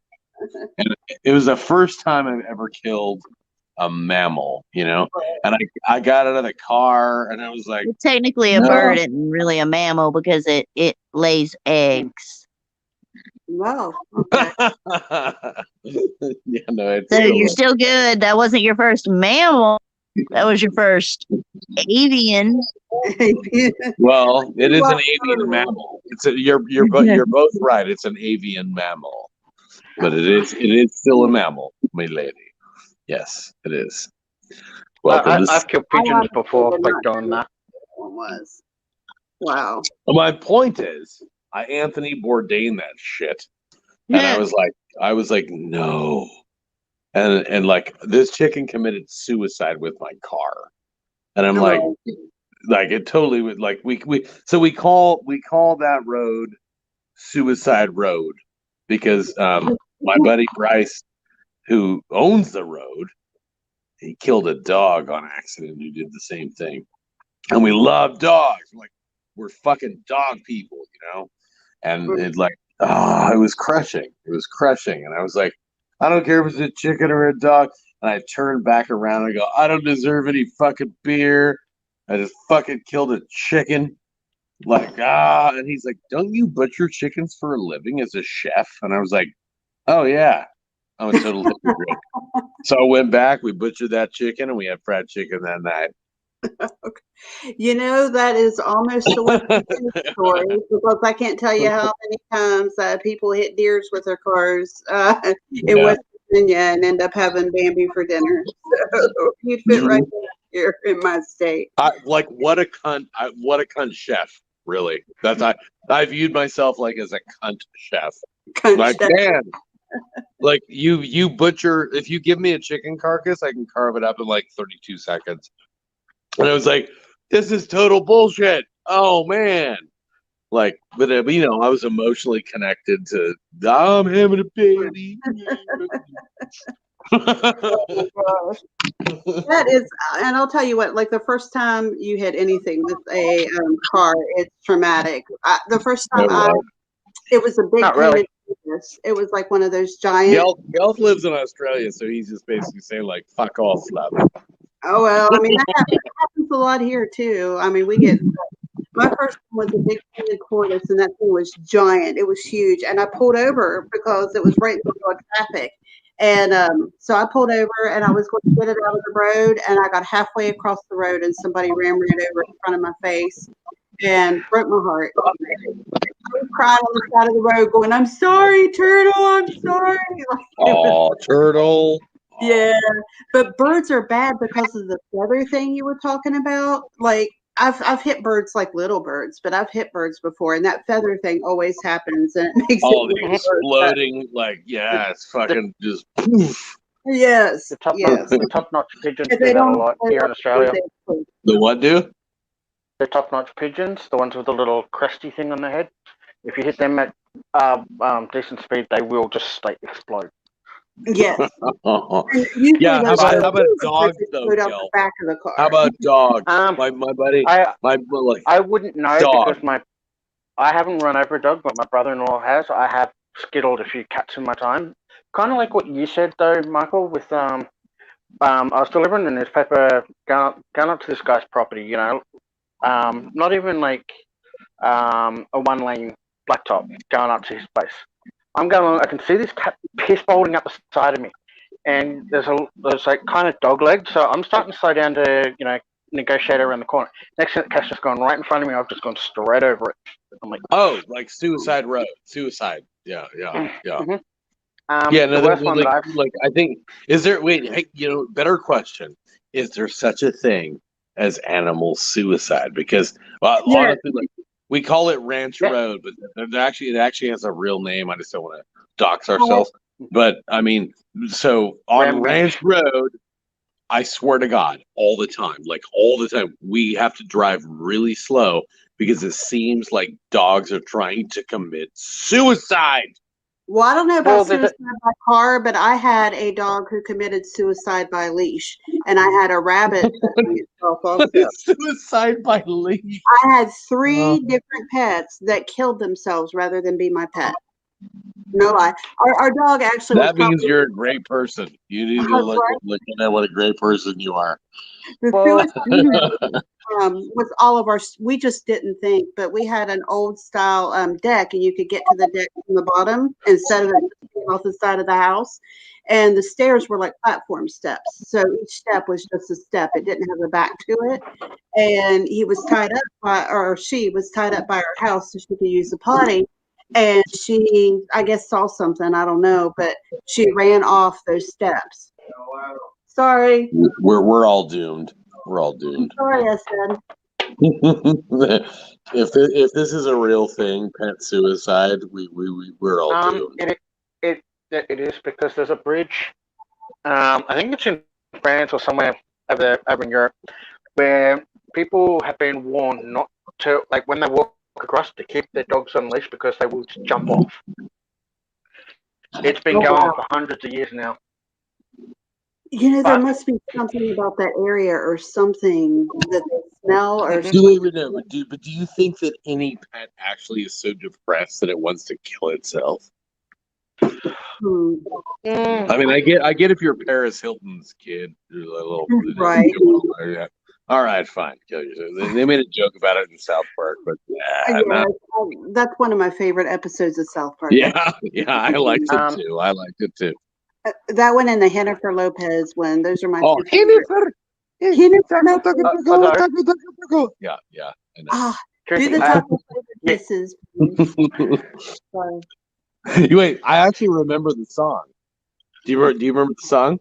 My taco burrito. Yes. No, I have it still in my brain, but go on. Yes. Taco burrito.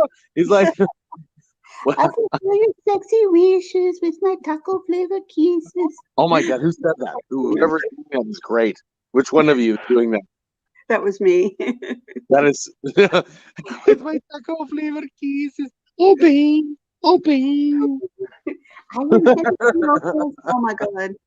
That, and it doesn't matter how many times I watch it, I laugh like a fool every time I see it too. No, that was really good. That was really good. I have one story that, that's even worse than animals committing suicide by car. Okay. Because as you guys know, I have delivered papers. So you believe that animals want to kill themselves? Not all. One night it would have been. We're not speaking in absolutes. Put it this way. One night I was doing a run about 4 o'clock in the morning. A carpet python. Now, as you know, these things aren't really dangerous to humans at all. But here in Australia, they can get pretty freaking long. I had one, would have been maybe about the size of a Coke bottle, like that's how round it was, like fairly thick. I've come up, gone over the crest of a hill, didn't see it, straight over the top of it. I've got out to go back to it. It's just looked at me and then just slithered off. Not a fucking scratch on it. And I'm driving a fully laden car. I rang my boss about it. That snake is like the devil's cock. Wow. Yeah, put it this way. I rang my boss about it and goes, okay, you need a freaking like a 2-ton truck and bigger than that to actually kill it. You guys, you can fly over those and you won't hurt it. You just suppress it a little bit. Like, welcome to Australia, you sons of bitches. Oh yeah. Oh, and the other thing is too, if you run over like brown snakes and all that kind of stuff, occasionally if you don't kill them outright, like by lining their heads up first and killing them that way, they have been known to wrap around and try and bite people. So just be very, very careful when you get out of your car. Make sure if you run over an animal, it stays on the road. It doesn't stay under your car. Do you know that Gelf is actually the head of the Australian Tourism Board? Really? Yeah, no, not really. Did you notice his name, Truthy? And I don't know. I had him on solo to make sure you saw it, and then I forgot about it. But Truthy wants McVagina with a side of pride. Well, I didn't say that shit. Yeah, look at Gel's name. Oh, all right. Sorry. Yeah, you know what? So you know what Tug does? Who like our he always has this when Gelf gets fiery like this. He has this thing. He goes, "Cancel Gelf." That'll be our usually only puts it up when I ask him to put it up, and I'm just having a bit of fun with him. Yeah. All right. Yeah. Well, I did it for you. So somebody wanted the worst drunken and hangover, if not at the same time, for all four of us. Worst drinking story. I have one. All right, but Gelf, you go first. I'm sure you have one. You're Australian. It's probably bad. Okay. I used to work for a sex shop, so we used to get tickets to all the local strip clubs back in Sydney. Me and a mate took out an Indian friend of ours, and being from a very sheltered background and having a lot of fun, he kept trying to hook up with the transvestite hookers and all that while completely smashed off his tree. And then later on, for some weird reason, running around Hyde Park in Sydney, he decided to chase a possum, and let's just say he didn't see the giant hole. And I'm glad you said I'm sorry. I'm glad that you said I'm sorry. A squirrel, not a possum, because you would have very much offended the squirrel community. But go on, yeah. Yes. Well, I'm thinking, you guys don't really have many possums, but you have squirrels, so we have kind both. of put you in the frame of reference for what I'm talking about. We have so, both. We have lots of possums in where I live. You ethnocentric fuck, but yes, we have both. I'm terrified. You're just a puritanical prick. So shut up, Truthy. Fucking rot enough. Now, from what I understand, the go on, let him finish his story. I apologize. Hey, we got kicked out of England for stealing. You got kicked out of England for being too fucking pure. I didn't. I'm Greek. My ancestors are fucking not. None of them were there. But anyway, go on. So same shit. I was butt fucking your ancestors, but when you were born. But anyway, go on. Well, that definitely explains a lot. Somewhere I was butt fucking your ancestors before you were born. Yeah, that really says a lot about my ancestry. Then now, I just doxed myself. I'm an ancient butt fucker. Oh no. Jesus. All right, I don't mean to steal from this story. It sounded actually interesting. I apologize. Yeah, that was about it. Basically just having a bit of fun, but having to teach the guy, how to spot the difference between a normal stripper and transvestite stripper was absolutely hilarious to us. Nicely done. All right, so mine is actually way more self-humiliating, which I'm of course willing to do. I managed a bar, and it was my 21st birthday, and they made me like a bottomless adios motherfucker in the bar that I managed. And an adios motherfucker is blue curacao, and the rest of it is just basically a Long Island iced tea. Bottomless meaning you just keep drinking. And guess what? You're going to love this. Pirates of the Caribbean had just come out that day. The first Pirates of the Caribbean. Johnny Depp. So you're talking about 20 years ago? Yep. So no. This is humiliating. It's humiliating as shit, but I'll take it.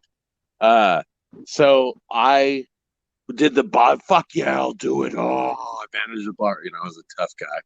And then I woke up in the morning. I have no idea what the fuck happened. Face first, chest open, no shirt, just buck naked, right before the toilet. Not in the toilet. And so basically that I always refer to this as the night that I woke up that 100 men peed on my face, because that I woke on the cheek of my face that probably 100 men missed the toilet on. And yeah, that was man. Yeah, so it was sticky, and I threw up, and it was awful, and yeah. Well, of course you threw up like a requirement. Yeah. So fuck Amber Heard. For all we know, he could have passed out in his own urine first. That just dried there. So I probably did too. I wasn't worried about my own. I was worried about the other guys that peed on my face. There you go. I just Yeah, no, you asked. You asked. You asked.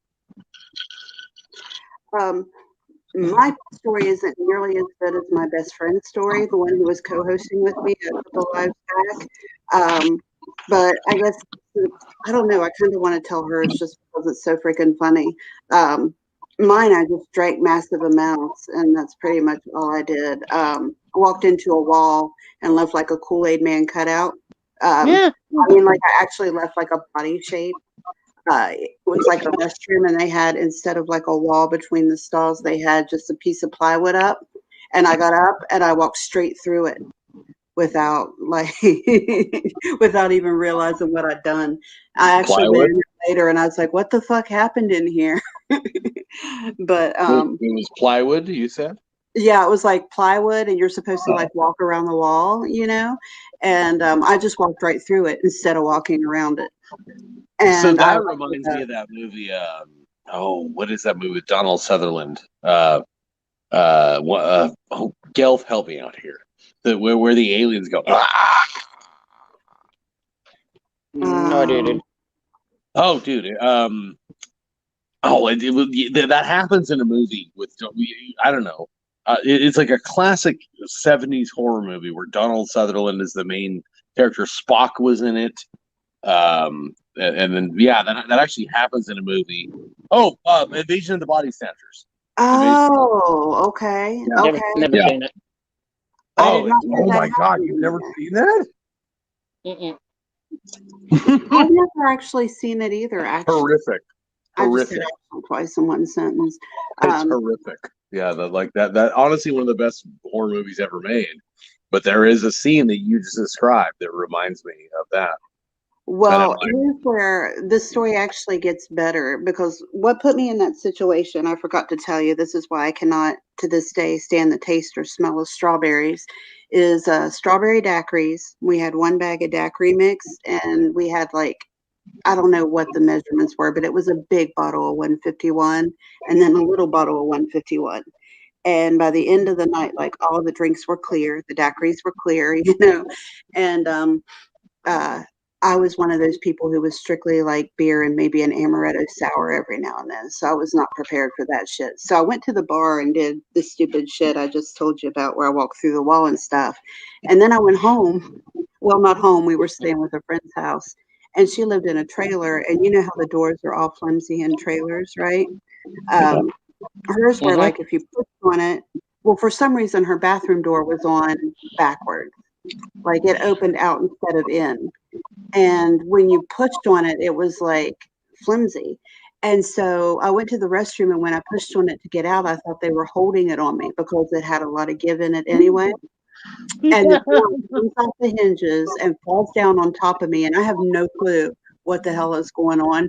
So I just panic and start screaming hysterically, and they all come running. You know, some of them were asleep and shit, and everybody comes running, and like literally, it was almost on cue. Everybody just starts laughing, and I mean, I've got people rolling in the floor laughing so hard, because they said that all they could see was the door and these arms and legs waving around from either side of it. And me screaming, help me.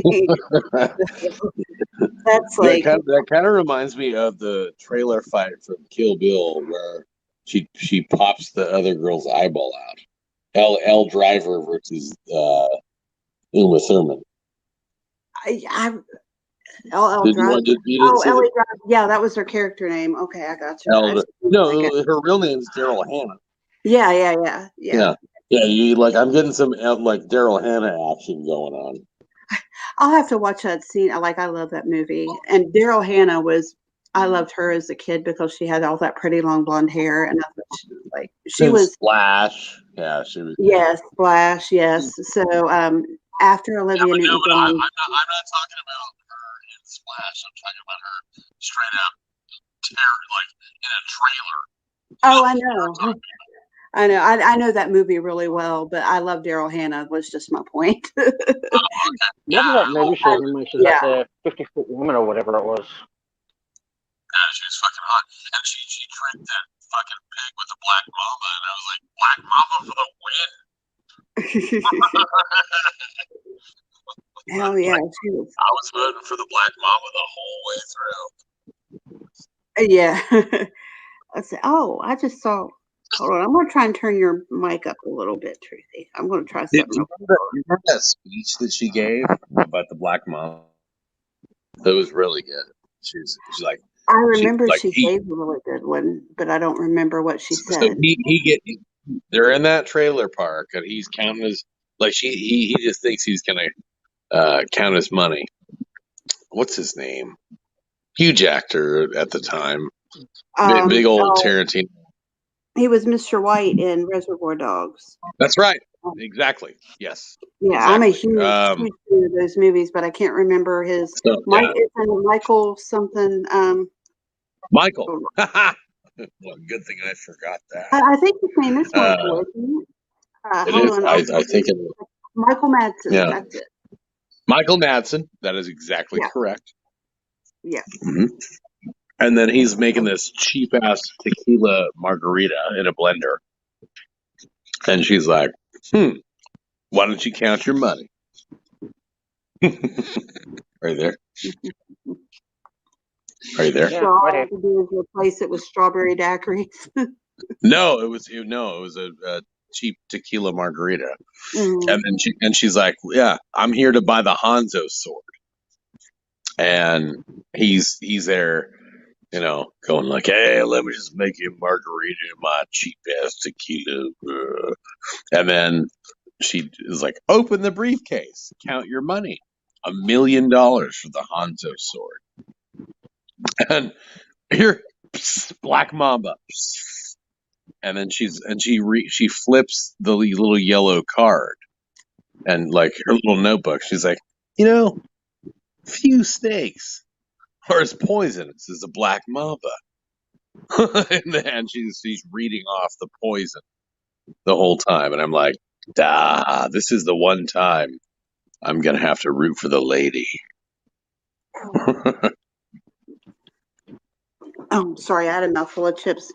I always root for the badasses anyway. That was a tough one because Uma Thurman was a badass, but Daryl Hannah kind of always gets my vote. Well, she lost. I know she did. No. She lost bad. Yeah. Well, supposedly in the sequel she becomes a blind, even more competent sword fighter than the bride. It's been so long since I've watched any of those. Like I literally don't remember until I don't remember. We'll have to go back. There's a song. There's a song that I learned on guitar. And so Robert Rodriguez is a frequent collaborator with Quentin Tarantino, and so they made a song at the end called Malagueña Salerosa, and I play Malagueña Salerosa, and you know who loves it the most? Mrs. McGee. She loves it. And it's like, and then I'm like, Malagueña Salerosa. And then she's like, what does that mean? And I tell her, because I speak Spanish. And so I do that. Yeah. So I do that. And Mrs. Magoo loves my anti-hero shit, essentially. She loves it when I'm going to kill that motherfucker. And then she gets all, I don't know, she gets Tarantino'd out. She loves it though. Like I'm like, I will kill for you, my wonderful flower. I will kill for you. It sounds like Antonio Banderas and anything else, dude. That's what I was getting ready to say exactly. Oh my gosh, I was getting ready to say it sounded just like Antonio Banderas right there. You need to listen, honestly, both of you. It's not, in a way, but he's Spanish. He's Spanish, not Mexican. No, Malagueña Salerosa. So if you look up Malagueña Salerosa from a band called Chengon, that is Robert Rodriguez, who did the song for Kill Bill 2. Robert Rodriguez is the director who did Machete, and he did Grindhouse. He did all that. Right. And one of my favorite quotes from him is, because he's a good cook, he goes, well, you need to learn how to fuck and you need to learn how to cook. These are two things you need in life. Right. And I'm like, I like him for that. And you know, You ain't wrong. Did you fall asleep, girl? Nope. I'm just sitting here listening. I just said, "Yep, he ain't wrong." Oh, okay. No, but honestly, like, I swear to God, everybody on this call would love Malagueña Salarosa from Robert Rodriguez. Like, it'll rile you up. Like, if I could spell it, I would play it. But I could do it. Hang on, let me see. Yeah, find it. Play it for us. I've never done. I could if it were a computer with a mic, I could do it. Let me try it. Hang on. Well, if you can find, if anybody can find a link or spell it for us, then I'll find the No, link. I'll try to do it. I'll try to do it my way, and Okay. I don't know if it's gonna work, but I You swear to can God, always find it and then share it on Discord with her. Yeah, that works too. Well, he doesn't do Discord. No, I'm gonna play. I'll play it, and I hope you can hear it. Yeah. Oh, there you go. Go for it. Yeah, that'll rile me up though. It will. You can always save it for tomorrow or later. That's true. I finished it.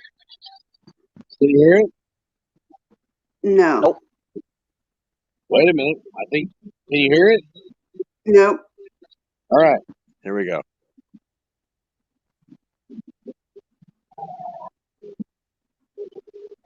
No. I can tell something's being played, but I can't actually hear it.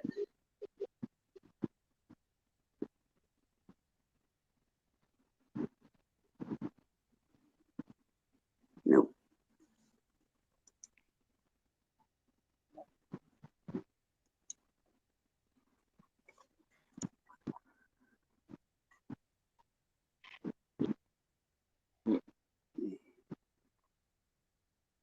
Didn't work, did it?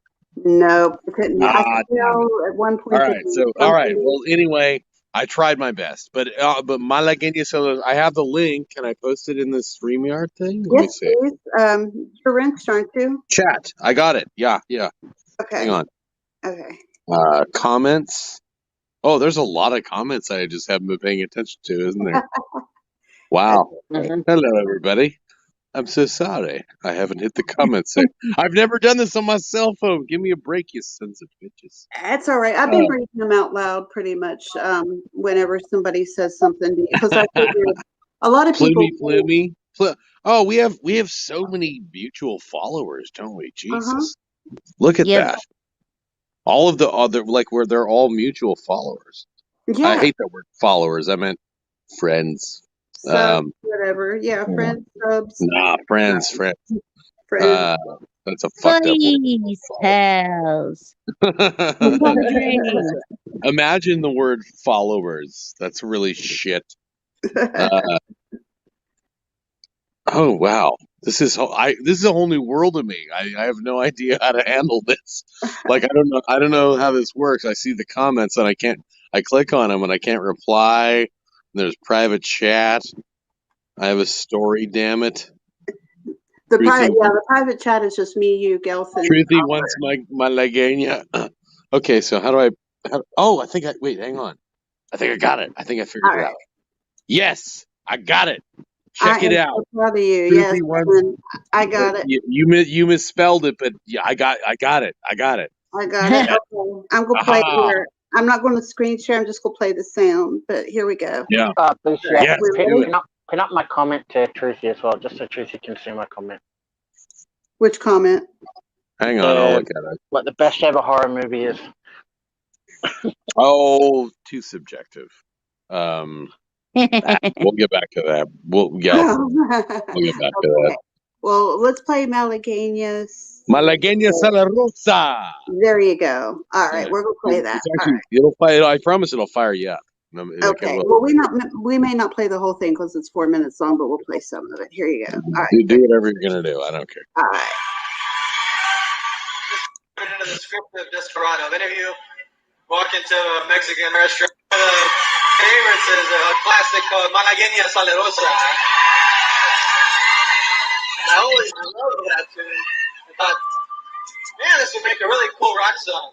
So, who cares about him talking? When I recorded, we just barely got it. I know. I fast forwarded a couple of times. Here we go. Hold on.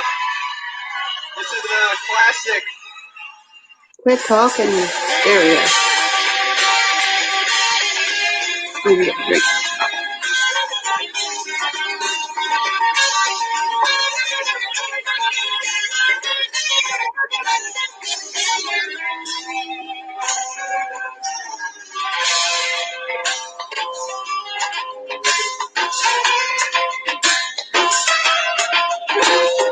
Qué bonitos ojos tienes, bajo de esas dos cejas, bajo de esas dos cejas, qué bonitos ojos tienes.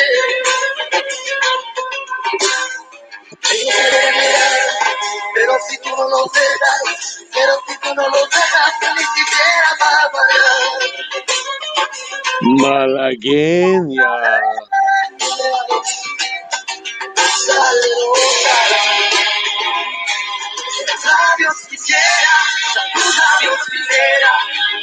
Malagueña salerosa, decirte mi hermosa.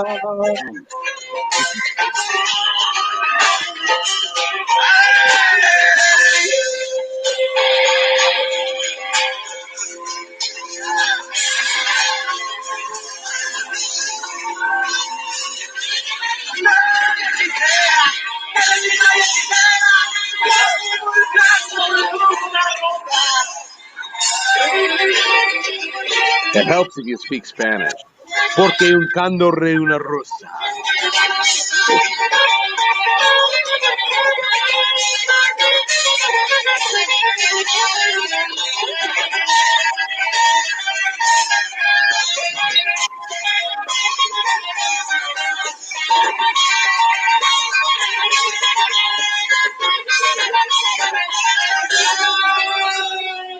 So that's Robert Rodriguez on the guitar. He's a badass. Right. Exactly. You didn't Like, know. if I hadn't known who that was, I probably would have said, "Is that Carlos Santana playing?" Like, right? Like, that's a director who writes his own music. Yeah, it's impressive, isn't it? Yeah. And That's the band is called Chingon, which means in Spanish, fuckers. Does it really? Yeah, Chingon. Mm-hmm. I'll tell you what, I love hidden swear words, and I'm like, it's kind of my thing. Like, my friends who are from other countries and stuff will tell you that I'm always begging them to send me like swears and like slang and stuff. Like, I love it. And so I love that they name their bands Fuckers. And I'll put a link to the video if anybody wants to check it out too. It sounds much better when you watch it on your own. It does. But yeah, but the words, like, I speak Spanish, so the words all like debajo de esas los cejas, like all he's talking about is below your eyebrows are these eyes of the devil. And like, they're so good. Like, if you understand the Spanish, and like, but the power that he plays it to me is, I don't know, pretty cool. And Johnny Depp is in the movie. So he wrote the song for Kill Bill, except he also wrote and directed Once Upon a Time in Mexico. And there's a scene where Johnny Depp goes, he's in Once Upon a Time in Mexico, and he's a detective, and he's always looking for cochinito pibil. That's his favorite dish, cochinito pibil. And he finally reaches the pinnacle chef throughout the movie who makes the best cochinito pibil. Cochinito is puerco is cochinito, I mean, little pork. Oh. Yeah. So I make the dish. But anyway, he has his final, like, oh my God, this is the best I've ever had. And he goes, who made this? And then he goes with his silenced pistol and he shoots the chef in the kitchen. And then Willem Dafoe's like, why did you do this? And he goes, because anybody who makes food that good deserves to die. Wow. And I was like, You know, I thought I'd seen that movie, but I don't think I have, which means I need to. I was sure, like, I've always bypassed it because I saw the title and I thought I'd seen it, but I was thinking of that stupid Brad Pitt and Julia Roberts movie. Oh God, that's a Mexican. That's called The Mexican. Yeah, I know, but that movie sucks. Yeah. I mean, I'm a girl, I liked it all right, but no, when Johnny Depp shoots the chef, I'm like, I always felt like I wanted to be the chef that Johnny Depp shot. Yeah. Shoot me, Johnny, please. Shoot me because I'm the best, el mejor. Oh, Scott said she thought it could be Carlos Santana when she heard it too. Yeah, that's exactly what I thought. Like if I hadn't already known, I probably would have thought it was him for real. Yeah. No, how good is Robert Rodriguez's band if you think that's Carlos Santana? Like that's a compliment. That's a high compliment. Well, and that's Robert Rodriguez on the guitar too. Yeah, so. One of three, but yeah. Well, he just got the like I was just looking at the credits, and he was the only one who was given credit for the guitar. Well, he's doing what's called harmonics with two other guitarists. But yeah, he absolutely is. He's a legit guitarist. Yeah. Yeah, he's badass, man. Now that's one of those that are severely underrated. Hey, Copper. Sorry, I was just gonna say I'm gonna drop down, but I'll be in chat. I had a feeling you was getting ready to poop out on me.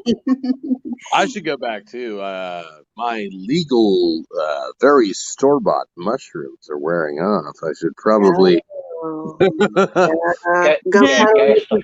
do for the rest of yourself with some more.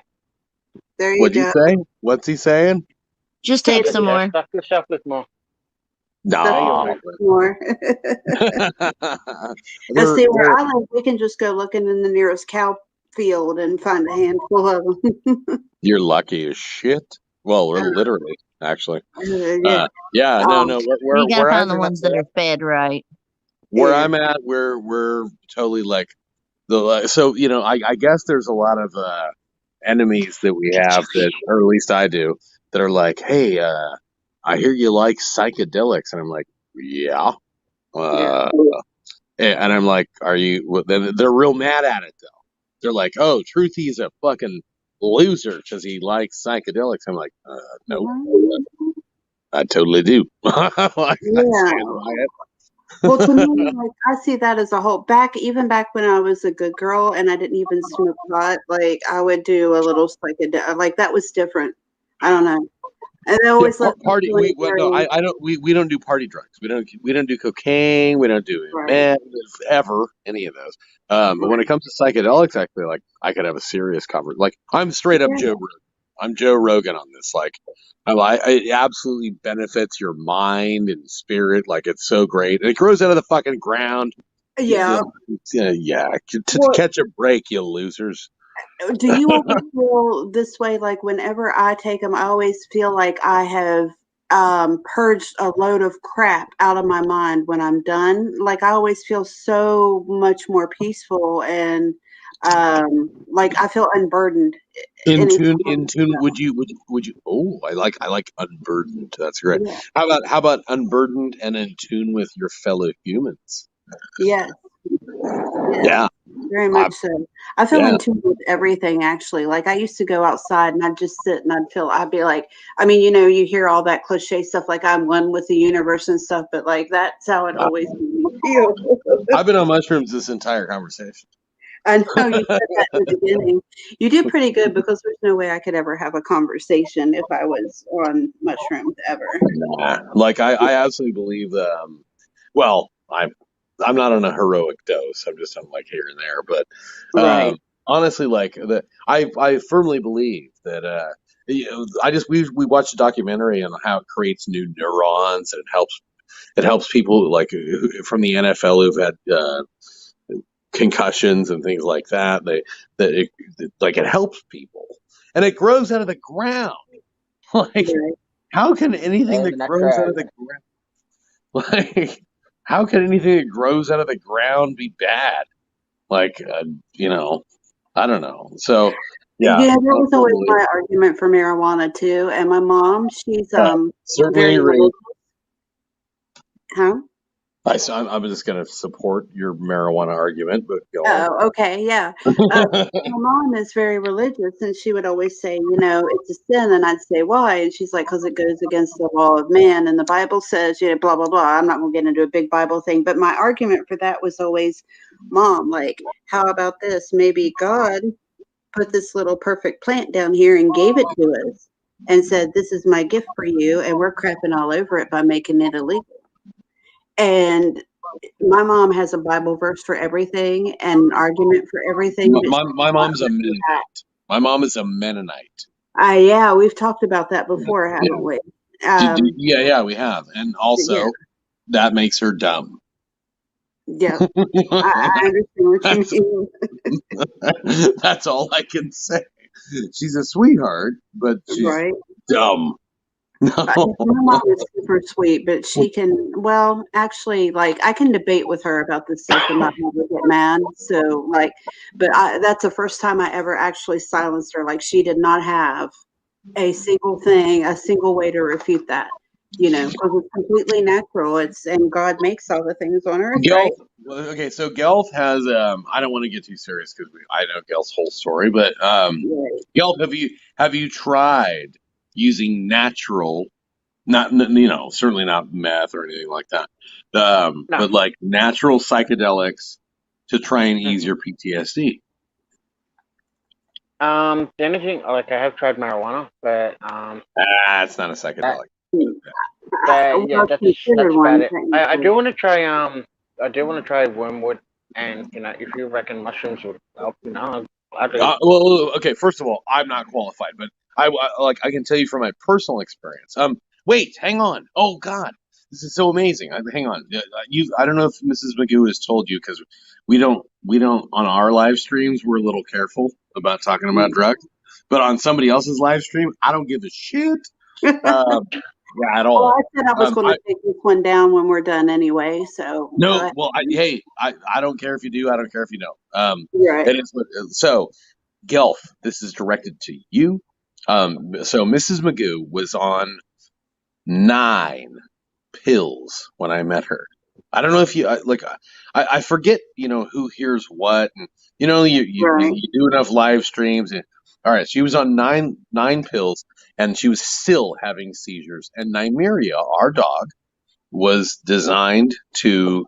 She was a service animal that was designed to, when Kate would have a seizure, she jumps on Kate and she does chest compressions.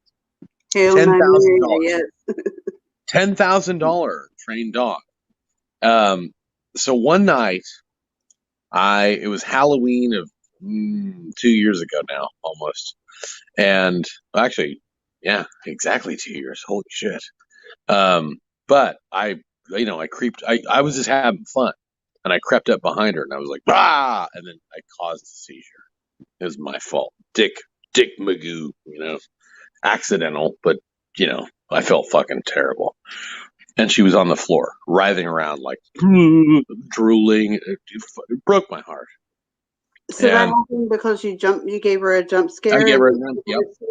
Oh, wow. Yeah. It was 100% my fault. Yeah. And I was like, "Oh my God, baby, I'm so sorry." And she was so cool, like she was like, "Oh," real sweet. And it made me cry. And I was like, we're going to work on this. And I said, what do you know about immersion therapy? And I'm not fucking at all trained to do this, but I'm like, I have one phobia that I won't ever say on the internet, because I'm afraid that, but nothing else. You could pull a gun on me. You could anything. Like, I'm not afraid of anything but one thing. And I'm like, I get it. It's a phobia. And I'm like, let's work on it. Let's do it together. And she's like, okay.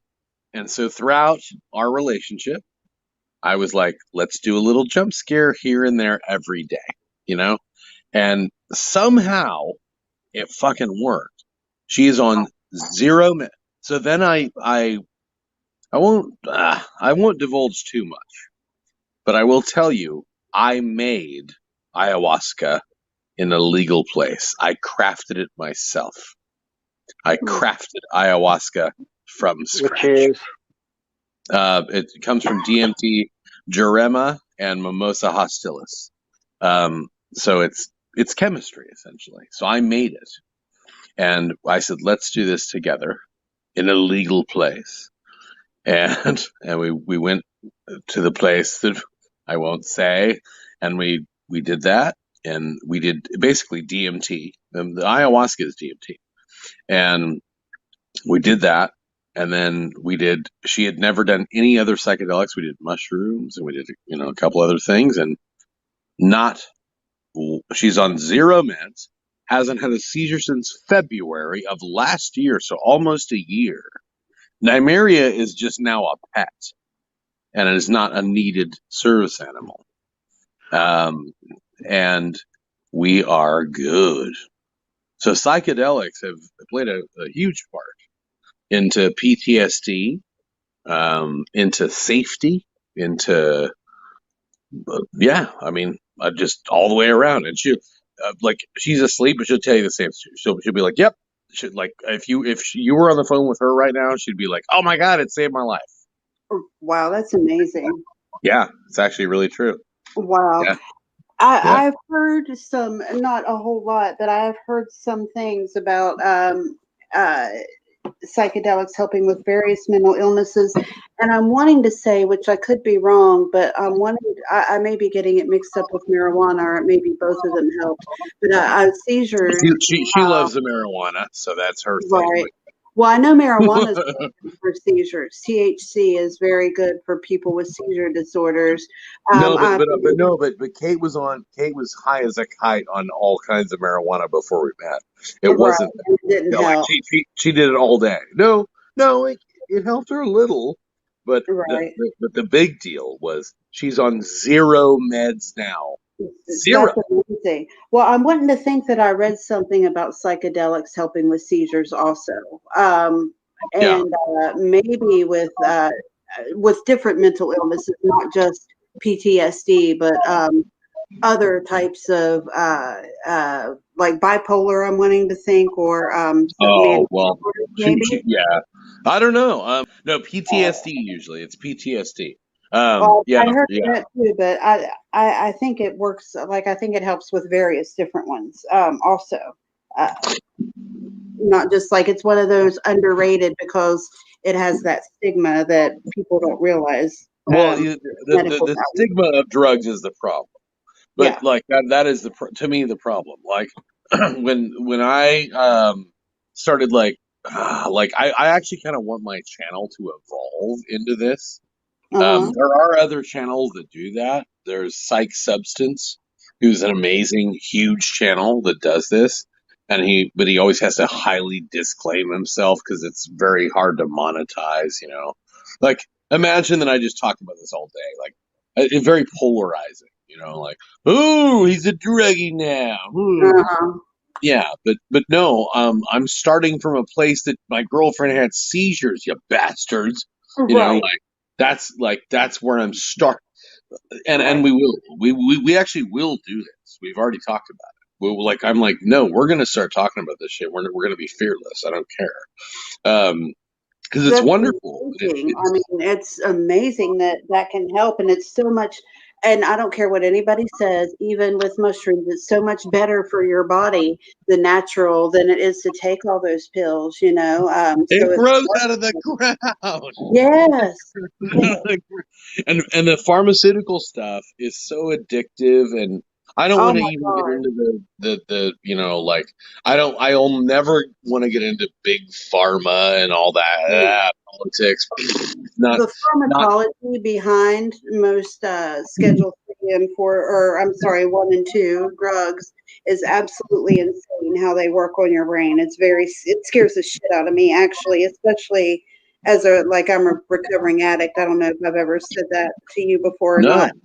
No, but that's cool. I think that sounds just like mushrooms would be wonderful for you. Yeah, Gelf particularly. I pay close attention to Gelf. It's like I don't go into the Discord, but Mrs. Magoo keeps me informed.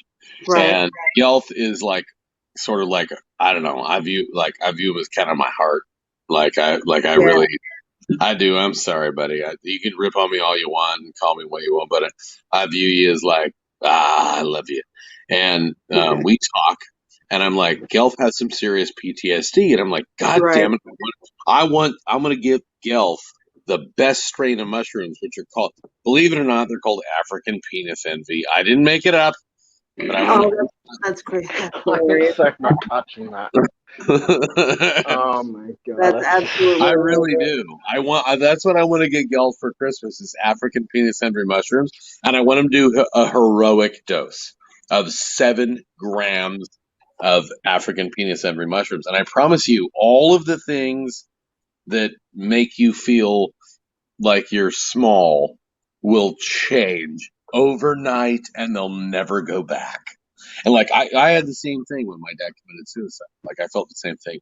I mean, now that you mention it, like that's kind of what, like, I think psychedelics kind of do that in general. Like they make all the things that are so unimportant and shitty seem less important and shitty. Yeah, they do. Yeah, you're right. Yeah, it's called ego death. So you have this thing called ego death, and there's a different way that DMT can do it, which is legal if you go to Costa Rica or if you go to ayahuasca is DMT. But the ego death is so important to healing from people who've had really, really serious trauma. And like Kate, who had really serious trauma, and me too, in my own way, about, oh my God, I wake up one day and somebody gives me a phone call, my dad blew his brains out, like trauma is trauma. It's different, certainly respectably different, but it's shocking trauma, and so you're like, and that's a human brain. So ego death is key to fixing the trauma, and the only way to achieve ego death is through wanting to try. So you go like, I want to find a way. I want to find a way, because you feel like you're trapped by what's happened to you. Like I am the prisoner of my past. And so if you have that, you're on the first path. And then the second thing is, well, how do I not be? How do I not be the prisoner of my past? And some people just give up and they go, fuck it, I'll blow my brains out. But mostly, I think that the question of how do I not be the prisoner of my own past, that can lead you to a cult, which fuck that shit. Yeah. Yeah, fuck those cults. Don't join a cult. Yeah. But everybody, can be a prisoner of their past. And that's how you get led to a charismatic leader or whatever, because you're just like, I don't even know. I'm so lost. Somebody tell me what's going on. Fuck that shit. Don't join a cult.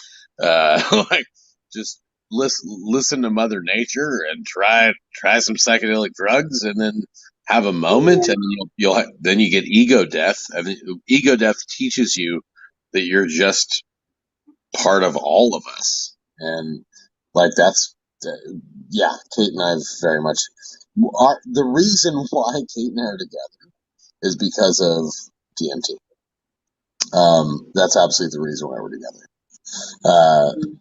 I was alone. I had resigned myself to being alone, and then I learned how to make DMT legally somewhere else. But I learned how to make it. What does DMT stand for? That's true. What does DMT mean? Dihydromethylamine. But it's a real chemical. Okay, I was just curious because I've heard it's the name of the chemical. Yeah. I learned how to make it from a guy named Gordo Tech on YouTube. But anyway, I learned how to make it.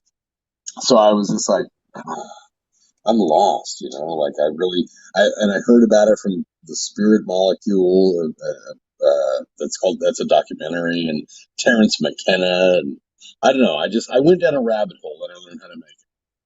And I was like, And then I did that. And then I learned how to make pharmawaska, which is the clean version of ayahuasca. And I became a chemist. And I was like, And I did those in a legal place where they're legal to do. And honestly, it changed my life. Like it broke my mind. It broke it. It changed it, and it broke it for the better. And broke it and put it back together again. Absolutely, it was Humpty Dumpty, and then a reassembly. Yeah, right. There certainly was, and absolutely, and I learned how to love, forgive, like all kinds of stuff, and it all came from the ground. Like I didn't use like a weird lab. Like all the things that I used to make it were absolutely completely of natural resources. So to make, you can Google Gordotek, Gordotek, DMT, and you can learn how to make DMT from tree bark. And that's what I did. And I was like, and it was amazing. And then I swear to God, 2 weeks later, I met Kate, and it was just so strange. And when I told her about it, and she was on 9 pills, and I was like, no, let's do this shit in a legal place where all it. And we did, and I don't know. I think it was a thing. It's strange, but I know I know that it's controversial, and that a lot of people will be like, "Oh my God, you guys are fucking weirdos." I don't care. It got her off pharmaceuticals, and we were completely in love, and she's no longer getting liver damage from fucking big pharma. Like, yeah, I'm cool. Like, she likes weed still. Nobody do. But other than that, we don't do it on the regular. Like we did that last time we did it was a year ago. So yeah, no, we it really helped us, and I'm a big proponent of it. I've been looking this molecule up while you've been talking, and I think this might actually be an interesting topic for an upcoming live stream. I think I will talk about it all. I know I'm going to separate and divide all the things I said, but Kate and I both will stand for that forever. Like I would love to really get into that, like get into how, like I find the pharma side, like I took pharmacology when I was going to school to get my medical coding certificate and stuff. And pharmacology was my absolute favorite. It's so interesting the way, especially when it comes to, like what's considered recreational or party drugs. And we don't like any of those. No. We hate recreational and party drugs. Like no cocaine, no meth, none of those. No. Right. Well, they're classified, as a Schedule 1, which is like technically, but. Well, personally, I don't think there should be a schedule at all. But no, I don't either. Yeah, it's ridiculous. And a lot of the drugs that they consider to be, because the Schedule 1 drugs are considered to have no medicinal value at all, which we all know that's a bunch of bullshit, so. But the way they work on the brain is absolutely fascinating, and I think I may have just come up with a good topic. And New Year's Day. I'm in contact, and I have been for 2 years, with one of the guys who's the primo DMT pharmacologist. His name is Dr. Rick Sussman. He is the guy behind the spirit molecule, and I am in contact with him all the time. Because I just sent him an email once and he fucking responded. Sometimes you think, oh shit, who am I? He's never going to respond to me. I'm not anybody famous. Go ahead and take a shot sometimes, because you never know who's going to respond. So I did. And Rick Sussman and I are in very serious contact quite a bit about what DMT does for people and the benefits, and Kate and all of that. People like Kate, and we take it really seriously, like medically, not like we're not in it for party town. Like it's not at all. Like it's more about how do you heal when you've been abused? How do you heal when you've had PTSD? Sometimes the side effect is fun. but it's not. But that's not the primary goal. Like Right. the primary goal is how do you heal? You know? Right. So, yeah. So, but the side effect can be fun. Like I'm having fun right now. Oh yeah. Yeah, but no, it is fun. Primary goal is everybody's been through some shit in life, right? Everybody's had somebody die or PTSD or military or lot. Like Gelf is still here. I see him. Yeah, Gelf could benefit. And you hear me too. What's that? And you hear me too. Speaking of that, Roma might be popping in to just say hello. Well, Gelf, get yourself some fucking mushrooms. Well, if I knew where to get them, I probably would. Ah, shit! I don't know Australia. I would ship it to you. I would ship it to you if I wouldn't get arrested. Anywhere that has cows. You know what? Wait a minute. Hang on. There's one thing that Gelf has access to that we don't, and it's called 5-MeO-DMT. So 5-MeO-DMT comes from the Australian toads. All you got to do is milk their glands, shoot them on the side of a piece of glass, scrape off their little X. Yeah, you're talking about cane toads, right? I could literally go outside and pick one of those up right now. Yeah, no. You have to learn how to do it. No, don't do it that way. Watch Hamilton's Pharmacopoeia. You have to learn how to do it appropriately. You can't just have a cane toad.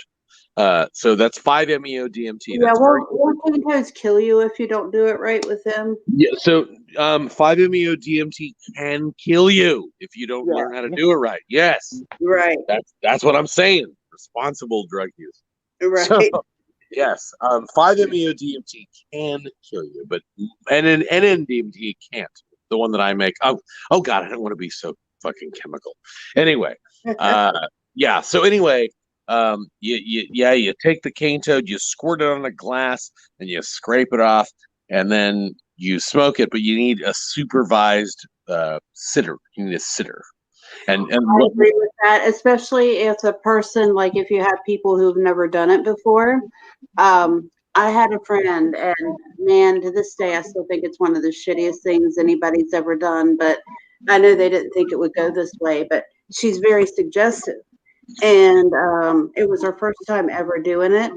And somebody walked over to her and kind of scratched the top of her head or tapped the top of her head or whatever. And, made some joke about a brain-eating spider. You know that joke about the brain-eating spider? Oh, that's a fucked up person. Yeah. So what happened is she went, of course, she thought it was real, and she went insane and started pulling out handfuls of her hair, and I mean, it was awful. She just blind ass panic. Oh my God. That is a horrible trip sitter, and he should be in jail for being an irresponsible friend. Well, you know what this dick did later? I mean, he acted like he felt bad, and we were like, okay, he didn't realize it would go off that way, But we get her all calmed down, everything's going good, and the son of a bitch decided it'd be a good idea to do a jump scare just a couple hours after he did that.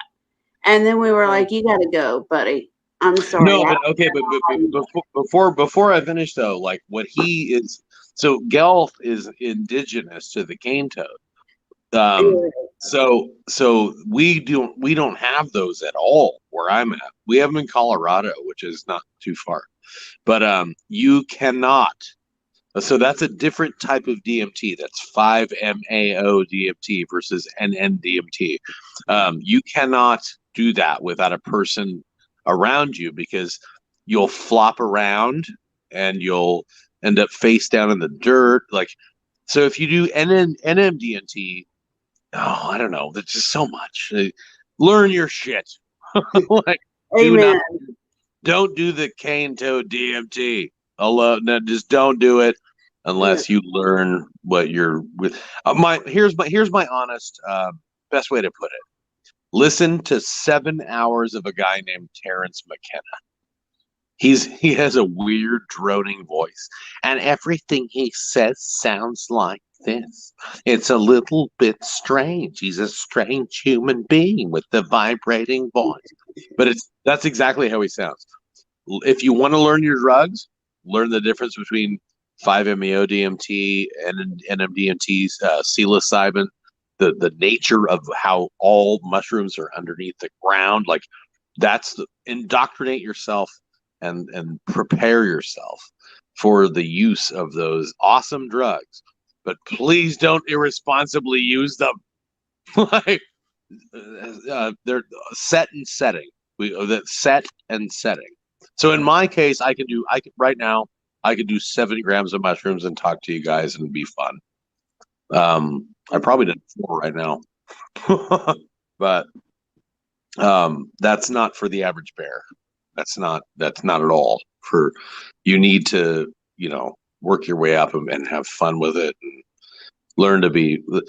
Start off with a heroic dose in a dark room and face yourself, face your demons, face it all. Like me and you, Gelth. Like the mushroom versus Gelth. And like that'll actually change your world for the better. And it never does not. It always will. You'll be like, holy shit.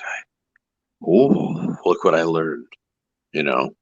It's beautiful, but you need to prep though. And you need to set and setting, and you need to, don't do the cane toad. 5-MeO DMT actually can make somebody feel very lonely and horrible unless you prepare for it. But NMDMT can make you feel like, oh, I'm blasted off into space. Just do your homework. You're a smart guy. So, yeah, no, honestly, like me and Mrs. Magoo are huge proponents for psychedelic drugs.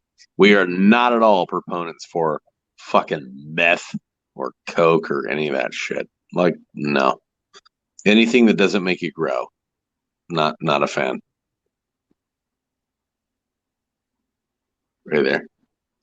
Yeah, I'm still listening. There we go. All right. Controversial subject. I apologize. Oh, hell. Don't apologize for that. Controversial subjects are welcome here, for real. Yeah. I mean, we're small enough, so I don't have to worry. But one of the things that inspired me to start my channel, one of the reasons I did, was because I wanted people to feel like they had a place where they could talk about anything they wanted to talk about. So I apologize because I realized that I was ranting. Oh, wow, that's okay. I would have stopped you if I'd felt like it needed to be stopped. I would have changed the subject or something, but I was interested. So I think especially coming up here on New Year's Day is my 2-year anniversary. Oh, is it? Friday, and I don't know. I think maybe I'd like to maybe talk about this some. So I'm glad you did come up with this.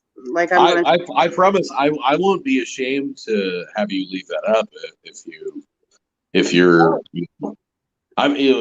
you're probably opening yourself up to some trouble. Well, I mean, I've gotten that before because of my sobriety. The reason I go public with it and I refuse to stop talking about it is because I feel like that the more we talk about it, the less stigma there is, and they can't use it as a weapon against you. A good friend of mine was being trolled relentlessly over her recovery by the same people that you mentioned, by some of the same people that you mentioned earlier. And that's why I went public with it, was because I feel like I compare it to 8 Mile, I was like, let's B-rabbit all these Papa Docs. You know what I mean? So if you're not ashamed to talk about it, like, no, not at all. And I promise you, I do speak for Kay when all the things that I said excitedly, and I am I'm on like, so there's so much more. Let me tell you this. Some of the really famous people that I speak to that I can't speak for. Right. Other than Rick Sussman, who is famous and I can speak for, he's hugely famous. You just don't know who he is.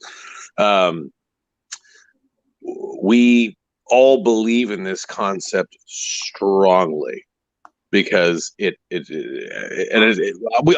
watched it. I don't know if you watched today. There was a documentary on HBO all about it. Like, it's growing. This is not now pseudoscience or unpopular wacko science. This is now becoming very popular. I didn't get to watch anything today, but I do have HBO, and it sounds like something what's it called? Do you know? No, it was a sports-based documentary about people who had the concussion injuries that psychedelics have now fixed them. Just on today, we watched it. Actually. Yeah, I forgot. That when they get concussive injuries, the psychedelics have actually completely fixed them. And matter of fact, not only fixed them. Maybe that's what I was thinking of when I told you I thought I'd heard about them fixing seizures. Maybe it was the concussions I was thinking of. It's a repeated concussive injury syndrome. Yeah. Right. So yeah, like football players, getting hit in the head, and MMA people. Yeah. So but there was a huge documentary that was very, very in favor of it that just came out today, and that's kind of why I feel like I'm going to speak louder about this. Because it has a lot to do with what YouTubers say is SA, sexual abuse, and like anything PTSD. Psychedelics have a huge role to play in burgeoning technology about how responsible use, not just doing, I'm gonna eat 9 pounds of mushroom, responsible use of psychedelics creates new neurons, and the technology is there to support it that break the bounds of PTSD. So I absolutely I'm like with Kate. I'm like, this is where I want our channel to go. I know we're not there. We're making jokes, like I'm humorous and I'm silly, but I think I want to lead our channel there.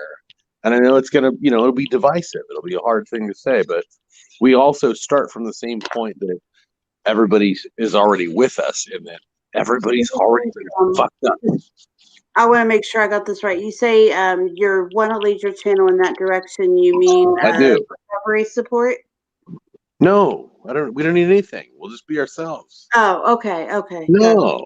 Gotcha. No.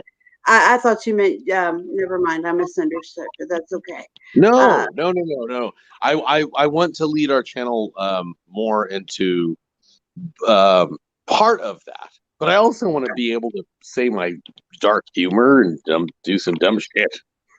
Like, I want us to be a personality. Like, I agree. Yeah. Yeah. Come here for us, and also, but not medical advice. We're not doctors. Like, I can't stress that. But I will provide you links to medical resources. But no, we're not. And all we can do is talk about our experiences. And that's it. We're not. Go ahead, Gal. Truthy, I know you're saying a lot about with all the drugs realm. If you look up Wally Lewis, who is one of our greatest football players, they actually did surgery on his brain and put like a wire in his brain, I think it was, to be able to help control all of his seizures and that. I don't know what else they've done to him to help with that, but yeah. I don't know about that. You want to send me a link? I'd have to try and dig it out afterwards, and That's okay. Send it to Kate. Well, then I'll make sure we look at it together. I can't believe Yelp has that up. I would like anybody who has any contributions for my upcoming stream, whether it's like facts and stuff on how the helpful drugs like we were talking, or if they have a story they would like to tell, just about how, if you're in recovery and how you came, I'd love to hear it.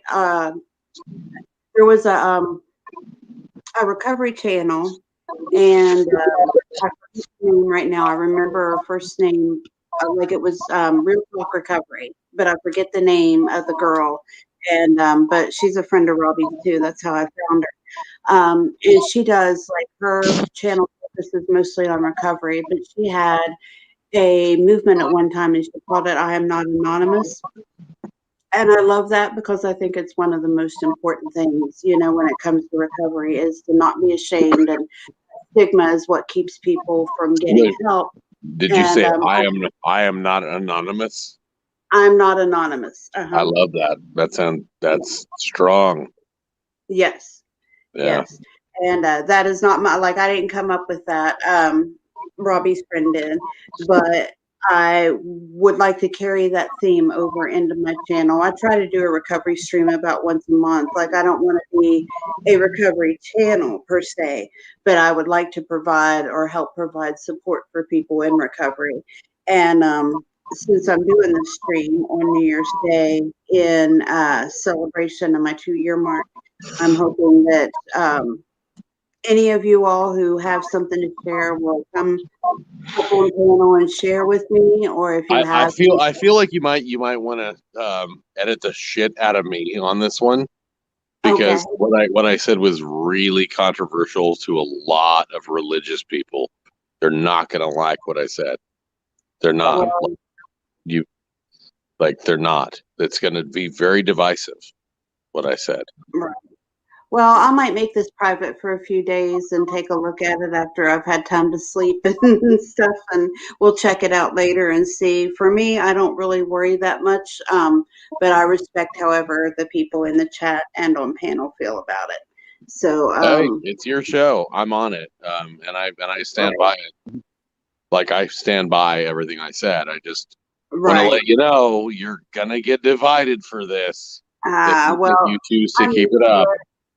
The only thing that I ever feel is if I actually have a topic, like when I did the cuties stream for instance. I hate cuties. Okay. Yeah. Yeah. Gross. Yeah. Gross. Yeah. But when I do didn't someone say that's on track to win awards or some shit?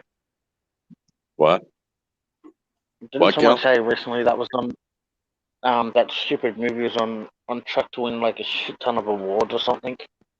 Yeah, they were up for awards. Yeah, they were. Yeah. She won already. She won Sundance pretty much. She won one of the highest honors, and I forget what it's called now. She won it before. No, she won it before Netflix picked it up. That's not new. That's why. I know, but that's why Netflix picked it up. Yes. Yeah, and then you know who did a great job at actually showing the grossness of it? Tristan from Nerdette's Newsstand. She actually had the balls. So she did. And honestly, I don't care if she blocked me. She's fucking awesome, and I love her still. She put flat out this one clip that starts off, and I mean, it broke me to pieces. It was the kids, doing some fucked up shit, man. And I was like, no.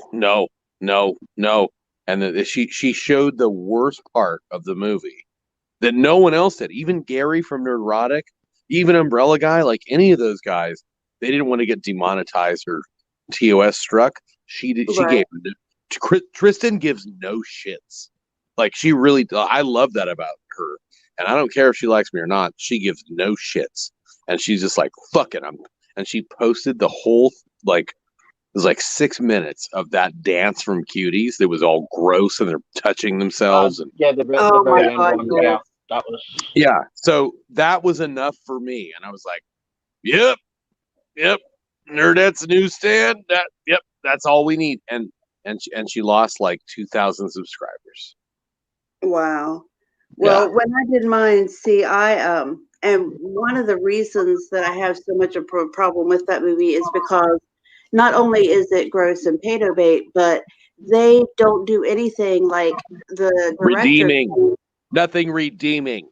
Yes. Well, the director claims that the reason she did it was to shine a light on the sexualization of young girls in society today. But that's right, nothing in there. And it's not I know what she's going for. But she was also going for controversy. I saw it was like the movie Kids. So Tug and I talk about this privately.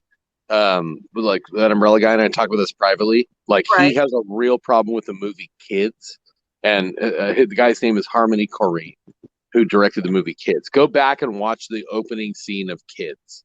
I've never seen it, so I'll have to check. No, you know what? Don't. Okay, well then, do or don't. But it'll leave you harrowed. Right. There's. Well, my problem is go on, Joe. It wasn't even how gratuitous. Say it again. Is it just as bad as watching that young Brooke Shields? Oh yeah, Pretty Baby. Yeah. Oh my God. Well, yeah, Brooke Shields. Yeah. How about Blue Lagoon? Yeah. Okay, so you know what? I'll be honest. Blue Lagoon was that bad, but Pretty Baby. When I was a kid, Blue Lagoon was, because I'm Brooke Shields' age. Right. I'm of her age. I viewed her as a beautiful naked body that turned me on. But I'm of her age. I was of her age. Yeah. I was not an old man when I saw it. And then I saw Pretty Baby, which her mom signed off on. And you're right, Gal. You're right. Oh my God. But I was of their age. Right. I was not an old man. Right. And now I'm an old man. Now, if I saw Blue Lagoon now, I'd be like, yeah. Well, here's the thing with these movies, and this is why they really, really bother me, especially Cuties, is because it's not just the pedo bait and stuff, but I mean, she tries to kill her friend. She takes the picture of her, you know what, and puts it on, and all these things she does, and they don't do anything. Nothing about that movie says that's not okay. You know, I don't even remember the movie. Oh, well, that's right. What movie are you talking about? Pretty Baby? Cuties. No. Cuties. Actually, Pretty Baby has been so long, so I couldn't tell you if they do the same thing as well.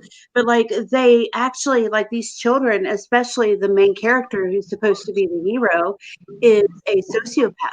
You know, and they're like, oh, well, she's our hero. And of course, that's fine. And she tries to kill her friend. And you know, so there's that. And then I feel like, even though I know that the lady who made it was, oh gosh, Muslim as well. Was it Muslim? It was Muslim, she's not, right? Yeah. Well, she's she's African. And yeah. Oh, right. Well, I know that was her. She's actually, French. Gosh, I'm getting tired. My brain's not working so well. But French, anyway, she threw in the cultural stuff as stage dressing and a way to kind of make what she did with the movie. Yeah, okay. I understand that she's like, this was my choice. This was me. I find it terribly that she did that though. But she didn't need to showcase them touching their, bullshit. She could have done a different edit where she's like maybe a little, all right, maybe they showed their butt or something in a booty short and then cut. Like exactly. Yeah. She could have done it with that. You know what else is? How about La Femme Nikita with if you look at or The Assassin with Leon. Same thing. The chick from Star Wars. Natalie Portman. Yeah. And so all the what about all the French films that that use all the young kids that basically strip them naked and all that kind of stuff? Yeah. I mean, there are lots of movies that have exploitative stuff and it's not pedo bait. They could have done it way differently, but they didn't. And Natalie Portman was hugely sexualized in that movie. And I'll tell you what, when I was a kid, flat out, I'm her age too. And when I watched that movie, I was like, me liking Natalie Portman, so sexual. Because I was a fucking kid her age. Right. But imagine if I wasn't.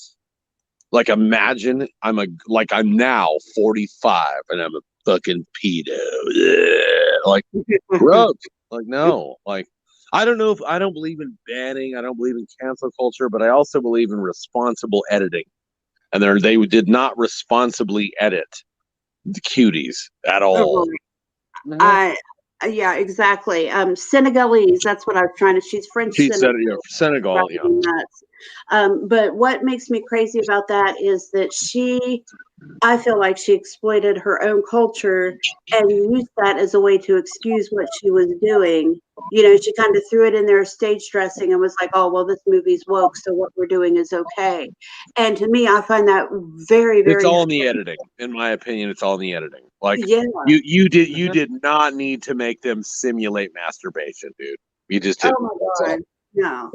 You could have given them like, okay, if your whole goal is to show that girls shouldn't exploit themselves, give them, I don't know, 10-second booty dance, but not Right. the licking fingers and the zoom in the crotch. Like Right. we don't need that. We can fill in the gaps ourselves. They could do like the movie Little Miss Sunshine, I think is kind of sort of maybe right. That. That's one way I mean, they kind of made a statement about that too, but they didn't exploit that little girl. You know? Yeah, you're right. Actually, Little Miss Sunshine, that was a little bit exploitive. Yeah, but okay, so fill in the gaps. Like, if your whole goal is to say it's a bad thing, which that is how that movie ends up, you know. If you have the guts to watch it, they didn't do it in a way that left me feeling like I needed a shower afterwards. Right. Please don't masturbate to your tight shorts when you're 11.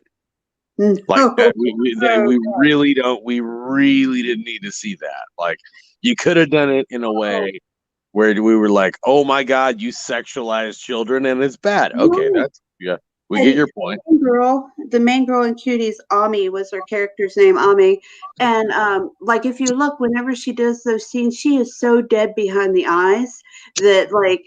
To me, it looks like she's being traumatized by participating in it too. Yeah, I know that's another point. That's a whole nother point that I agree with. Imagine those girls while it's happening. Yes. Like they're actually there. She's like, lick your fingers more. And you're like, you gotta think how many hours of training would they have to go through to master the dancing? Well, I had actually when I did my live, and the live is still up if anybody wants to check it out. But I have a friend who's a creator, and she's also a dance instructor as well, and she mostly teaches young children. And we had her on there, and she said that there's children like they did not focus on the dancing at all. They did not train those children in dancing. Wait! You guys want to see the real darkness? You guys want to see the real darkness? I bet Gelf knows. There was 11 creators, 11 that sided with. And they would have all watched the didn't they say there was like 200 kids that auditioned and no one knows all those tapes? Gelf.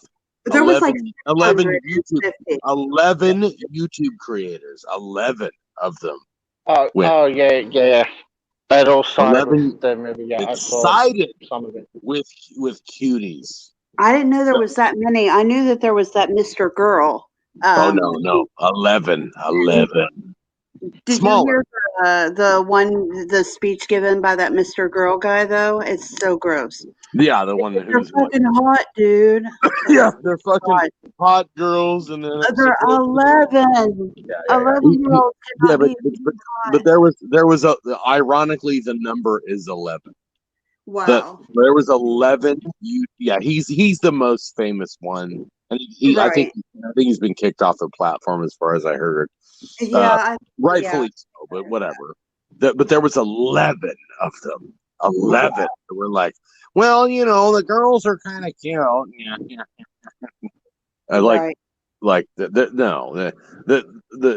Give them a platform and they shall reveal themselves. Okay. Well, the first time I ever heard of it was because I listened to Creep Show Art and she was talking about it, and I went back and looked, and I forced myself to watch it.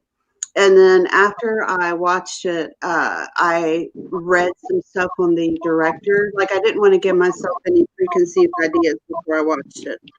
And so then I read the stuff about the director, and I was like, what cultural references? Like, where is this Muslim? Like, I totally missed it the first time because, I mean, that's how little focus they put on that, even though to hear her tell it, that was one of the major points. I wouldn't worry about the director. I'd worry about the viewers. So do you listen to Mama Max? Do you listen to Mama Max at all? No. Do you know who Mama Max is? No, Nope. I don't. Gelf does. I will check her out though. No, Mama Max is a guy. Oh, okay. Yeah. That person. I put my heart into that fucker. Mama Max. He's going balls after the pedos on everything. I don't think he's gonna make it long on YouTube. I think he might be murdered. He's so crazy. But I love what he's doing. He's going after them hard. Wow. Yeah, no. Mama Max, please. Don't do it though for light reading, because it ain't light reading. But Gelf knows who Mama Max is. And not really. No, you do. I told you about him. You don't. You never checked him out? No. Oh, well. If you want somebody who's going real hard after the old pedo situation, that's the guy, Mama Mac. His editing skills are unparalleled. He makes all of us look like a joke. Well, I have absolutely no editing skills at all. So I don't really either, and neither does Tug. Frankly, Tug's a terrible editor, and so am I. But yeah, Tug's really bad at everything, though. Nah, Tug's a good man. Let's be fair. We're not editors, but not when he Mama Max, Max, super chats. Tug does wonderful at super chats. Yes. No, he doesn't. He missed some of mine today. Thank you very much. Oh, did Tug go live today? Yep. Oh, I didn't know. Hey, do you know who is? I can't say it, but do you know how much in contact that his family is with Mrs. Magoo? How much? A lot. A lot. Yeah, that's all we'll say. So, because I can't speak for them. So yeah, we're very close. Put it this way. We're very close. But damn it, anyway, that's all we'll say. Mama Max, though, I'm telling you, if you want to see some guy who's going full on balls against pedos and does an amazing job of like Stanley Kubrick editing, Mama Max, that guy, he has no idea that we exist, but we support him. I made a video because he got in trouble, and I made a video we support Mama Max, which only got 120 views. However, when I tweeted on his behalf to Team YouTube, seemingly, I'm not sure. I think we made a difference, but the guy is crazy. He is nailing pedos to the wall, and his editing it's dark. It's not light viewing, but I love it. I love that guy. I love him. I wish I had his skill, but he's got a lot of balls, and he's trying to fry the pedos on YouTube, and I fucking love it. I wish we could do that. It's just, I think me and Nymeria and Mrs. Magoo, we got too much to lose to do it. But I support the guy 100%.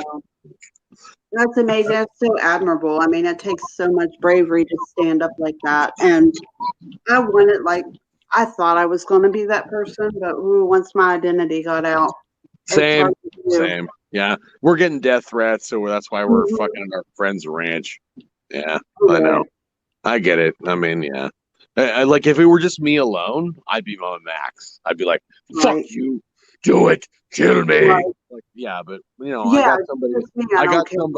got somebody to love, and we have a nice life, and I don't want to fuck. Right.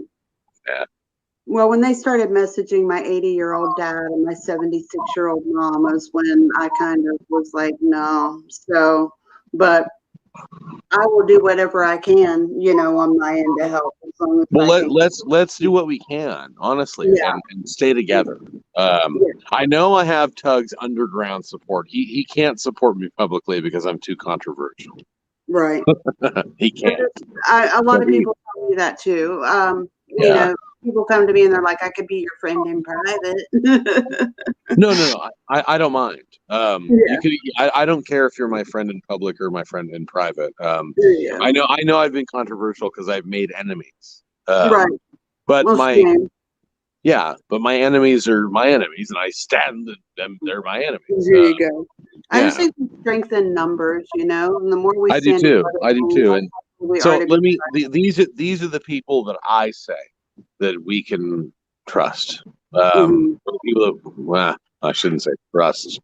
The people that we are like comfortable will fuck me over a little bit, so he's kind of on the ropes, but I still love him. Right. The Glarer, I still have his back, even though he fucked me a little. 10 to Life. Admit it. You enjoyed Josh him fucking you. What? Admit it. You enjoyed him bending you over and fucking you hard. You're such a kinky. I fucked him back. Man. I told him I was gonna fly to Tennessee and fucking hand him his teeth. Give me a break. You did. I did do that. Yeah, I totally did. Yeah, whatever. We'll fuck each other. I still love him. Yeah, Annie, 10 to Life. She's unbreakable. Josh, absolutely. Save Robbie, Mexi, like all of us in that weird little world. Even I don't really know Armchair Detective very well.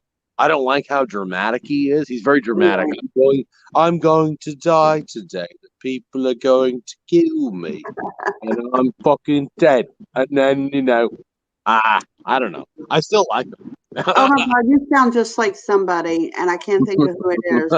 No, he does that. He does that. And he did the Patrick Swayze ghost video where he's ghosting away. I was like, "Oh, give me a break, you fucking queer! You're not gonna die." I would say it's somebody from Saturday Night Live. I think there's like a SNL skit or something. I'm kind of mimicking him. I don't even know what I'm doing, but yeah, but he's still a good guy. But I swear I've heard that voice before. Like you sound just like today, seriously, we're all gonna pass away. And all the YouTubers are going to kill us all. And Gelth is going to kill us all. It's very serious. This is Gelth is going to murder us with Vegemite. I will chuck blue ringed octopuses at you. Fucking kill I know I'm making fun of him, but I really do like the guy. Please don't hold that against me. But you know what? I don't care for his content, but I respect his right to make it, and that's what drives me crazy. Like I'm not down with the way people talk and treat him. No, I'm not down with death threats against him. No, so I'm going to take his side 100% of the time, and he does have death threats. He might be milking it a little bit, but I don't care. The fact that he has had death threats, I'm on his side. Right. Well, and the way they talk into his life and stuff is exactly the kind of thing that, I don't like. So it doesn't matter if I like the person or not. He still has the right to his privacy and to be treated with a little bit of dignity and respect. And that's what gets me with people. Like, why can you not disagree or even dislike somebody and still let them have their own, have some dignity? You don't have to completely demean somebody and dehumanize them just because you don't like lately it's either you're on our side or you're gonna die. Right. So we need all the allies we can get. I don't believe that we're actually gonna die though. No, same here. But I don't like it. That got messages. That means I'm gonna have to work harder. Yeah, try harder. Try harder to kill me. I had friends who got messages that said stuff like, if you want to keep you and your children out of the line of fire, you won't associate with BCF. Like, that's beyond the pale. Oh, Gel, have you seen the latest messages we've gotten? From what? Ripping Mrs. Magoo's hair out until her scalp falls off and all that shit. No. Oh yeah. I think those guys that'd be all from obviously with what happened on that other person's channel, I do believe. Would it not? That's the one. Yeah. The other person's.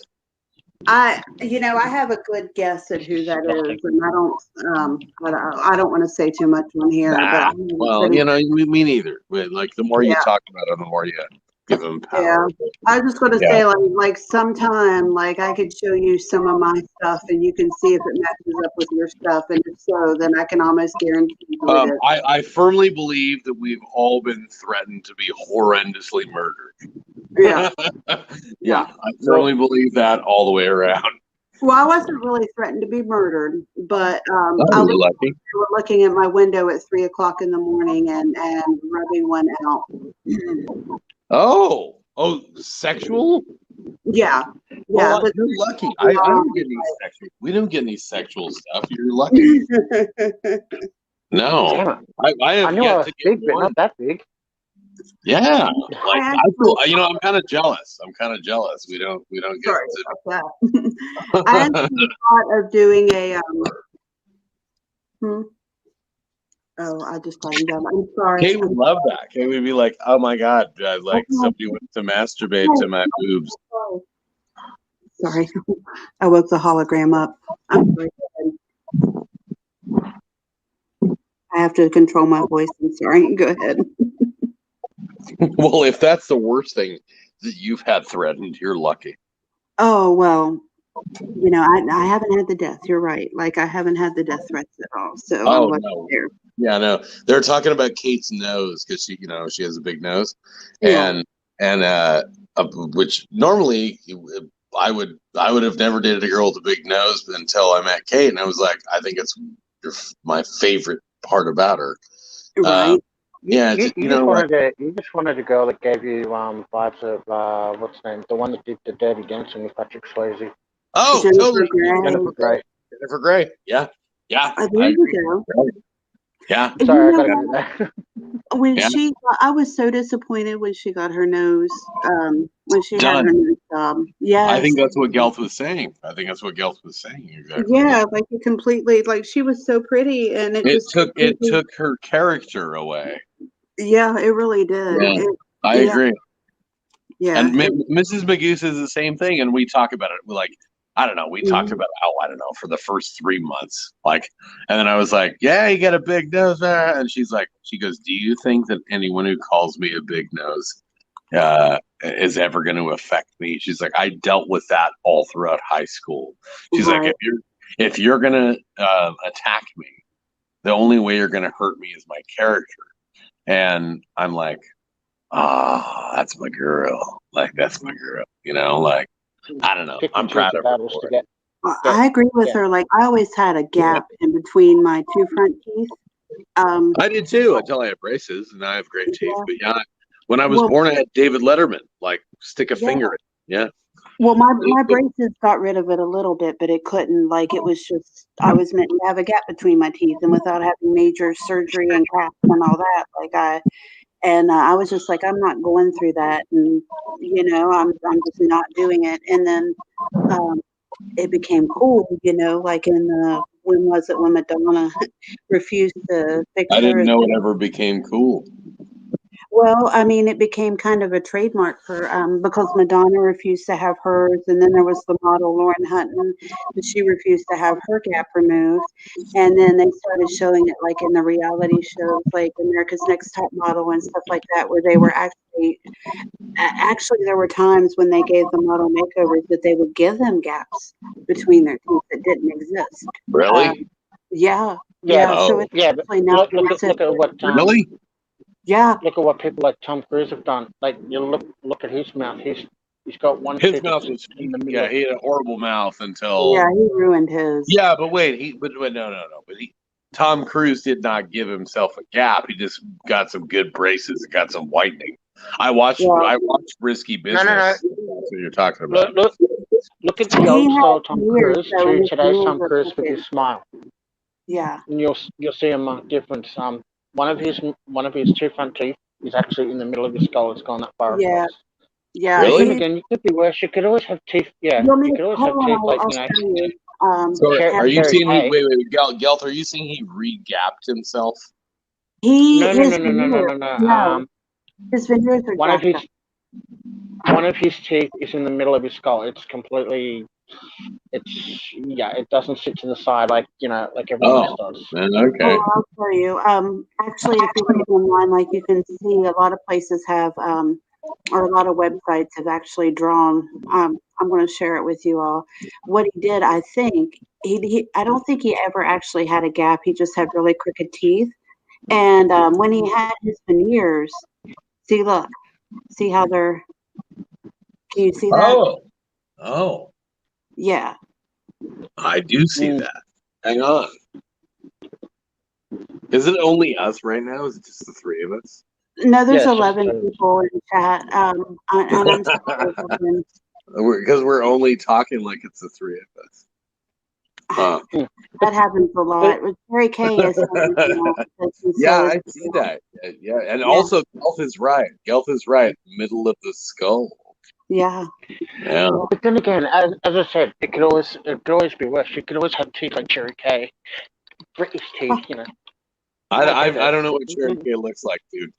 What kind of teeth does she have? She has a gap big enough between her teeth that she can really get that suck action going. Wait a minute. Cherry K's one of our favorite subscribers. What are you talking about? Have you seen her? No, I'm just getting her back for all the Choking Daddy comments. Oh, okay. I was gonna say, yeah, we've named it. She was the one who wants Will's dick real bad. Yeah. She always is talking about daddy choke. And Zavana and whatnot. Oh, well, NX Varner too. NX Varner too. Yeah, she does. You're right. Yeah. Will has like a group of like he has a kind of, I don't know what's the word, he has a fan club. There's always let's see, I was trying to find some of the cases you where guys honestly, like, how many people are listening? I don't want to say it to too many people. Like 11 or 12, not a whole lot. Do you know who this are they all cool? Are they all mutual friends?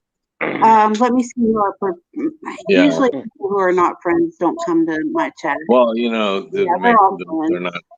Oh, wait, you guys always say true.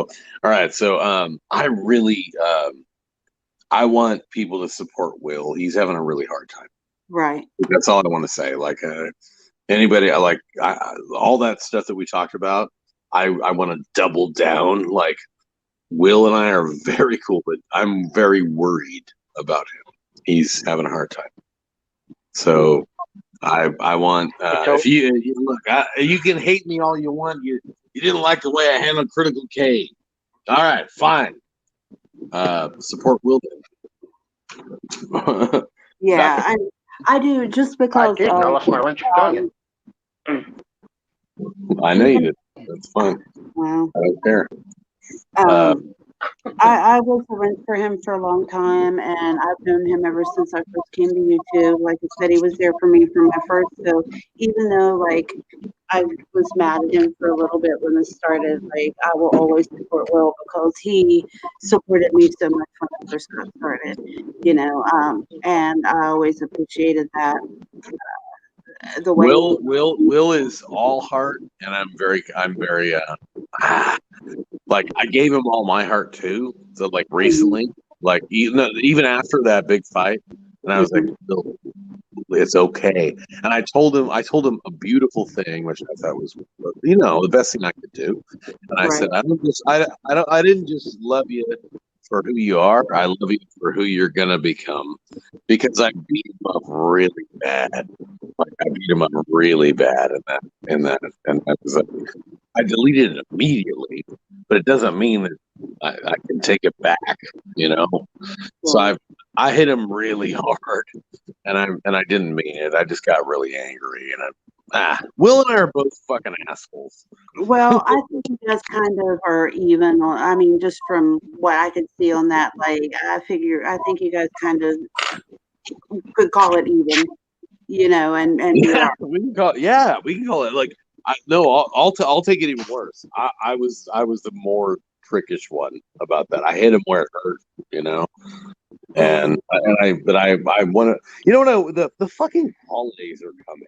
Like honestly, like do people forget this the time of human kindness and like people have forgotten. You fucking cynic. Not. I'm an agnostic mostly, who still believes in human kindness.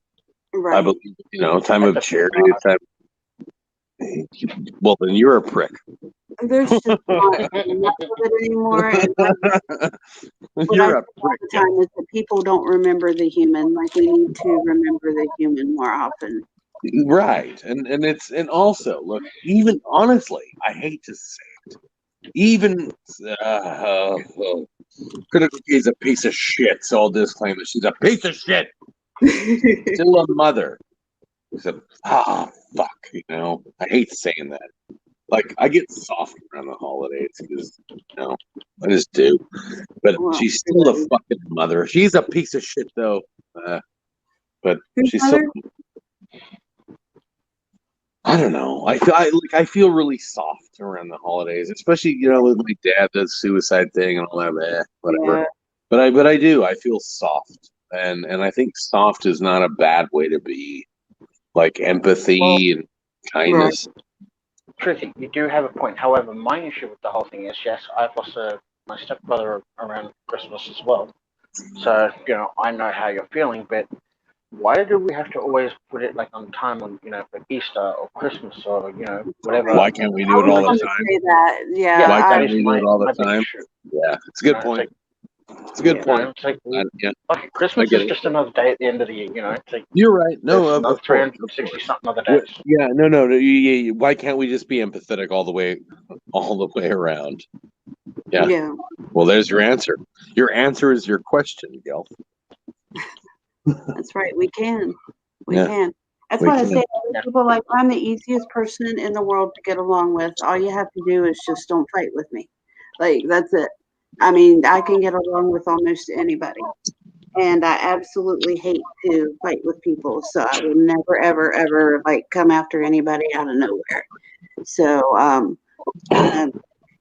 I'm easy, but I tend to like, I treat people how they treat me, and I guess, you know, you're supposed to be nice to people even when they're nasty to you. I haven't mastered that yet. You know what? Okay, so I never believed, even when I was indoctrinated as a Mennonite to, you know, a Catholic school. Yeah, but there is one thing. Well, actually, all of the things that Jesus did right. Yes. And, if your brother hits you, offer him the other cheek. Right. I've never done that. I hit back twice as hard. I hit back twice as hard, and I fire up, and every single time, and that's proven to be a mistake. It never works when I hit back twice as hard because they got kids or somebody else is going to fight me back harder. And right. Maybe I could just offer them the other cheek. I've never quite gotten there. I have, like, what I used to do when I was a kid was just shut down and completely shut down whenever people would attack me. Like, I would go off to somewhere else, you know, almost. And it hasn't been until the last, like, 10 years or so in my life that I actually started hitting back at people. But that doesn't make me feel any better than the shutting down did. So, well, so you had the very different experience than about the turning the other cheek. Well, I mean, I never was good at turning the other cheek per se, you know. I'd like try to ignore it or busy myself with something else or something like that instead. And what's the answer then? Because I answered with just punish them back harder until they run into the corner. It wasn't the right way to do it. No. I think Robbie does a really good job with it. Humor? Well, partly humor, but he also constant forgiveness. Like, he's so forgiving of people. You know, I mean, humor is also great too, but like, he just gets over things. So no. He talks about them over and over and over. He lets them get to him, and he makes videos about it. No. Let's be fair. Well, Robbie and I are cool. We're really good friends. However, that he does he lets that shit eat him up alive. He does. But he has a way of he has this forgiveness in him too. That I think, at least, you know, like, if it he forgives them on the inside. He forgives them on the inside. Yeah. I feel like things I can't forgive if I don't think. No, but he'll make like 90 videos about like, why are these bitches? Why are these bitches? It's Mama's bitches. Well, Momo's a different story. That's who's after him. The rest, but they fucking went after his job.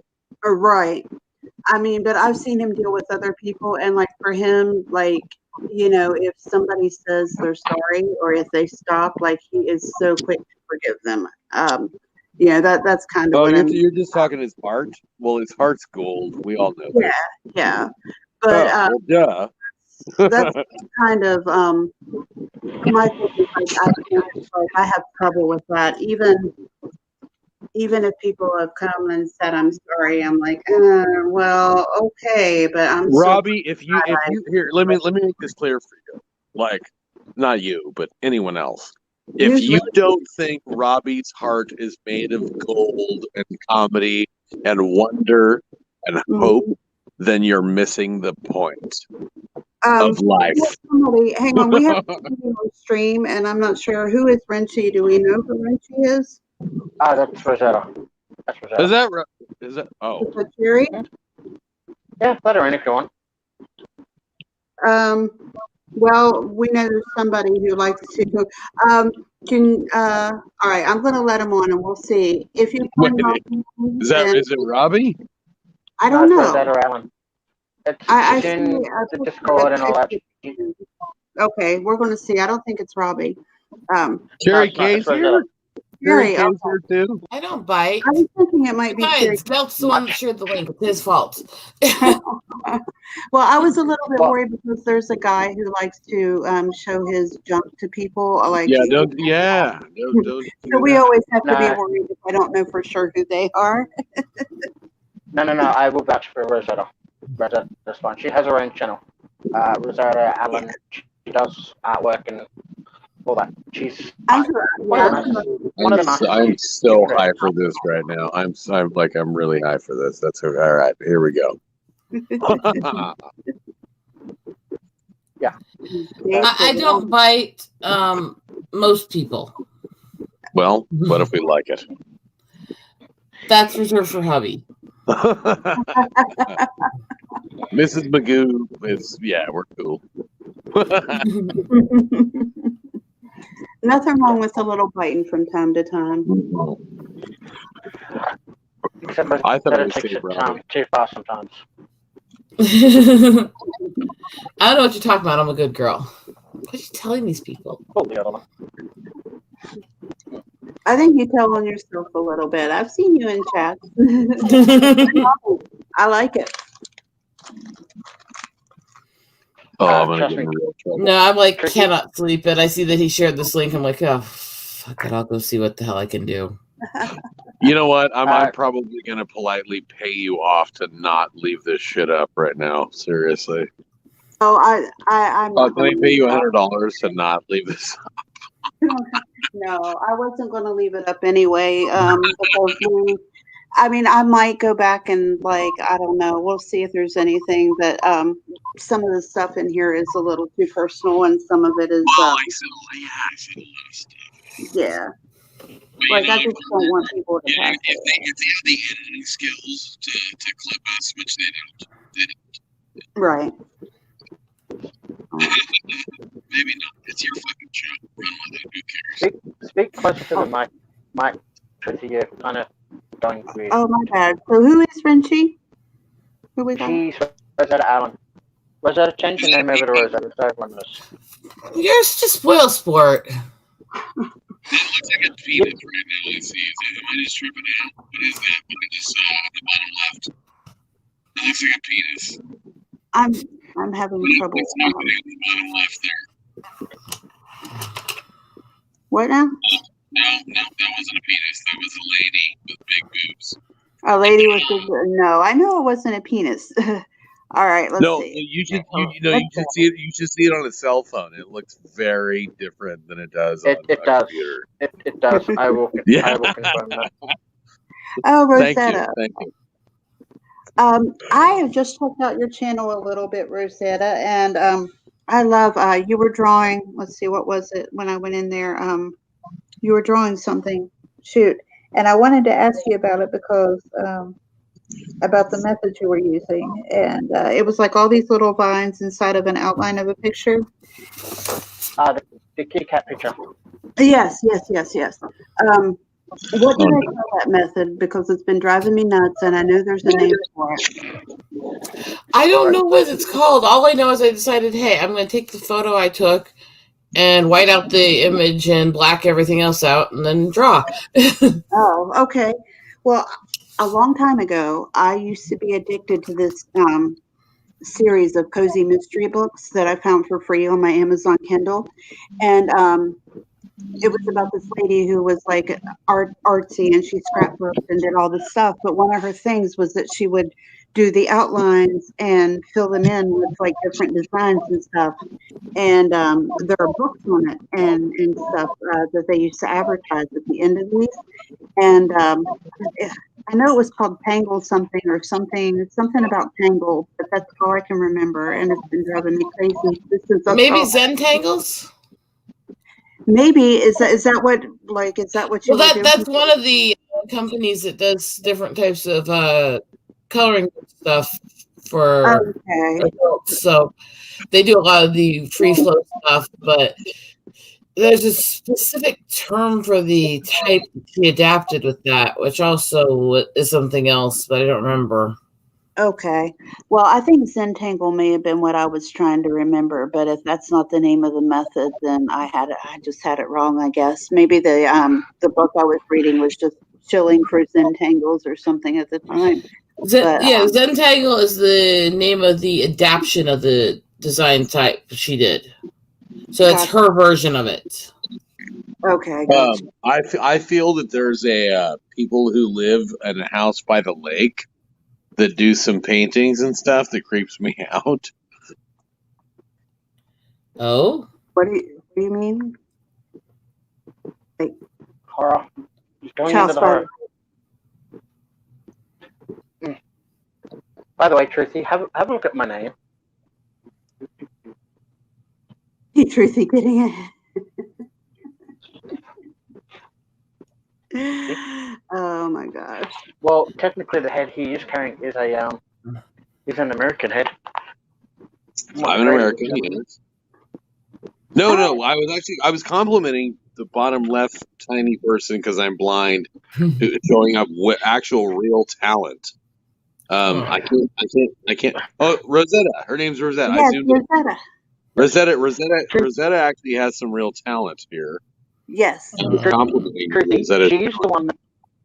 Truthy, she's the one that I've been wanting you to get on your bloody channel and chill the shit out of hers, so she can monetize and a few more subs. Oh, sure. Why not? Yeah, I need to. Do you have a wrench on here, Rosetta? Doubtful. I think I've only actually been around here a couple times yet. Okay. Well, earlier I thanked everybody who was in chat, so I wasn't sure if I had given you one or not. I was going to drop your link. Let me see if I can figure where out. I don't think Rosetta. I don't think you're a great self promoter, so you need to rely on us to promote you. Yeah. Self-promoting. Well, I had your channel subscribed. Apparently, it's unsubscribed me, and it's not showing it now. So. No, I meant that we're going to promote you because. I can't get into her chat like I'm trying to because for some reason it lost the subscription. Oh, for me? Oh, yeah. Really? Did we get YouTube fucked? Did YouTube stick their YouTube penis in us? Oh, that happens a lot. Yeah, it does with my followers too. So it does it once a month. Into my chat either? I can't find your channel, which I know I had subscribed to and have been in. Okay, it wasn't. It's kind of hard to miss my logo because it's super attractive. Yeah, but you can literally draw Truthy a better freaking logo than the one he's got. What's your channel name? I wouldn't change my logo for the world. E-Hacker says it's the worst logo he's ever seen, so I'm leaving it. What did she say? Just look for Rosetta Allen, you'll find me. Yeah, that's what I was asking, was if you're Rosetta Allen. Okay, I found Can you put it in a chat or something though? Yes, that is my plan. There we go. I'm getting her link now. Yeah. Rosetta Allen does the most awesome artwork I have ever seen. Oh, Gail, you're always so sweet to me. Okay, which is weird because you're such a troll to everybody. Yeah, of course. I troll everybody because it's fun. He trolls me too. Oh God, some of the shit this boy says. Sometimes that's fine. Like, I don't mind trolls as long as they're not being assholes. That's the only rule here on the channel since you're new. The only rule we have here is don't be an asshole. Like, I don't care what you say.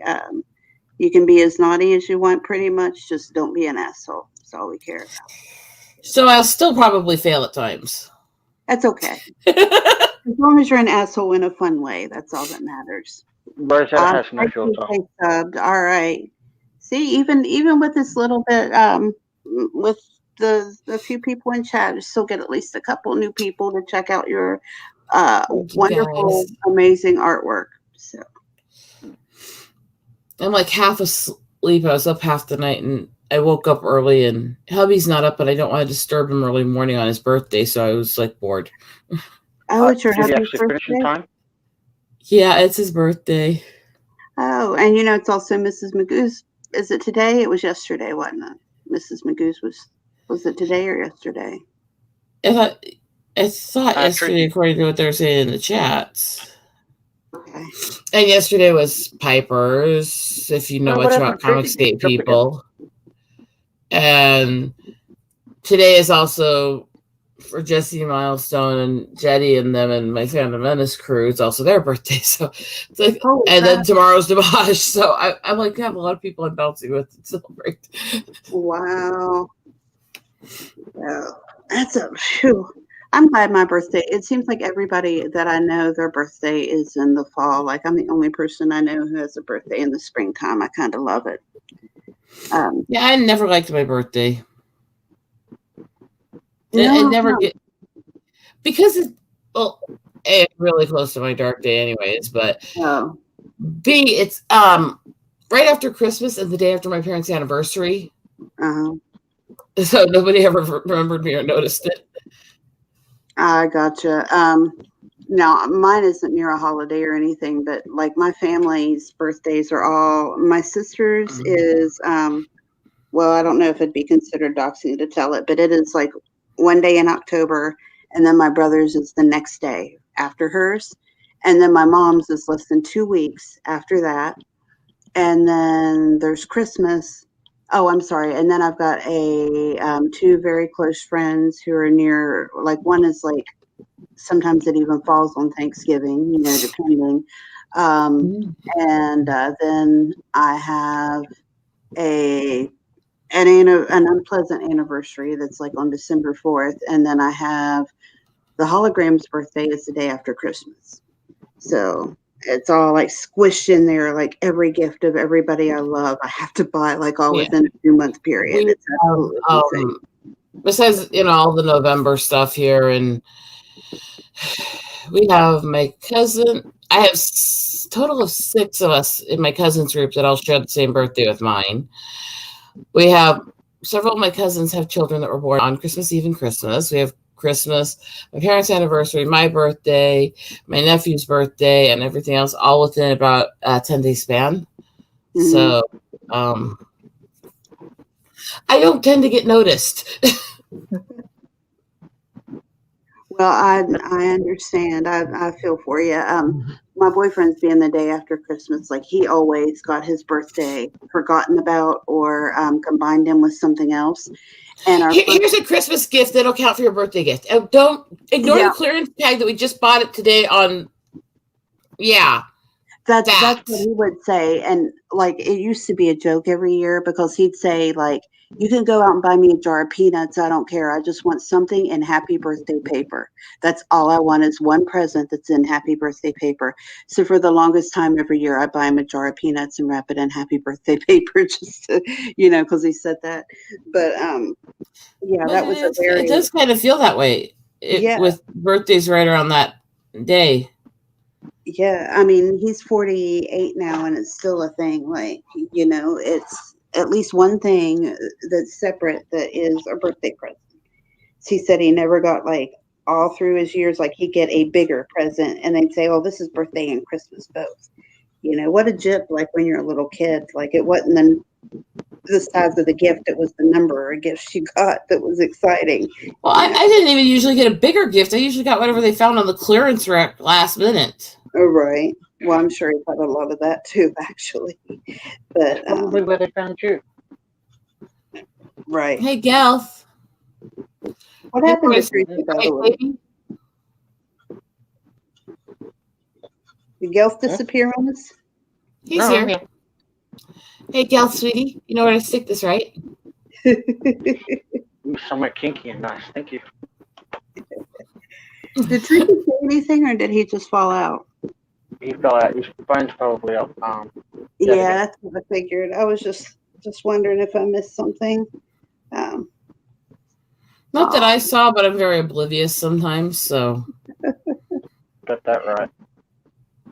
I feel you. So, I just repeat, stick it and spin. So, Rosetta, tell us a little bit about your channel, since I've only been there once to visit a little bit. Like, tell us, like, what you're doing and what your goals are. Like, I mean, if you don't mind, like, tell us a little bit about what you do. Sure, here. Let's see how I can sum this up and be good. I kind of got involved because I kind of got dragged in by friends in fandom when I started finding people online last year, about a year and a half ago. And I mostly do either art streams and just hangout panels or interviews to help promote people and get to know people. So it's mostly art and comic stuff usually. Nice. So do you use your channel to like also like promote your own art and like get commissions? Like, do you take them through your channel like that, or I'm starting more. I never have very much confidence in anything I'm doing, so I'm starting to really actually share more of it. Well, let's take a look. I mean, do you care if we take a look at your channel? Some people are sensitive. Okay, so let's pull up your channel here and we'll take a look at some of your videos and just see. Let's see. Hang on a second. Here. Rosetta Allen. There her is. Okay. So, do you have a recommendation of any specific one that you'd like to show off right now, or? Either just hop into one of the art streams and see the working, or if you really want to laugh, you could scroll back a ways. Mm-hmm. Oh my god, I could actually give you a screen share of something funny. Oh my god. The reason why I use like show off your art here, or any of those are fine. The reason I use Wenchi so often is because well, freak. I've kind of been trolled for a long time as being the sandwich wench because of my husband, and the most popular video I've had was a 2-hour stream where my entire panel, chat, and husband were all trolling me at the same time with sandwich and sex jokes. So that's funny. That's funny. Sandwich and sex. You know, that would make a good band name. Even to the point where even I have a sandwich avatar. See? Really? That's too funny. I want okay, I want some streams where we can really get a look at some of your art. Just if you have like a good one to look where we can really see some of your stuff. That's what I'd like to see. Oh, here we go. Oh. Even when she's working on the job fair and all that, there's a little bit of stream to watch. Okay. Well, I didn't want to snipe her whole streams. Like, if people want to see her streams, they should go to her channel and give her reviews. I just wanted to kind of give them an idea of what she's got on her channel and show off her talent a little bit. The stuff being popped up on screen gives you a clue what the conversations in my chat often are like. Mm-hmm. Okay. You click to the end there, the first thing it shows is the guy saying thick girls are fun. Oh gosh. Well, I can, like, would you rather I hid the chat replay while we're Oh, no. That pop up on screen. You ain't avoiding my crazy audience. Okay. I like my crazy folks. That all together makes it more fun. I think for me, the whole success of a live stream depends on who you get on your channel and who you get in your chat, especially. And the chat is like the most important thing because that gives us stuff to talk about. So if you don't have cool people or funny people, in your stream or your chat, then it kind of takes away from all that for sure. Let's see.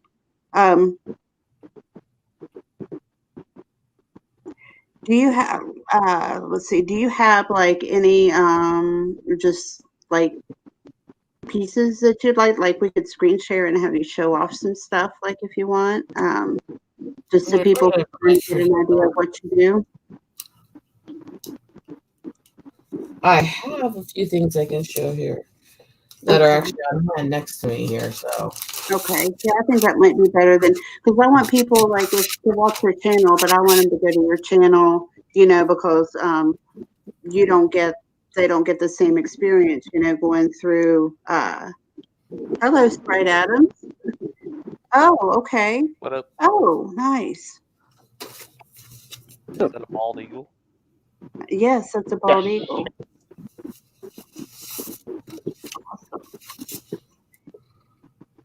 Oh. This is a lot of good bad luck. Oh, that's pretty. I like that one a lot. Is that a crow? Those are all types of eagles, including that's a bottler. All of those were actually done. Shrika Media did black and whites based on photos I actually took. Mm-hmm. And then I did the colorist and inking out and stuff to it. Nice. So I've been working on a book which is all eagle photos and stuff like that. I do a lot of photography, so. Mm-hmm. Okay, well, that's I was talking about. I didn't realize you did photography too. See, I don't know you very well yet, and so I didn't know about that. Do you have what kind of photography do you do? Is it like wildlife or? So wildlife, scenery, weird weather sometimes, and stuff like that. Mostly animals. So. Gotcha. I know you said you're kind of working on a book. What would you like to ultimately do with your talent? Do you want to try to take it in a certain direction? Or, what's your dream or your goal as far as your channel goes and all that? Well, for my photography, I really want to help people understand nature and the beauty around us and stuff, and kind of get more of a glimpse of what I was as a child in the mountains, because most people that I know and interact with, especially in these nerd communities, are more city folk. Right. And so they don't really have that perspective of creation and stuff. And I think it's something that can bind us all in a way, but it also just helps us see something beyond ourselves. Yeah. Yeah. I agree with that. I think a lot of people definitely like to look at, animal photography. Mm-hmm. So, you can look at a lot of channels where it's just let's boop my dog on the nose. Yeah. What's that one? I think his name's Dodo Bird or something. Oh, it's he has 1.2 million subs. Kind of Bored Panda and Dodo Bird, the Dodo, yeah. The weirdest one is that there are actually freaking spoof accounts and fan accounts to my cat, just because she likes to jump up on the screen and get attention from people when I'm on. Mine was doing that in the beginning of this. I was trying to show some of my jewelry, and she was in there pawing at the stuff I was showing. So yeah, you did that. It was really cute to see. But if you want some really good photography, bring up the baby bison picture. The what? That is the baby bison picture. I mean, that is one of your best shots ever. So. Okay, I was getting a few of the eagles, but I can do that too. Okay. Yeah. If you have screen, like you can screen share with them. If you have stuff like that's on your, it might be easier for us to. I mean, you can hold them up too if you want to do that, but you're more than welcome to screen share if you have stuff like that's on the screen that you want to show as well. So I'm totally cool with that. Whatever is the easiest to show. Hi, Amber's Alerts. I'm sorry, I just found my friend. Girl, we've been live since we're going on 6.5. 5:30. Yeah, started 5:30 my time, and it's 12 o'clock.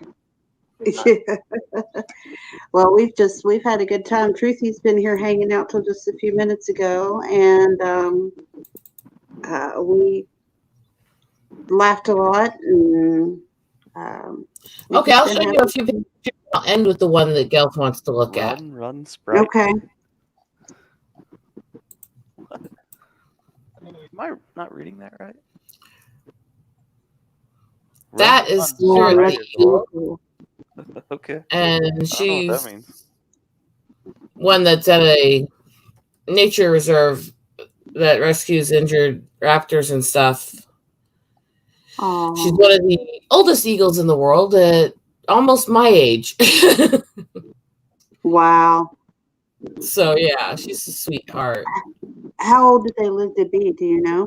Usually in around 20. She is almost 36 now.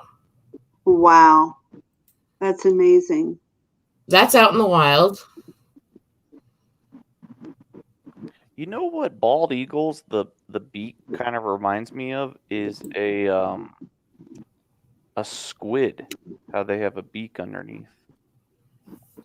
And because he said to bring Bison, I'm going to do this one first. This is the picture that actually got me settled to decide I was doing photography professionally.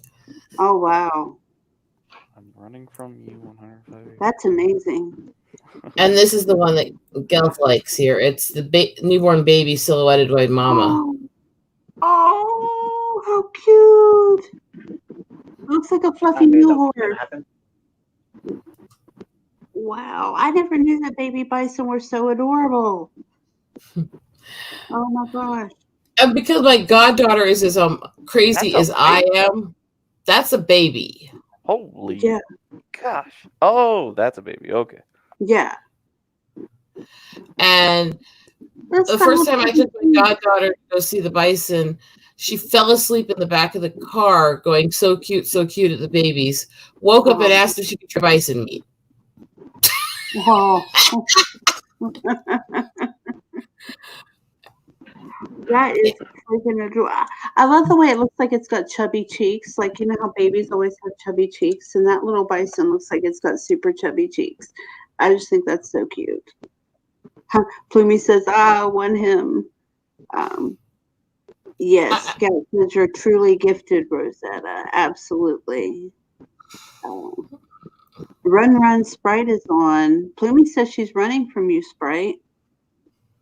Yeah, I don't know what that really means, but oh, okay. I thought maybe it was like maybe y'all had a private joke or something about running away. I think she's just joking around. Oh, of course she is. Yeah, Plumie's funny. I think that little buffalo though looks stoned. Either that or he's just like chilling in the moment. Well, maybe he's milk stoned or she's milk stoned. You know. Yeah. Like, let the baby spend your time looking high, I think. Just loving being next to the mother. Yes, exactly. That's awesome. And for those who didn't see it, we shared Rosetta's link in the chat. I will share it again, or if somebody has it handy. Oh, no, here it is. Nope, that's the StreamYard's link. My bad. Here we go. Cherry K shared it. I'll share it again. I'll actually pin it to the top of the screen here. So there we go. So if anybody wants to go and check it out or subscribe to her or whatever, go check her out, go sub, all that good stuff. Share her site with your friends. All that good stuff, because she's Good at what she does, for sure. That includes being very mouthy and cross, which is why everything I do is age restricted. Yeah. Fair warning. Because I'm not like a sailor.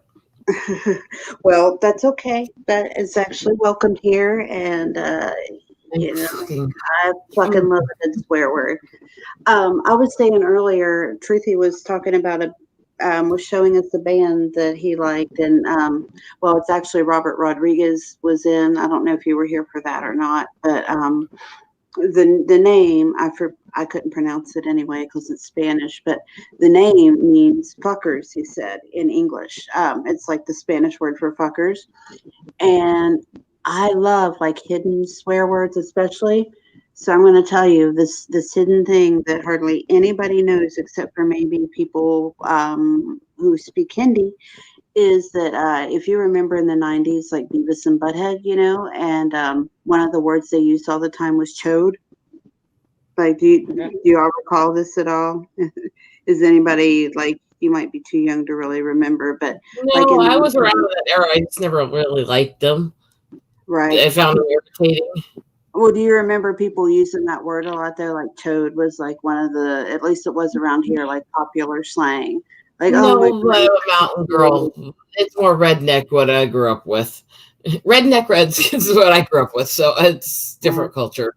Well, I'm from West Virginia, so we're pretty redneck too. But anyway, like when I was during that era, that word seemed to be everywhere, all over TV. It's cabron, I think, is what you're thinking of. But yeah, I watched Beavis and Butthead. Okay. Who did you say you thought I was thinking of? Me? Yeah, I was. Cabron means fuckers. Oh, no, it was like Ching. It looked like Ching, but it wasn't pronounced Ching something, but it wasn't pronounced that way. That's not Spanish. Truthy speaks Spanish, so let me see if I can find it in my history now. It's gonna bug me. Hold up. Chingon.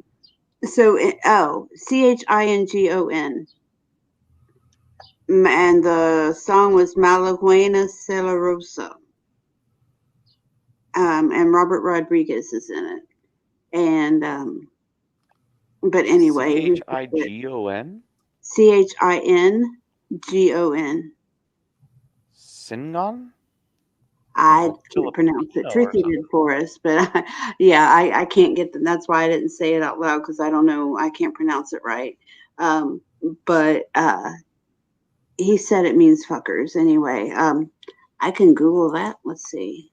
Chingon in English. There you go. See, Rosetta, I'm swearing. In the chat list anyway. I'm swearing.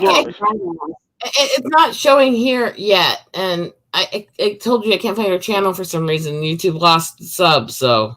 My channel? Yeah. Because I got the link from him where he put it in Discord. Okay.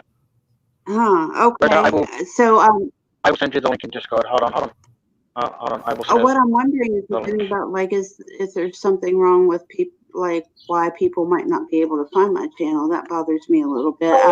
Like sub people from people. Right. If they don't think you're active enough, or they don't think you actually are legitimately connected to them, or some stupid shit, they'll unsub you because they're fucking know it. Yeah. Little bastards who like to interfere with other people's business and should shut the fuck up and stay out of it.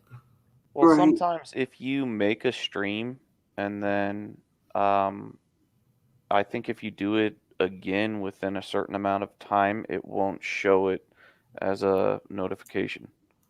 Yeah, the notification thing, yeah. What I'm talking about is people will actually disappear off your subscription list, and you have to reset. I've had that happen too. But anyway, there's the link to this video. And of course, you know, you can find my channel through there. But anyway, I was going to say the not the plot twist shit, the punchline to that story I was telling with the word chode is that word. The word chode. Yeah, it actually is a word. It's a Hindi word, and it means fucker. it does mean fucker. I had neighbors that were Hindi. Well, they were from India and they spoke Hindi. And I didn't think much about it, until like the scam baiting started up, and I kept on hearing Mater Chode and Ben Chode. And I was like, I remember that, and I remember Beavis and Butthead saying it. So Mater Chode is motherfucker and Ben Chode is brotherfucker. And they're like two of the worst swears that you can say to somebody. So if you get a scam call, and you call them and you'll hear them freak out, like how they get really mad if you ask them questions, and they'll be like, "Oh, Mother Chode." So if you go back at them and you're like, "Oh, really, Ben Chode?" Like they freak out, like they don't know. You've been watching some of those scam videos, huh? I think they're hilarious, but I like to mess with them. Like I've always done that because I had like a few. I don't have a lot of phrases and stuff, but I had a few that I understood because of my neighbors. And so I'd like to freak them out and just let them know that I understood when they were cussing me and stuff, because like they don't get embarrassed. They don't have the good grace to be embarrassed about it, but it'd freak them out anyway, just that I knew what they were saying. I think the best ones are when these guys lead them on until the very end, and they'll give them fake names, fake everything, fake. Yeah. And then they'll get their, what's your credit card? And then they give them a fake credit card, and then they just get so mad, screaming at him, "You motherfucker!" Have you ever seen the guy's name is Kit Boga, and he pretends to be an old lady, right? And he'll act like he's buying all those Google Play cards and stuff for him, and then he'll act like he thinks he has to redeem them. Yeah, go to the store and buy this Oh, card. If you talk about getting that. even with scammers, you look up Stevie T prank scammers. He actually called them back and teased, insulted, and gented out guitar in their ears and stuff like that. Now, they made a video of it. I have a thing about like when people do what's his that, name? Stevie like what? loud Stevie noises. T. Like I don't like that. Just because when I was a telemarketer, and it was a legit company, but when I was a telemarketer, I had somebody do that to me, and I swear I don't think my ears have been right ever since. But anybody listening should also know that if you do that, like blow a whistle in somebody's ear or something, that they can actually file, like that's actually technically assault. And you can actually be criminally charged. He would step back. It's not like he was playing so loud that it was literally blasting the mics. Oh, okay. Okay. But so he was like doing seeing what they would do if he did it and stuff, and if they'd actually play along. And it was amazing how many would. They had the scammers like singing with them and stuff. And he did that part of this video too, actually. It's one of my favorite videos for a reason. I had one where they called this woman or they got this lady, but he was pretending to be like this countrified dude, and he sang the song, and I forget the name of it, but it was something really goofy and recognizable. And so then he called back, like pretending to be somebody else, right? And he made that person believe he was famous. I'm sorry, I should have told you that. And he was singing this song, and he was like, "And I dedicate this to you, baby girl." And you could tell she was getting all flustered. So then they waited a few days and called back as somebody else, and they started talking about music, and they asked her what her favorite song was, and she named that song. So that was pretty funny. And that was one, like some of those gags they'll have going for days and days. There was these one scammers, and they had them convinced they were going to give them like 20 grand. And it was like 36 hours they spent on the phone wasting this guy's time. I mean, it's, but I get a kick out of that stuff. Robbie does prank calls, and I so want him to do some scam baiting. Like I want them to do it so bad. Him and Mexi and Molly Golightly have been doing prank calls together, and it's just hilarious to watch. But anyway, so if you get those guys and you like to mess with the scammers, remember those two words, because it'll flip them out. They don't know what to think. So, we lost Sprite Adams. Is Rosetta still here? Mm-hmm. Okay. We lost Sprite. I don't know what happened. He just got disconnected all of a sudden, so maybe he'll call back. There he is. Okay. Hello. You there? Oh yeah, I'm sorry. Okay, no, it's okay. It's just knowing you're all right. I gotta buy a new mic. I feel you. I keep using, like, I just use the one that's in my computer right now, and I'd really like to get a nice one. I may do that eventually. Yeah, my mic costs $19.99 off Amazon. It's just a piece of crap. Oh, Never worked. What's it called? Well, like, what's the name of the brand?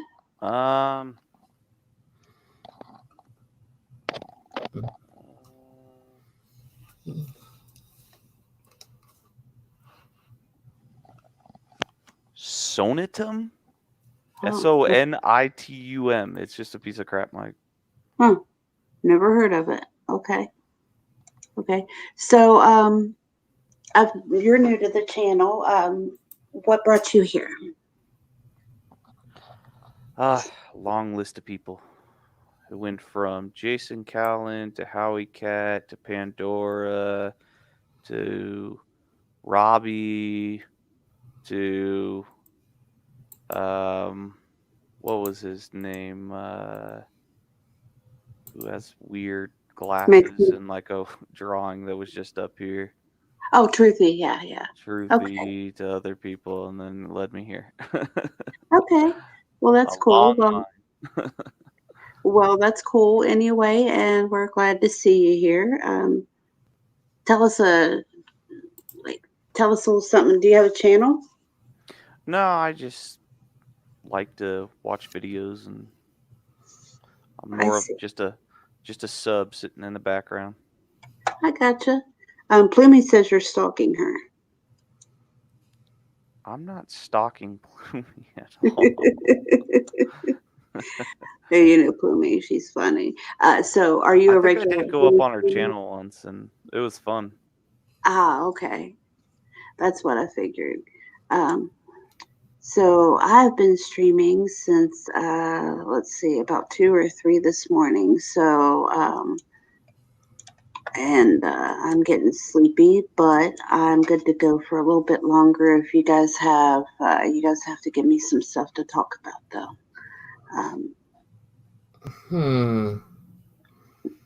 And I'm sitting there thinking, I don't have my brain working right now. That's okay. Well, while you guys are thinking, I'll tell you, Plumie has a really good channel too. She streams, she's like us, a personality. She does some cooking sometimes, and she does a little bit of this and a little bit of that. And she always makes me laugh. Always. So, Plumie. Don't block me.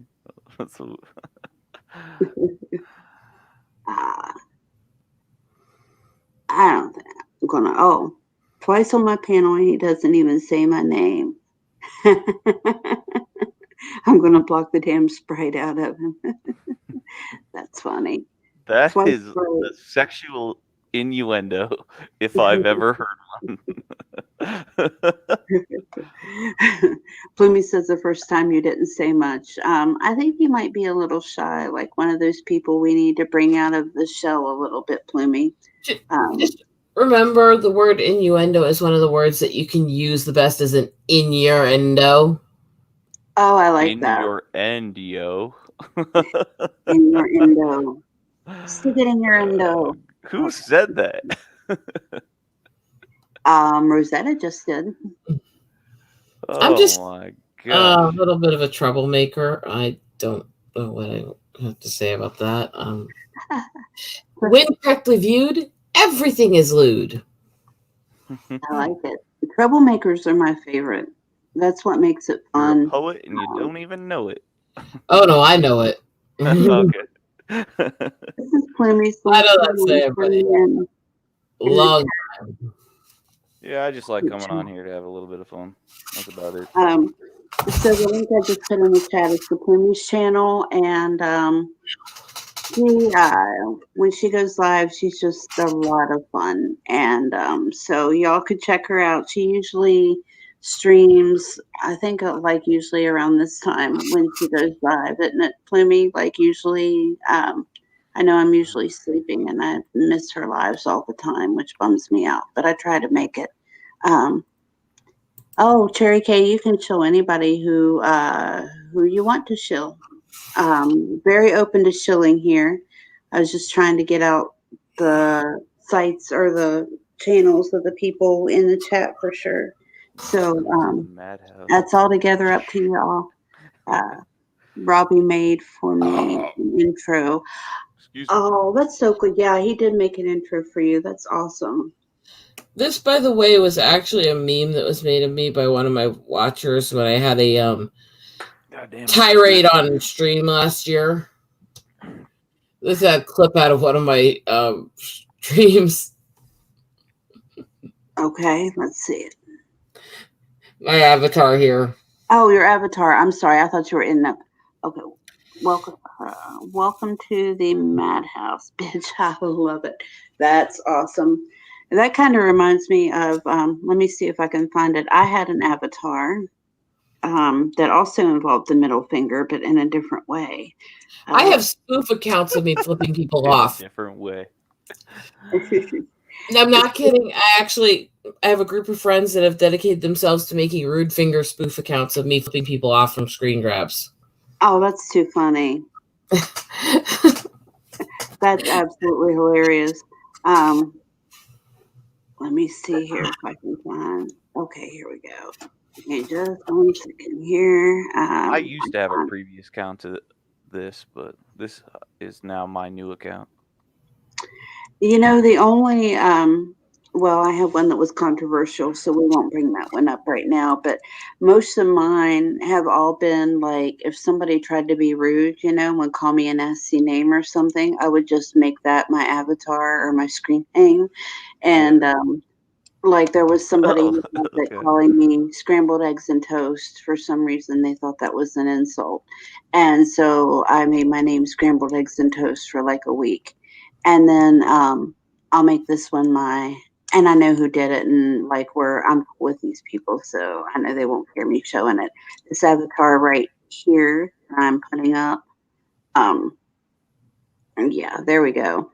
That was an avatar that was made about me as my at my. I don't want to say my first account, but I got doxxed on it, but it was my fault. I just didn't know that there were so many people out there that just are willing to find out information about you. Like it was over a long period of time, kind of. But I doxed myself. I have had people threaten me. I've had people threaten to go after my medical records. I'm like, it's not going to happen. Right. Well, that's fucked up. Like, well, if they can find my medical records, if they're in touch with God, because the tribe destroyed everything over 3 years old. Mm-hmm. So there's nothing of them anywhere on this fucking planet. Well, why would they? Here's what gets me. Why would they want to show your medical records and the fact that they have them in the first place? No, they didn't have them. They're threatening to find them because they were determined to tell everybody that I was faking my medical issues. Like, you could maybe see, like, arrest records, but I don't know how they could find medical records. That's supposed to be confidential. You'd be surprised. But, yeah. I think I would be surprised because I've never heard about that. Oh, man, it's like that's way too invasive. Like, let's say you had a polyp on your lung or something and it had to be cut off and they could find that.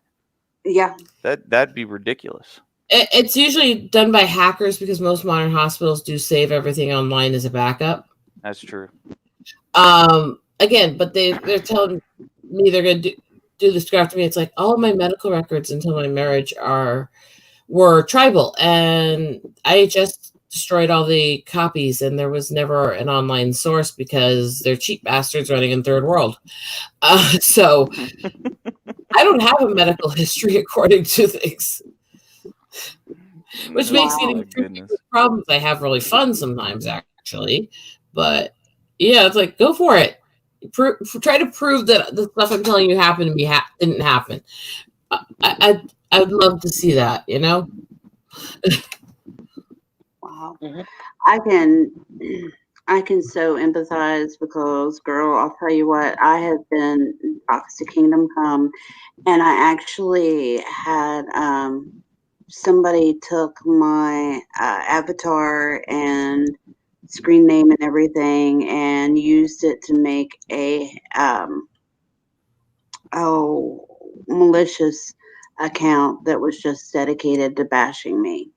And yeah, go ahead. I had somebody post to a friend of mine when he was arguing with him a screen grab of a photo of me in my early 20s on a anonymous site where I used to work as an erotica writer, threatening to come after me if he didn't shut up. As an erotica writer? I've never heard anything like that. And so, what were they trying to shut you up on? Just that you had an opinion? In this discussion, they were trying to threaten me to try to threaten a friend, literally. Wow. But this also says they've been digging in my past a long time trying to find any image of me. Right. But so when they did this, I took a screen grab of them posting it to him, and then just reposted it saying, "Go ahead, do it, bitch. Share the stuff I used to write. I'll do it for you." Right. Did you see my avatar now? That's the one that I was telling you that yours reminded me of. The middle finger. You can't like take that, a joke. And that came from somebody being what does that mean? But I'll show you firsthand what these people did. Since I'm going to take this down anyway, give me just a second here, just to give you an idea of. Fuck you. I get it. What is it? And then kisses and love afterwards. Yeah. Yeah, I doxed myself, but I was able to contact the person, and they took down the video, and we're still friends to this day, I think. So. Well, that's good. They took it down on their own. Yep. Bear with me here. I'm sorry. Sometimes I have trouble talking and finding something at the same time. Bear with me here just a second. I have a very rare last name. So if I gave you my last name, there's only one person in the entire country that has my last name. Oh my God. I have the exact So it's not going to be hard to find me. I have been, so many people know it anyway, but if you Google my name, I am not only the first search that comes up, but the only one that matches it exactly also. And so when I first came on here, I protected my identity really, really strongly. And I didn't want, I didn't even give out my first name to anybody. But what happened was that when these people started harassing me, they put up a page on Facebook. And I thought you had to be logged into Facebook to talk about it. And I wanted to make it public what these people were doing. So I went online, and I was logged into, not to my Facebook, but to an old Facebook that I made years and years ago when I was gaming on there. And I made an extra Facebook so I could give gifts to myself, through Farmville, and how those old games used to work.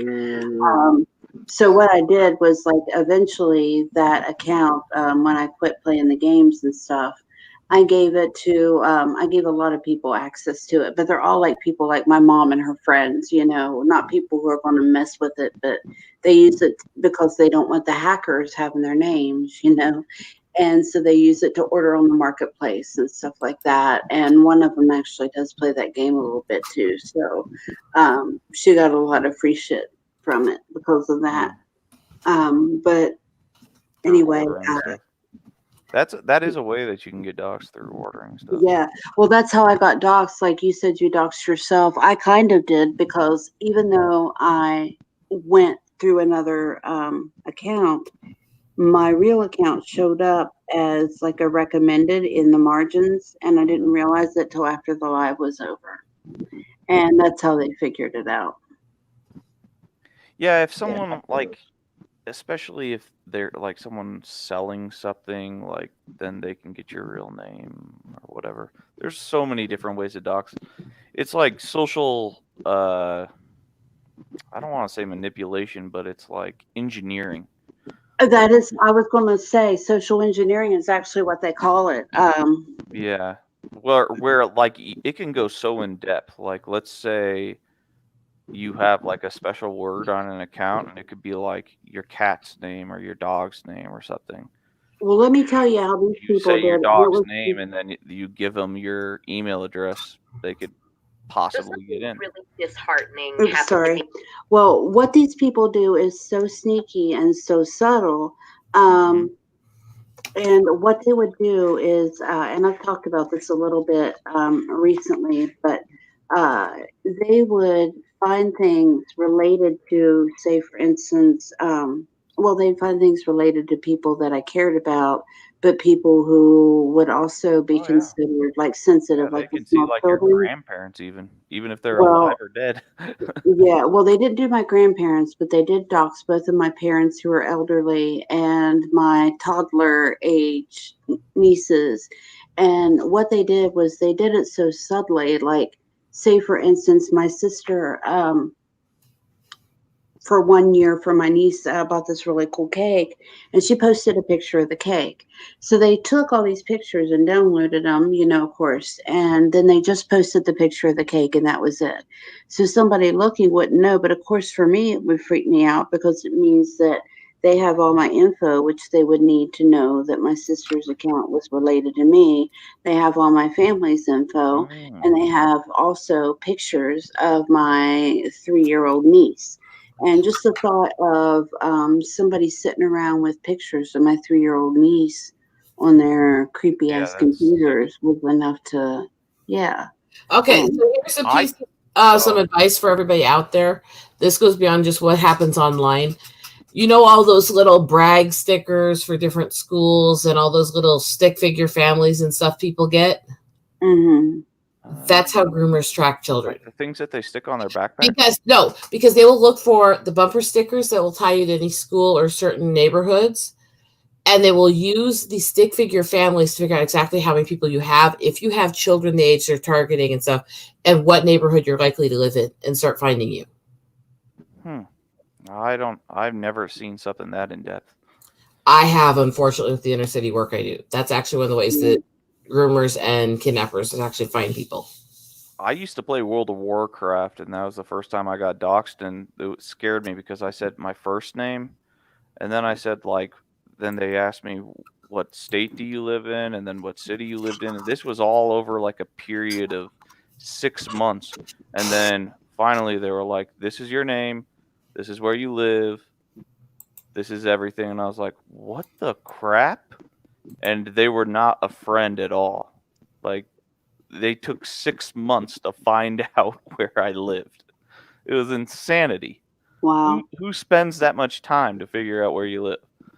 These scumbags, apparently, because wait till you see, I'm pulling up the account here, but wait till you see the depths these people went to get at me.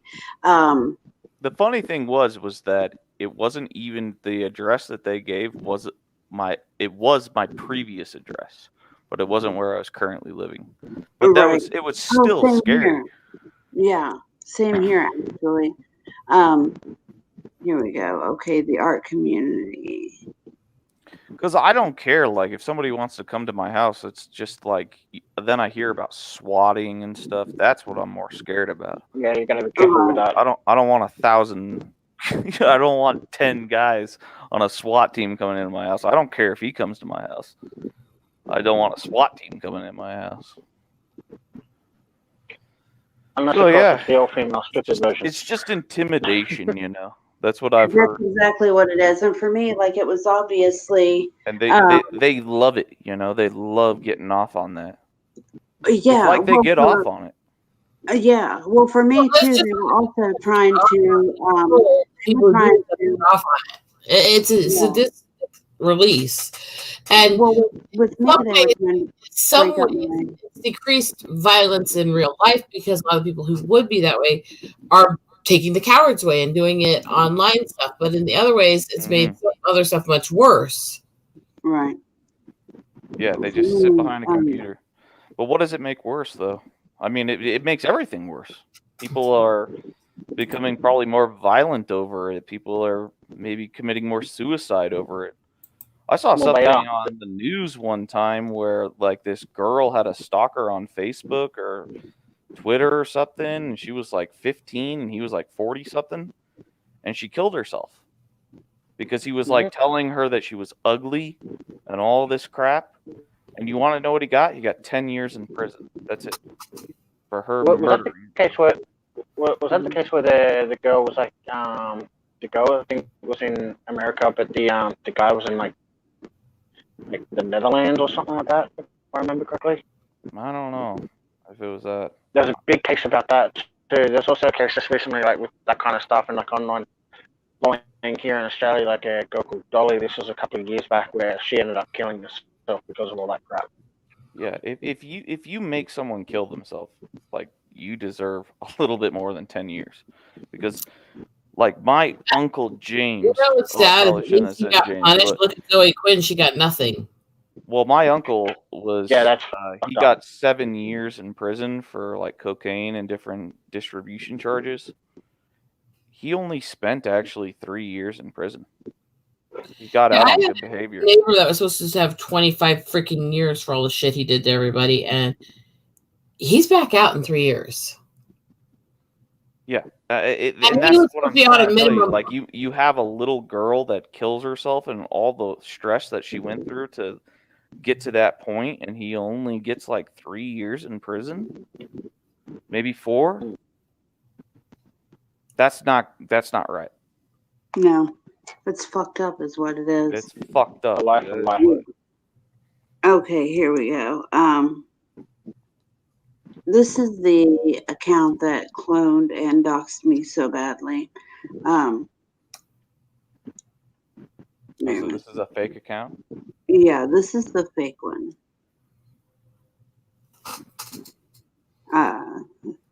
There we go. Okay. Yeah, stuff like that really makes me mad. Like legitimately mad. Like I want to punch a fucking hole through the wall, mad. Can't blame me, do. I think a lot of people do.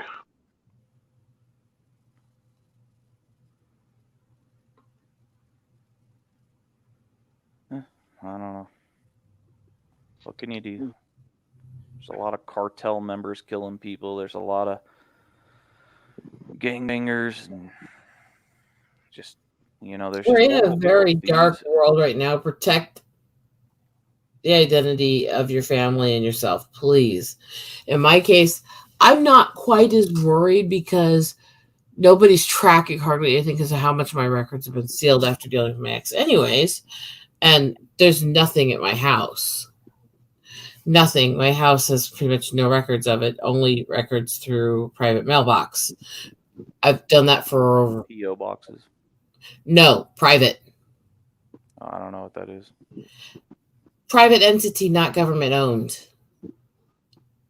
So, because with a P.O. box, it's still government owned. They're still tied to the post office. Yeah. In a lot of states, you have to do it at the one closest to your residence. Mm-hmm. So, well, you don't necessarily have to. Actually, in this state, you have to use one closest to your residence in order to legally get a P.O. box. In my state, you don't have to. So what I'm saying is, there's a lot of issues I have with them. The private mailbox runs the same way, but it's run as a private company where the mail's dropped off to them. And there's a lot more in between you and the government with more of the records sealed.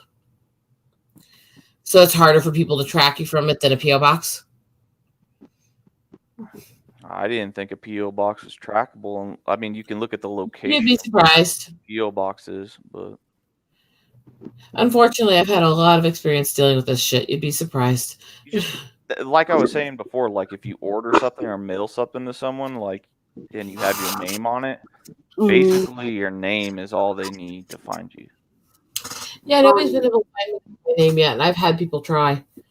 But I went through a lot to hide where I am because of my ex. So, right. Oh, I'm sorry about that. Oh yeah, I wanted to share. All right, so this video. Let me tell you what these fuckers did. They actually tried to break up I've been with, I call him the hologram because I hate the word boyfriend. I'm 46 and I just feel stupid calling him my boyfriend. So the hologram is my boyfriend. If you guys hear me use that word, that's why. Yes. And that's because the people who Can you see through him? No, but I'll tell you why the hologram is because one of the narratives they were trying to spin was that supposedly I was making him up because I don't need a boyfriend. You know, never mind. I'm sorry. I said I don't need a boyfriend, but my brain is starting to short circuit. I'm sorry. Anyway, I made him up. So one of the things that one of the people actually said was, oh, he's just a hologram. And so around that time, my friend Copper, who was up here earlier, they were saying the same thing about hers. And her husband goes by Heimdall. So she was Heimdall's cooter.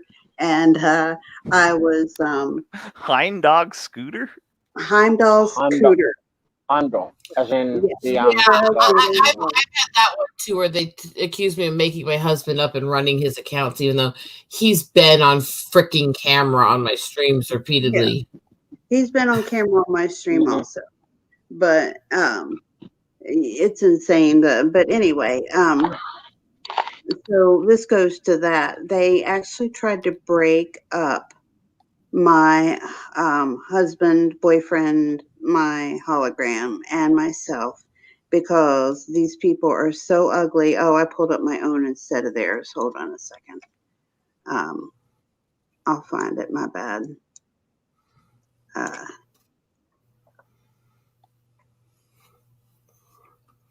I'm not afraid to say I'm single. No, I mean, why would you? Why would you care for people who are single?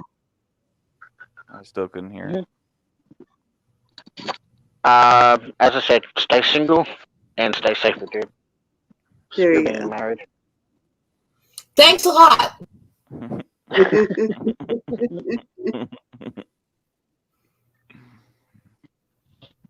Yes. Go shag a kangaroo.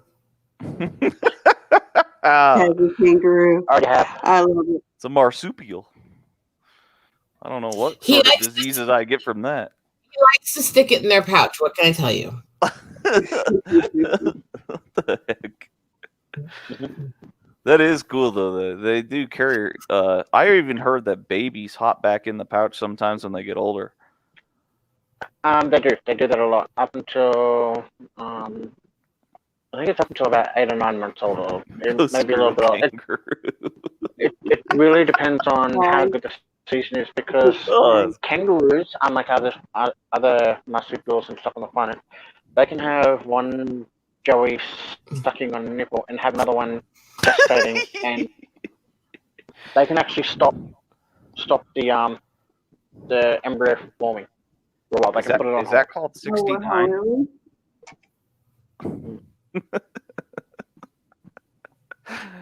I'm kidding. Okay. But anyway, Rosetta knows I prefer to go after emus instead because this is so much better. More leg room. You just like the feathers grinding against you. Oh yeah.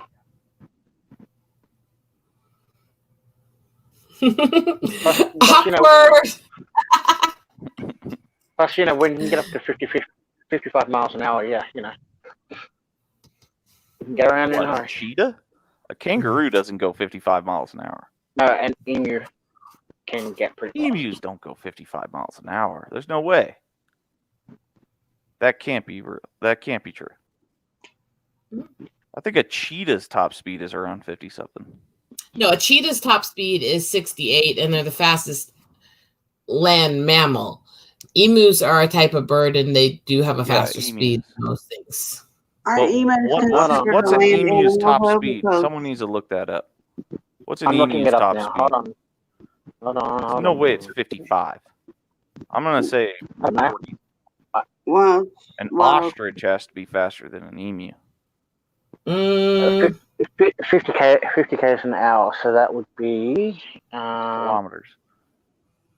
Yeah, it's 50 kilometers, so I would have to change 50 kilometers. Yeah, that's like 30. No, yeah, that's like 30 something. Yes. Okay, well, I was able to find some of mine here, so I'll show you those. Now, this is just part of my story, so, which I know a lot of my regular subs have already heard, so, you know, if you want to take in half or something. Okay, that kind of sense. I thought kilometers were bigger than miles. Yeah. Yeah, but we all know that your brain is defective, gals. Too much kangaroo shagging. True. I keep telling you, remember, they said it best in Princess Bride, and as everyone knows, Australia is entirely peopled by criminals. Oh, well, yeah, I mean, I think Australia originally, the English people, like, put all the criminals there. Wasn't that something? Yeah. I call them penal colony wankers for a reason. I mean... But we can't call them criminals. I mean, that's like ancestors. That's like if my great-great-great-grandfather was a criminal, that doesn't make me a criminal. No, I call them penal colony wankers for fun because I like teasing people. Yeah, and I call all you Americans puritanical wankers. Australians call. And I keep telling you that that's incorrect. From New Zealand, Kiwis. No, I keep telling him that's incorrect because that's not who I am. I was part of the people that were, you know, fucking them people up. What can I tell you? Cherry Kay is the only one that took the one true risk because she is British, so, you know, you almost bow to her. Oh, fuck that. I tease Brits more than anybody. Thank you, Cherry Kay. I tease Brits more than anybody, and that's most of my subs, so hey.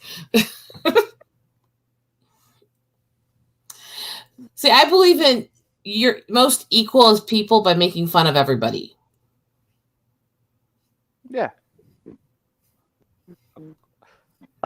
I guess that's a weird way to say equality, but there you go. Make fun of everybody.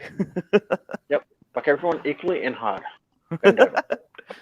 Well, it is kind of like treating everyone the same.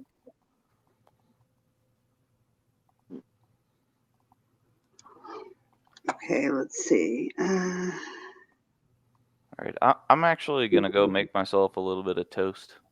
Okay. Have fun. I appreciate you coming up. Like I said, I'm a little slap happy, and we're going to be calling it a night soon, but you're always welcome up here anytime. And I appreciate you coming up to participate. So, yeah. Yeah, thank you for having me. I'll actually probably just mute my mic, and if you guys are still on, okay. I'll see. Sure, that's fine as well. All right.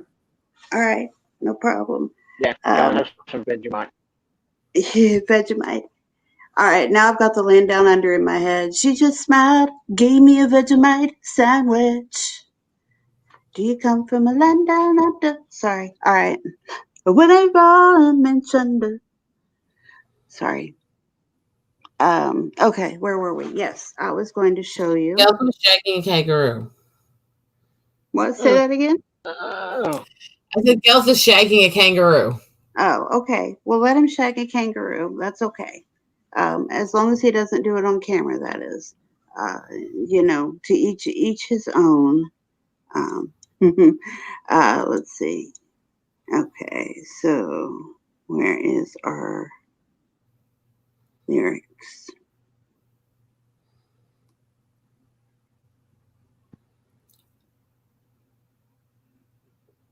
Okay. I'm getting frustrated here.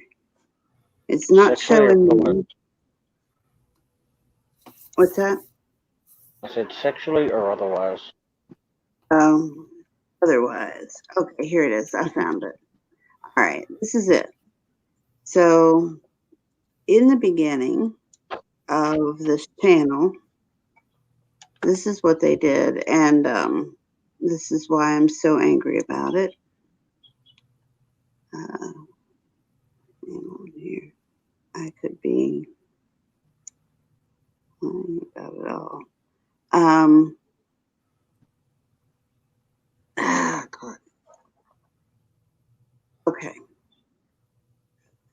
we go. Okay. So I had a friend, and she used to do these little dance party things, and she'd have people get up, and it was just like a feel good kind of thing. And that was her little trademark. And so they would do stuff like clip me and like dancing or whatever. And like this is one of them. And because I'm a recovering addict and I made that public, like they kept calling me a junkie. So just whatever opportunity they could get to call me a junkie and make fun of me. That's where they clipped me dancing with one of my YouTube friends. And because like my pants were falling down a little bit and I reached back and like pulled them up, what they did was they told people that I was putting my fingers in my ass and sniffing them. Okay. So that's one of them. Let's see. This one here, though, is the one. And okay, you see these weird, like off the wall, like senseless ones here? Those are all first names of people in my family. And like this one, like listen to how creepy this shit is. Listen to this. Michael.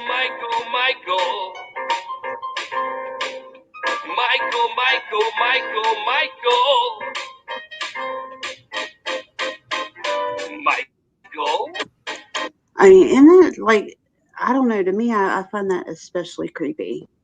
Just, ugh. But this is the one that really got me. Now, my niece's third birthday, they had like an Old McDonald, because that was her jam at the time, was Old McDonald's farm. So it was like little farm things for themes. Now, this wasn't anything I showed online. I never talked about my family. I had never given anybody my name. I had never even mentioned the children in my family or anything. And all of a sudden, they started publicizing it. And the thing with the children was what really, upset me and pissed me off. But for her third birthday, we had, as part of the farm theme, like we had these little paper masks and we just ran them off on the printer and left them for people to, just wear. Well, mostly the kids. But I put one on for a picture with my niece. And they took that picture and clipped me out of it. And they were using it as an avatar for this disgusting hate channel. But they were also using pictures of my parents and things like that. But I privacy struck it for obvious reasons. And they tried to say, well, hang on, let me pull it up here. Okay, you see the picture there. All right. So I used that picture as my profile picture for a while. And during that time, they had like Female Week or Women's Week or whatever. And so this banner here at the bottom where it says, I am that girl. What that is like a girl power. There's a Facebook page called That Girl, and it's all like girl power memes, basically. And so that's where that came from. Well,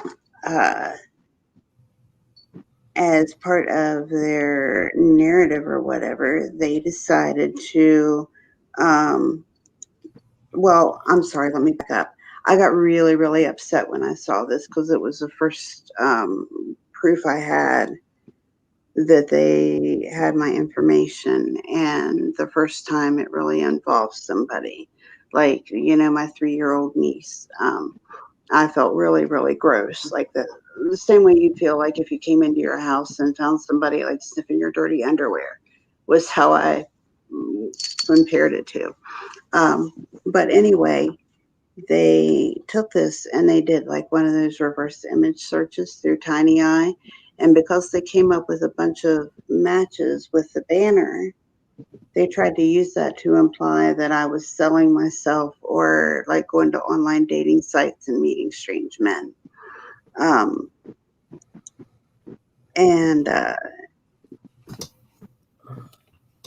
I didn't pick up any of the sound when I was doing this, and that kind of bugs me. But Oh, well.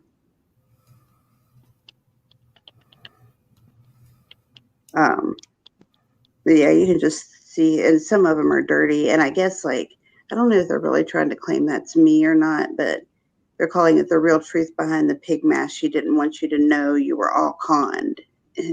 And like, I'm not going to show it all. Like, I'm just going to go down here to the end. Okay, here we go. Hold on. I think that's it. Yeah. Okay. So just stop lying. It's pathetic. This is a photo of you on a dating website. I have no idea why you inserted your 3-year-old niece into this. You did that, not me. And, it was obviously they took it from her party. Anybody can reverse image search it on Google and search it on Google and find dating sites that use it. I found many matches in your photo. There's also a frame, like, a page that makes frames for people to use for free. And that's where I found it at. And at the time, it was everywhere on Facebook when I used it. But this was like 3 or 4 years ago that I used it. Oh, yeah, and here we go. And the pig mask, that's your business. Hold on, let me find it. Okay. And the pig mask, that's your business. I hope your friends realize exactly how devious you are.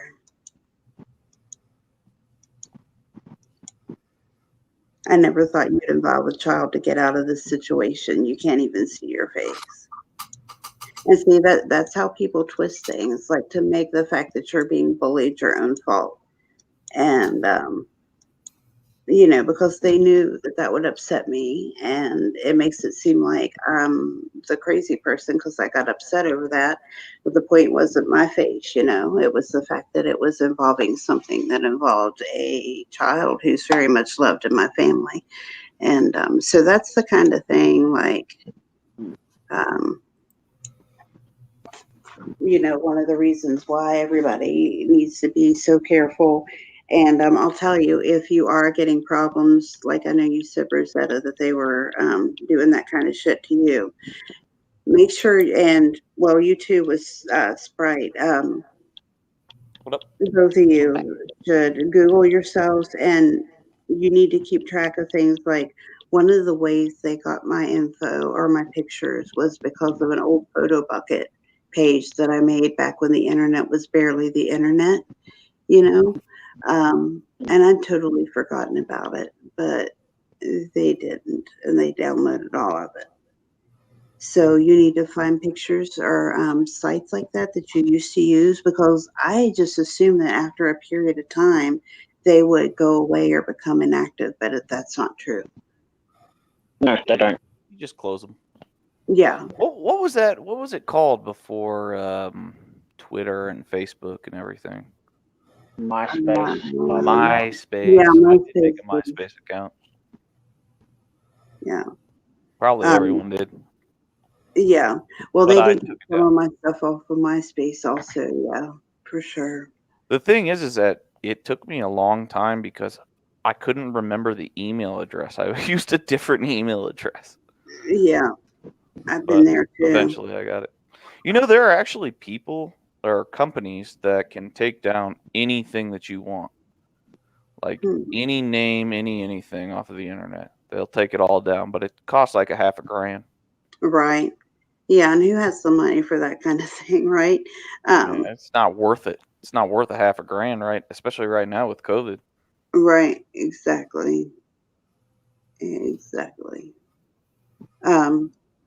The thing is now that they have started harassing other people, and I'm pretty sure that some of the people that are being harassed are some of the same ones that are harassing me.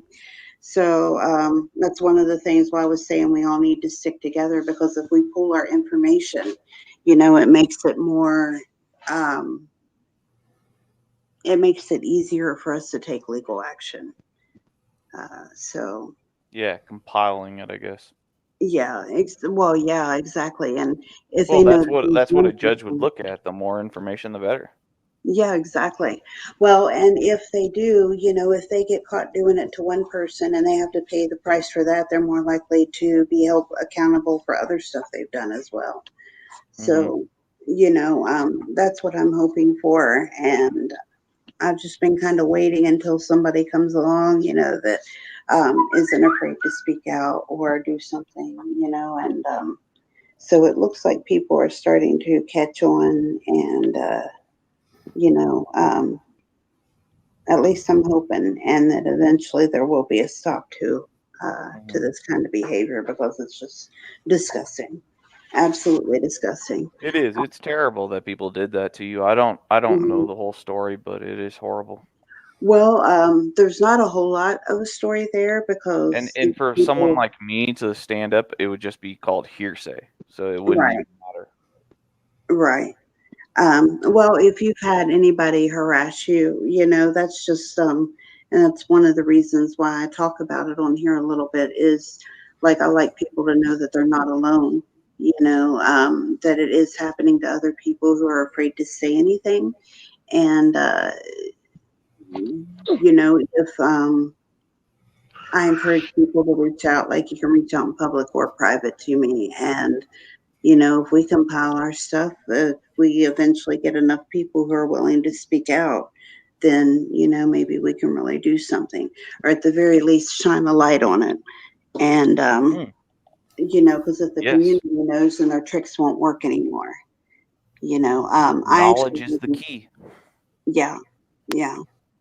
And I actually have proof that, stuff that was made up about me, and some of them admitting to making it up about me. So, I Oh, I just love this need, chair. what's that? Oh, I was just saying I love my chair. Oh, that's funny. But anyway, yeah. Hi, Audra. It's so good to see you. We've been live forever. We're probably not going to be on here much longer. I'm half asleep, but anyway. Rosetta just has her hand on her head. That's kind of Rosetta, brain normal. surgery? Chronic issues, so. Oh, No. got a headache. And when you start talking about stalkers, it kind of hits personal, so. I'm I'm sorry. sorry. Oh, I'm so You're sorry. fine. You're fine. You need I to get just want things out. It's more important to fight this shit. Yeah. Well, that's what I'm hoping I can help some people. I mean, I've never been confronted with them, but I don't even know for certain who it is. You only have one life, though, Rosetta. Like, you got to think about that. There's only one life. So it's not worth spending it just in terror or fear. No matter what happens, and this is what I think, it may never happen. So why think about something that may never happen? Well, in my You case, know? it's more memories of things that did. Okay. So PTSD, Yeah. post-traumatic stress disorder, or whatever it's. Well, that's exactly. Yeah. Gail knows quite a bit more about my stuff. Well, I'm sorry. I mean, you don't have to express yourself here, but I'm very sorry for whatever happened to you. If it's that, in depth, and you're like, It's bad. like did I dig hope you to me don't like feel that, then I'm pressured in so any sorry. way. I don't know Yeah. what to say to just feel better. Yeah. Know that people are out there that will love you. Right. Yeah. I hope you don't feel pressured in any way. I want Friends, people to feel safe. family, Um, all over the place. but I don't want anybody to feel like they're being pushed. So I have the one fortunate thing in my life that really helps keep me going is my husband, honestly. So, yeah. I give mad props to her husband. But I think that husband and wife should be best friends. We were. That's how I hooked him. I mean, she tricked him into marrying him. It was scary. I mean, that's like the poor guy didn't idealistic stand a thing. chance when I decided I wanted him. Sorry. What? You didn't want him? I said the poor guy didn't stand a chance when I decided I wanted him. Oh. He so you're like the matriarch. No, I'm just really good at getting my way at times. That's the basic definition of a matriarch. There you go. The leader, the female leader. Well, the reason I rolled my eyes at matriarch is because I'm not really in charge of things here. Okay. Well, if you have a gift for getting your way, you're in charge to a degree. To a degree, yes. Yes. I could say something here, but I'm not going to because I know I will get slapped. So I'm just going to go over there and pretend I don't exist for a couple of minutes. Slapping you would be fun. Go ahead. Speak your mind. Yeah. No, I'm going to stay innocent on this one. Gelt is playing innocent. This is really, really weird. This is a new channel version of this, so I'm actually playing nice. So shut up. I'm trying to get you more subscribers. Do you actually live in Australia? Because you don't sound very Australian to me. Wow. I'm calling you out.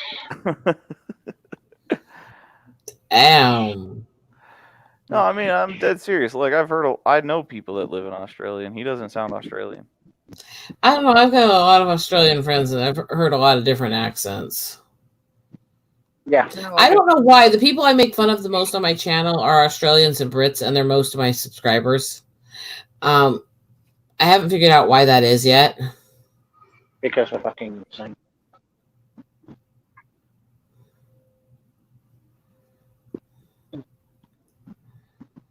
It seems to be the more I insult them, the more they subscribe to me. And I started so much controversy right there.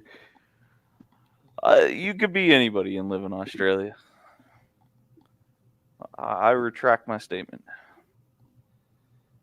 Guess you can't do that though on YouTube, huh?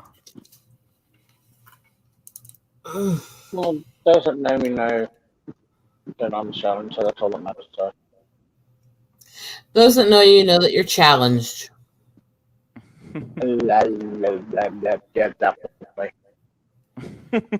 Are you looking Windows again? Windows I can. No, that's fucked up. Half of the shit I say to Gelt is fucked up. Oh, I'm laughing too much. You guys are too much fun. That is one place I want to go. Japan is a place I want to go. Australia is a place I want to go. I've already figured out I'm not going any places globally, really, in my life. Spain. I want to go to Spain. Because most of them won't allow me to travel there anyways, because I'm allergic to immunizations, so hey. You're allergic to immunization shots? Yeah. Yes. So you're talking like if you go to Brazil and you like have a malaria shot, you're allergic to it or something? I can't take shots because of the fillers they use in them, and it did actually almost kill me as a child. Yeah. So yeah, that is one thing, is that if you're allergic to it, then that's a reason not to take it. I think only like 2% of the world though is. So more people are allergic to them than people think, because you got to realize one of the fillers they use in a lot of shots is egg, which is a really common allergy. Yes. I thought it's saline solution. The packing stuff they use in shots has heavy metals, egg, all kinds of stuff in it. And they do it because it's supposed, according to what they say, it actually helps the shots be more active and more effective, but it also makes a lot of us allergic to them. And so, as I've always said, is that we could get people who are actually half sane on both pro and anti-immunization side together. We could probably come up with something hypoallergenic for people like me. But trying to get the idiots on both sides together is kind of like pulling teeth. Yeah, that's the definition of the government right there. It's really weird because in the res, the percentage of the population allergic to immunizations is higher in the tribe. Significantly. Same with Aboriginal people too. We should be trying to figure out what it is in the shots that makes them more dangerous and less effective there to make them more accessible to that population, right? I agree. Instead, it's kind of ignored or called a conspiracy theory. Because it's not, I mean, they just give you a little bit of whatever the virus is, but I agree with whatever the statement is, like whatever the solution that is going into you that's making you allergic. Like, let's say you get red around your eyes or you're sneezing or something like that. Some people can even go into respiratory failure, I've heard. The allergy I had created a genetic reaction. I'm not a scientist. The allergy reaction I had was actually on the diphtheria shot, which created an allergic reaction that caused brain scarring, seizures, infertility, and other issues permanently. Permanent infertility? And brain damage from seizures and everything else because it caused such a reaction. It screwed my entire genetic. I did hear about someone going blind one time in one eye. It was the combination of the allergy and which shot I reacted to, because there are those potential side effects with that shot. And so the allergy caused the side effects. So like a flu shot?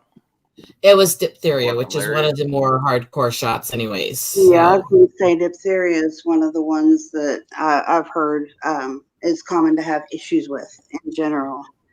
Well, usually when it happens the first time, you don't do it again. And then your doctor won't give it to you again. But unfortunately for me, the one time was enough. It did permanent damage. But sometimes you don't even get a flu shot at the doctor. You just go to like Long's Drugs or something. Right. And then they just shoot you up with it.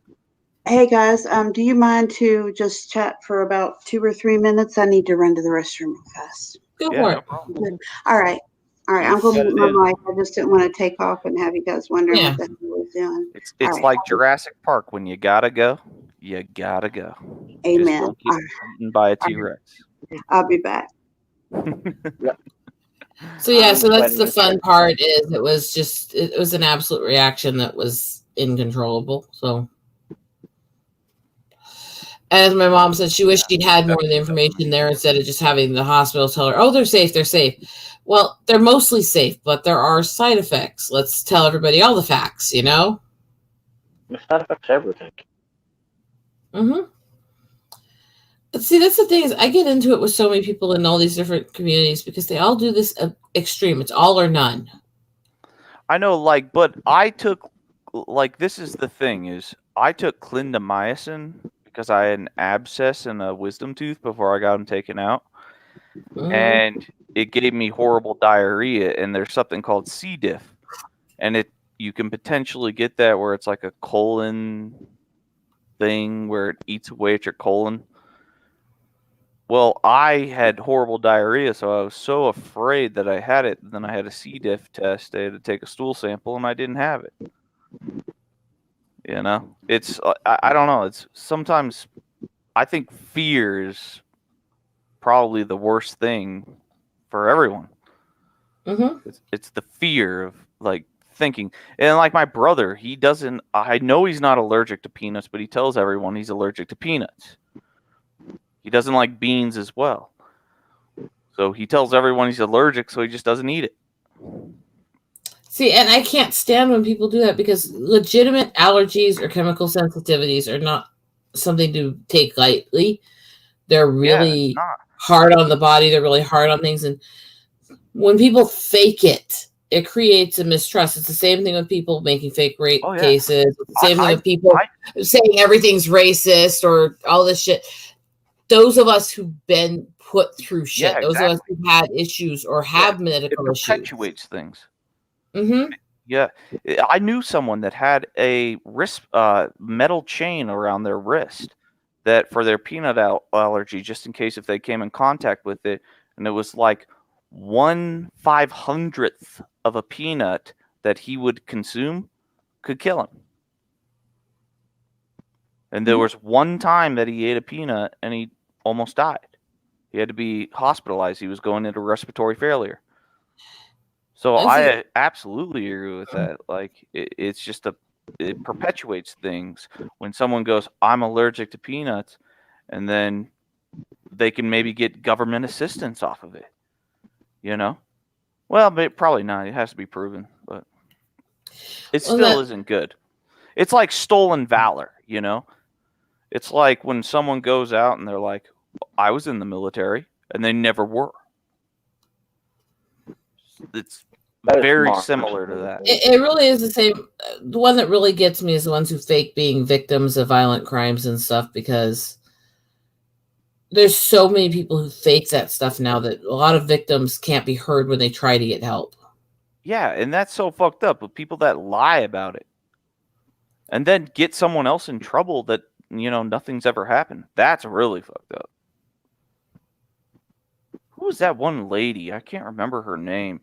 Don't call her a lady. If you leave me, I'm going to kill you or something. And he even had it on like a phone call and she killed him. Johnny Depp. No. I know a lot of abuse victims and that stuff. That lady, she was so good looking too. Like, she's pretty good looking, and everybody was like, and she got away with it. They all fell into her lies. I mean, there was like phone calls like, "If you leave me, I will kill you." Yeah, I know what you're talking about. I don't remember the name on it. Yeah, I've seen so many of these cases myself with the work I do in the inner city, and it stuns me how few people will actually, especially with male victims, you don't get heard, you don't get help. Yeah, well, we don't need too much. But maybe in desperate times. You'd be surprised. I know so many male victims who've really fallen through the system. Then I was just thinking about Robbie and that guy who murdered his entire family and like shoved his children down a pipe. That is the most... how anyone could actually do that, I don't even know. How anyone could kill not just his wife, but his children, and then shove them down like an oil pipe. I mean, you're talking some demented. Unfortunately, I learned very early in life that people are very cruel and demented, and that goes back to what I was saying earlier. Gelth understands why I have that view on life. Yeah, I mean, I didn't have the greatest upbringing. My parents got divorced, and they fought with each other for years, and I got beat by my mother and my father, more so by my father. But,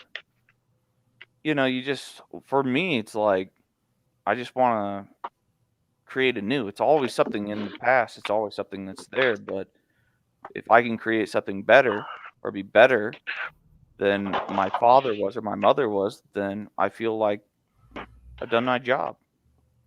Yeah, but for you, you're in the very small percentile that actually has that ability. For those of us that don't, it's incredibly hard.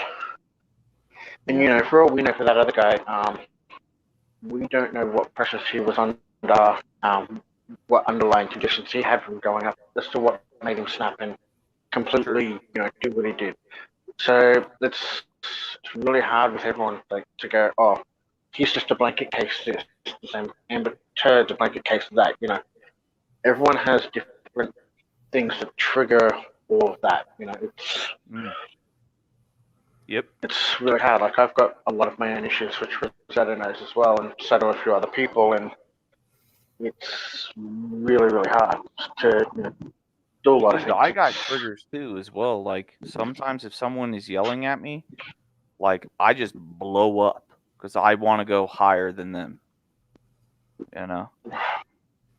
I understand triggers, but yeah, I wish I could What's up? I was like, I'm trying to figure out how I can say something, and I don't know how to say it. Okay, it's just something. Well, I don't want you to be depressed. Like, when I was a little kid, I had what they call temper tantrums. Well, what I learned later on I went through therapy, and what I learned later on is all these therapists were idiots, psychologists, social or sociological, whatever, and therapists, even people that had PhDs. What I learned was that I was just angry. I was just really angry because my parents got divorced and that I was getting hit all the time, and I was just angry. I was angry because I couldn't do well in school. I was so angry. And I don't want to be that way anymore. So my option is to it's not to hide it, to express my emotions, but to laugh. We only have one life. That's the way I feel. We only have one life, and I like to express myself. And even if people are trolling you or doxing you, you still only have one life. You can't spend your whole entire life just thinking about negative things. You got to go to the positive, and then good things happen. You meet good people. You make money. Good things happen. And that's what I do. Barstool Sports is where I started. And I went on to other things. I went on to other ventures. You can look up Barstool Sports. Dave Portnoy, he's an incredible man. And I went to other ventures and other jobs, and it's just a lovely life.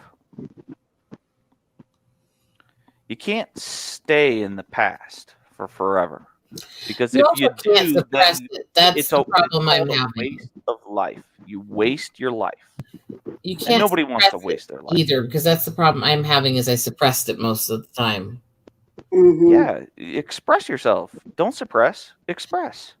Yeah, but once you get to that point, don't repress yourself. Oh, what is that song? Express yourself, don't repress yourself. The problem is, once you get to that point, your brain is hardwired in a way, so it has to fight through all the old memories. Who cares? Yes, exactly. You're exactly right, Rosetta. And sometimes I think it does us more harm than good to fight those defense mechanisms. Not always, but sometimes. Gloomy is a goofy freak. That's what yes. I'm calling you goofy freak from now on. I absolutely love that about Plumie. She has the funniest sense of humor. And she's a little dirty. She is just a little dirty. Just a little naughty. Just a little. I first started talking to her. She was always talking about spanking. She was always spanking somebody. Cherry K does the same thing too. Hopefully in a pleasurable way. You never know. Okay, so I found it was a Madonna song. That song I was trying to remember, that Express Yourself, Don't Repress Yourself, is Madonna. Yeah, I'm not going to listen to that. I cannot stand that woman. I love Madonna. What's that song? I fucking hate that woman. I just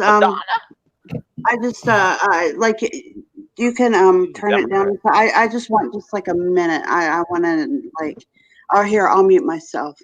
I like that one song. It's like, life is a mystery.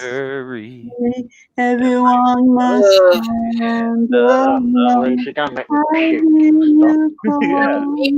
fucking hate her.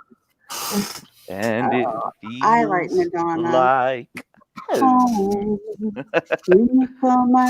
right, hang on. So I'm gonna mute my mic. I just need to check this because it's driving me crazy. I can't remember it. Just a moment.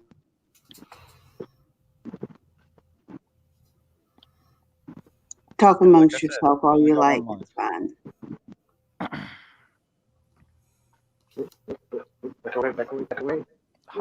Spanking. Cherry K loves being checked by Daddy. Maybe I should stop saying things out of the ordinary like that. She does. She will post it left, right, and center over multiple people's chats. I didn't hear that. What did you say? The Cherry Cake posts like Trick Me Daddy having multiple people's chats with she held it. I mean, seriously, she likes Bukakis, she likes everything.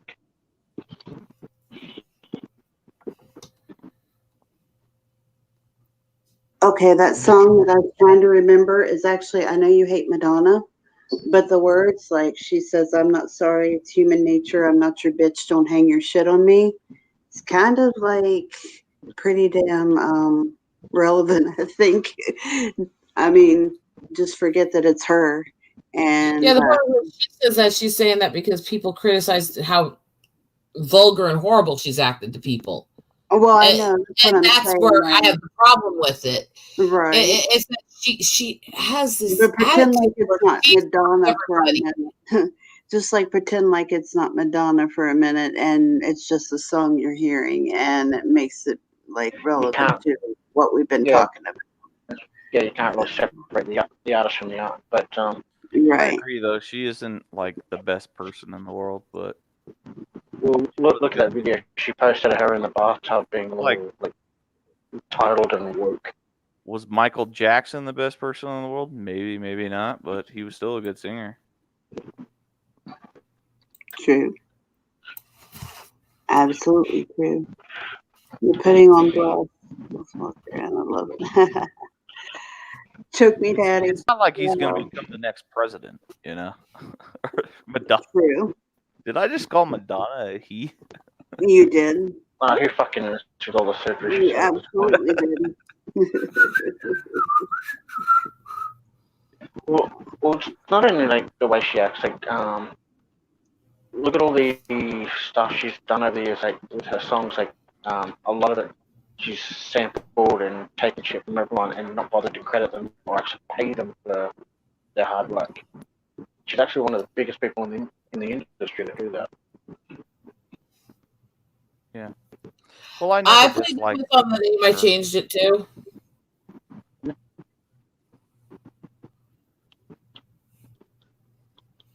The only reason I know her is because my mom had a friend that was named Billy who was gay, and every single time that he would come up to my mom, he'd be like, "Hey, bitch," and she was like, "Oh, Billy."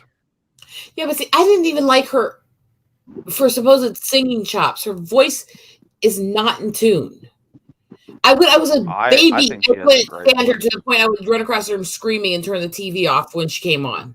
I would, even though she has a gap in between her teeth, which I forgot what that's called, I would bang-a-ring her. Yeah. No, there's an actual technical term for it, but I would bang-a-ring her. Why? You're gonna get so many STDs. I mean, that's true. That might be true. I didn't think about that. Not saying she can give you, but come on, down on everything. That was funny. That might be true. Be like the opposite of Charlie Sheen. She's gonna keep that on the screen so nobody can see the name I changed. The female Charlie Sheen. Oh, I'm sorry. Okay. I'll put a there we go. Up. I apologize. Yep. And true story. Jerry, you may now be choked.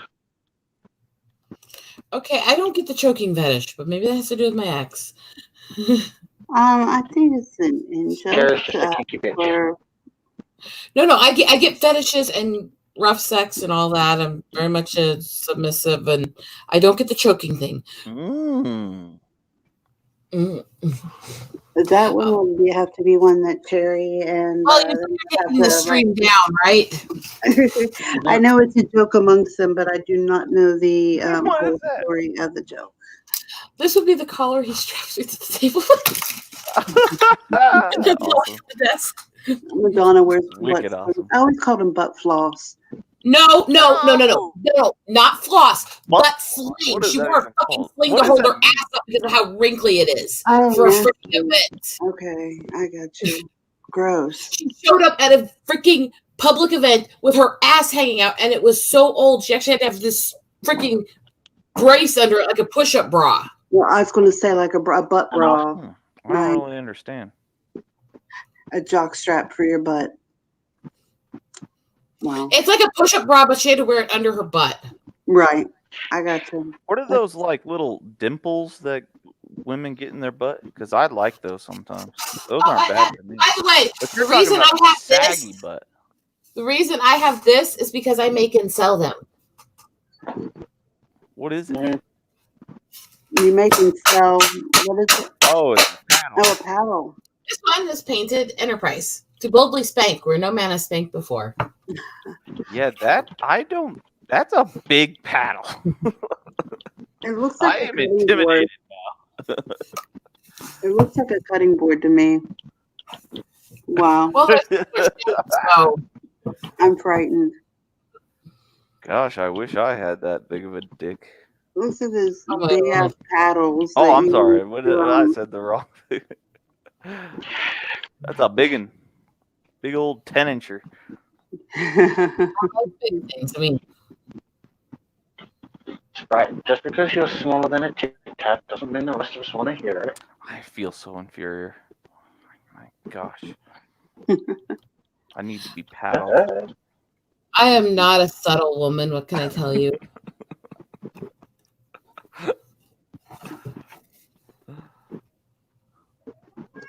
So it took me all the time. No, me. I am completely submissive. Yes. I like spanking with my hand. No, that's good too. Like so we're paddles, so we're whips, so we're chains, so we're sex slings, so we're... I'm not into tools. You guys are going to be making Cherry K ride around in orgasm, sure, if you keep going the way you're going. You need what? Oh my goodness gracious. Look, I happen to have had broken bones, okay? What? Broken bones from, wow. Really? That's hardcore. From crazy positions. Well, that's not good. She has like Hold on a second. I gotta mute my mic again. Hold on. I like a little slap and tickle, but No, this isn't anything intentional. This is just if you do enough complex stunts, eventually you'll hurt yourself doing them at some point. You're talking like a pressure fracture? Is that what you mean? No, one of them was cracking my wrist while upside down on the stairs rail, giving him a blowjob. So, oh wow. Put it this way. She gives new meaning to the word stunning cunts. That was amazing. Don't be shy. That's awesome. Wow. Yeah, I'd be proud of that shit, man. No, that's wicked awesome. Oh yeah. Snail trail happening right now. Majority of women can't do that. You're doing a handstand? Or bending over like... No, I was on the freaking rail of the stairs, upside down. Look at Cherry K's comment, people. Wicked awesome. I'd never have even never seen or experienced something like that. That would be so cool. How did you get that hanging out a plane and have sex? Where did you get that from, Bloomy? She said, how did you get that hanging out of a plane and having sex? No, no plane there. No, there's on the stairs rail. There was upside down in the cabin. I broke my thumb. Ooh. There was the knee getting cracked on the sex swing, but that's a long story. You are a wild child.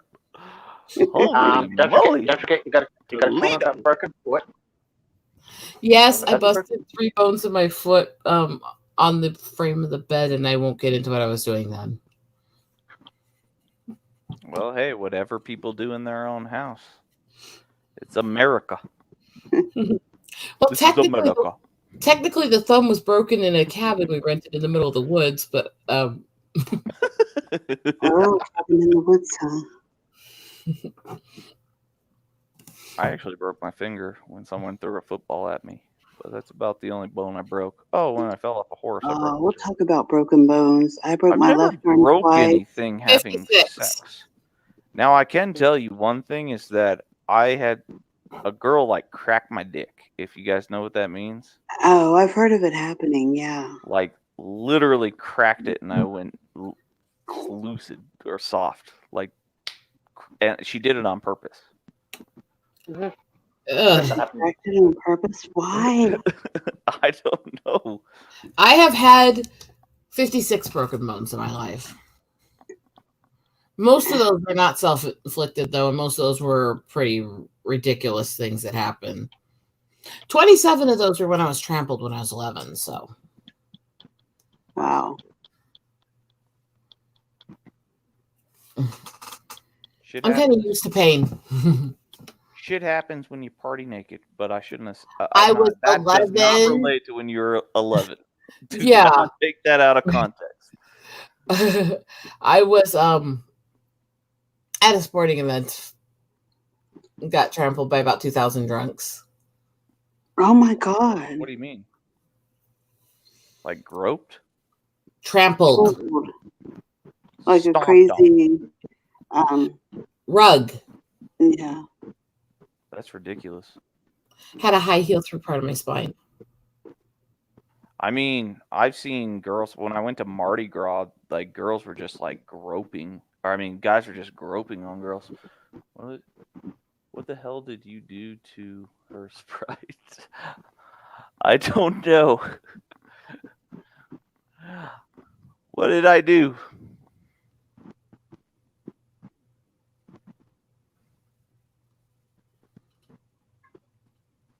Was it me? I'm sorry. Use it what? Oh, just Plumey said, what the hell did you do to her Sprite? Oh. On purpose? I'm sorry, I was yelling at my cats. Hold on. So I missed part of what it. is she talking about? You're not talking about Kaylee. Oh, never mind. What? I need to stop naming people. Yeah, that's something you really got to work on. Yeah, you don't name people if they're not being named, I guess, by the person who's talking. Sometimes you want to talk about things without actually calling the person out. I was just confused. Come on, did you read her smartphone while having sex? Gloomy. Did you read her smartphone? That would piss a woman off. That's funny. Some women Yeah, are that's just what I'm doing. abusive twat waffles. Can we say that, please? Some women are just abusive twat waffles. Yes. Oh, yeah. You can say twat waffle. You can say cunt if you want to say cunt. Shit, they say it all the time. And my take on that, I know some people are severely offended by it, but my take on that is as long as women call men. Okay, it's good. A memory thing. Oh, I'm sorry. I'm so sorry. You're okay. It's just I'm right now going through all the freaking memories resurfacing, so I'm kind of more sensitive than normal. I understand. Yeah, I understand. Well, we definitely don't want to make that trigger worse. I will call people twat waffle stain sucking face fuck daddy loving whore easily, but sometimes is a good one too. I don't have much. Might need to be age restricted at some point if we're getting into. I age restrict all of my streams for a reason. Yeah. Well, we've already decided that this one should come down. I told Truthy I would take this one down after we were done. So there were a lot of things that were said during the stream that not everybody involved wants to be available, which I'm sure somebody's out there clipping it anyway, but that's okay. But I'm not going to leave this stream up just because I was asked not to. And, you know, the topic, like I didn't have a topic tonight like I do many times. Yeah, I'm just going to. Well, it's your stream. You can do anything you want with it. Well, I know, but the way I see it is when I'm just having chats, like tonight has just been shooting the shit, you know. When I'm doing that, I want people to feel comfortable and safe to talk about whatever they want to. And if they prefer not to have it left up, then I'm cool with not keeping it up. Shooting shit for 8 hours. That's a good friend right there. My ex was an insane, psychotic piece of shit, and I'm glad he's dead, and I wish I'd been the one to kill him. How's that? I think you're probably not alone in that kind of feeling. I'm lucky I don't have any real exes, except for like, the junior high kind where you just held hands with them and that was it. Like, I never had any exes that didn't go away. So I have had exes that I hate. Well, I can't say hate, but I extremely dislike. Mm-hmm. So I've had some bad relationships. You're lucky. Yeah. Because you can start anew. Like, it's like, I wish I could do that. Well, I've been with the same person since I was 17, and that's kind of one of the main reasons why I have never had to deal with exes, really. Gilth, what would you define my ex as? A psychotic asshole who should be resurrected, killed again, resurrected again, and thrown and quartered, a few other bits and pieces. I don't know where his butt slings. There you go. I didn't even notice that. There's always a record of you two, Mafia. Yes, exactly. Plutmy. We can't do nothing about that, but that's fine. I always expect that, and I know Truthy does too. And most of the people on here have been around enough to know that that's what's going to happen. So that's okay. Most people weren't expecting me to go live, so probably not prepared for it. My ex was way too old for me and very, very much an extreme predator. So who's that? My ex. Oh. I don't know who your ex is, so I still Nobody does. Since he's dead, I don't need the name out there. All it would do is hurt his family. Right. Even I don't push for that information, as much as I would like to. So I could verify he's dead, but no, even I don't follow that stuff. And if the dead are dead, basically leave them alone, regardless of what they've done in life. The fact that I avoid letting his name out there, I think, is actually proof that I actually do care about people. Because I don't think anybody who is connected to him in life deserves to be put through shit now because of how horrible he was. I don't know. I'd say even when I died, I wouldn't want it to play back on my family. Different situations, different people. Ow! Just fucking hurt my neck. Well, quit looking down as you're wanking. You're wanky. That's funny. I've never heard that one before. Oh, no, I lied. I have 16 candles. No more Yankee my wanky. No more Yankee my wanky. Donger need food. Actually, I'm pretty hungry, come to think of it. I ran to the other end of the country to escape from my ex. Oh, Cherry, I'm sorry. I tried to do that. He followed me through multiple states trying to abduct me, so hey. Oh, wow. That reminds me of that movie with Jennifer Lopez. What was that called? I don't know. I never liked her. Who? Jennifer Lopez? Is that what you said? Yeah, it was like Escape or something. There What's was that? like that super rich guy, and he gave her everything in the world, and they started beating the shit out of her, and it was like, this is the way it's going to be. And then she left him and took her child. Oh, yeah. What was it? Sleeping with the Enemy? No. Or was it Enough? Enough, that's what it was. Okay, both of them were her movies, but I'm okay. I didn't watch either one of them, but her playing that role, like I could never, because everybody knows that Jennifer Lopez is. I'm 195 pounds of pure muscle. Can you hear that pure muscle? I got a little belly. The Cell, Audra. I love The Cell, though. It's one of my favorite movies just because it's so cool to watch. And I once watched it. I made the mistake when I was, of course, when I was younger, but of watching it in the same state of mind that Truthy was in tonight. And oh my Lord, that was a bad mistake. I'll just leave it at that. That was a terrible mistake. Don't ever watch The Cell when you're under the influence of anything mind altering. It's okay. I shall definitely try that. What'd you just say? I said I shall definitely try that. Oh. You gotta have a strong stomach for it, let me tell you. Okay, don't put your dog so hard. What? I think you mean his wiener. Oh, okay. Oh, jeez.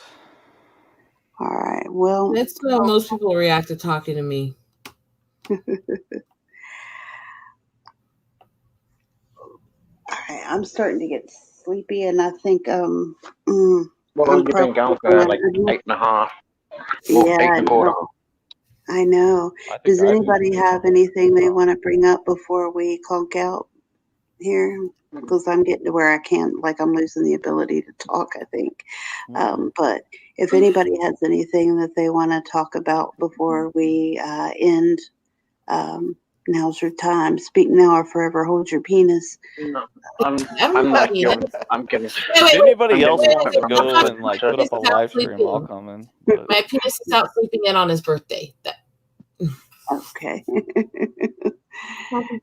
One at a time now. Okay, so now, Gil, you say what you're gonna say. Yeah, I'm like you. I'm getting exhausted. Take for it. Yeah. 2 o'clock in the morning. So. Yeah, I think it was really nice wearing meeting Madonna wears butt slings. Yes, it was nice meeting you too, Rosetta. So I appreciate you coming up. I love having people up on my panel. That's the best part of doing live streams. So I hope we see you at more, and same with you, Sprite, and of course, Gelth.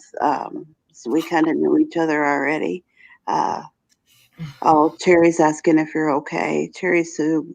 Not really, but what it is right now. Yeah. Well, if you need to talk or anything, my inbox is always open. If you're on Discord, I've got Discord too. So if you need to talk at any time, feel free to contact me. And well, there's the I forgot you're in Discord, aren't you? So I can copy it. So there's the yeah. I'll just copy and paste it. I have Discord, so just let me copy it. Yeah. Well, I don't think they share their Discord publicly, but oh, okay. Well. Yeah. So you're not in the Magoose Discord? I am. I'm not. Okay. No. You're not? Okay. I listen to them sometimes, but no. Yeah. Well, I have I'll tell you what. I have a if you want you can I have a link on the not on this description box because I didn't put anything on it, but in the about section, I have a Discord link there. And I can send you over from there to the Magoose Discord if, I don't know how. I don't know if they only send out. I don't know if I have permission to send out invites from there. You know what I'm saying? You do. Just do it once he adds you as a friend, then you can do it from there. His wife are okay with me. Yeah. I've been up there. Okay. But, yeah, that'd probably be better, so that way I'm not. That much. You know what I'm saying? That way I'm not putting it publicly anywhere. Yeah. Does that make sense? I'm sorry. Oh, absolutely. Okay. So, yeah, and I'm probably after this going to sleep for a while. So, if I don't get right back to you, that's why. But the way my Discord is set up. I could say though that you can put passwords on Discord. Yeah, no, I think Mrs. Magoo's already done that. Yeah, mine's set up the same way Mrs. Magoo's is. So if anybody joins, you're in a greeting, a welcome room, And then after I see who you are and make sure that I know you, then I let you into the other rooms. And so, when you first enter, you won't be able to see anything, but as soon as I see you, I'll set you up in there. So just make sure to say who you are, and how we know you. Like, I am Sprite Adams from your panel. I don't think too many people are named Sprite, so I shouldn't be You're that right. hard. Exactly. I'm sure I won't have a problem, but we had some issues with security in there. So, and I'm not the only one. So a lot of people are taking precautions now with who we let in. Yeah, but you can always mute them so quick, and Yeah.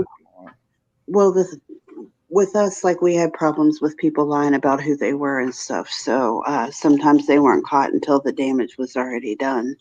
But anyway, so you're welcome to join, and then I can send you the Discord link for the Magoos if you send me or whatever. And I'll be glad to do that. Or, Gelf could. He's a mod, so he could do it too. I said he's also a lazy passwords, wanker. not hacking. He's a lazy wanker. Shut up, woman. Suck a fuck. Well, I am, no lie, I'm going to be going to sleep. But Rosetta, anytime you need to talk, like, I'll be there for you if you feel like you need to talk one-on-one. And of course, we've got our Discords too. So we'll be there for you, girl. If you need anything, just feel free to reach out. All right. Sleep well, guys. All right. Yep. You say people hack passwords on Discord. I think in order for somebody to hack a password on Discord, Audra, they'd need to know. I said have passwords. I didn't say hack. Okay, good. I was going to say, I don't think anybody's hacking Discord. I haven't heard of that. But yeah, people can set up passwords on Discord.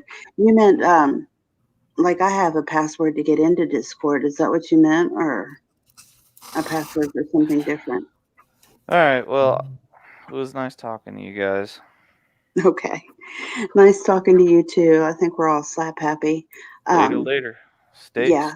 Stay solid, and if you had things in your past that hurt you, remember that everything gets better. Time heals all wounds. Yes. All Well, right, peace, guys. it doesn't heal all wounds, but it makes them easier to cope with for sure. I would say it doesn't heal all wounds. A lot of stuff that happened to me and trauma in my childhood has permanently fucked my body. So it'll heal. You just may have a scar. We learn how to cope with it as time goes by, and Good night, Cherry. Yeah. Later, guys. Later. Nice to meet you. Glad to see you back anytime, and same to y'all. And I will definitely see you in the next one. All right. Thank you. All right. Thank you. Bye. So, for those of us who are, looking for what I'm doing next, I'm going to come up with a topic. I know I had one earlier, but I'm so sleepy now, I have no idea what it was. But, I think I was going to do some stuff on West Virginia, if I remember correctly. But I've also had, I think it was, anyway, I've had a few people in Discord ask me to do stuff on the Mothman. So I think we'll be doing that pretty soon as well. Just a little reminder as far as this channel goes, everybody here is welcome. Panel's always open. We encourage active participation, and even those we don't like are welcome here as long as you follow the one rule. And what is that one rule? Does anybody know? I say it all the time. Don't be a dick, or don't be an asshole. That's my rule. Don't be an asshole. We'll say don't be a dick. So that's the one rule. As long as you can follow that, you'll be allowed to stay. And so good night, Gail. Good night, Rosetta. Good night, everybody in chat. Until the next one, remember that we are all a princess, a brain, an athlete, a criminal, and a basket case. Sincerely yours, One the Breakfast Boston Club. Night or morning. Yeah.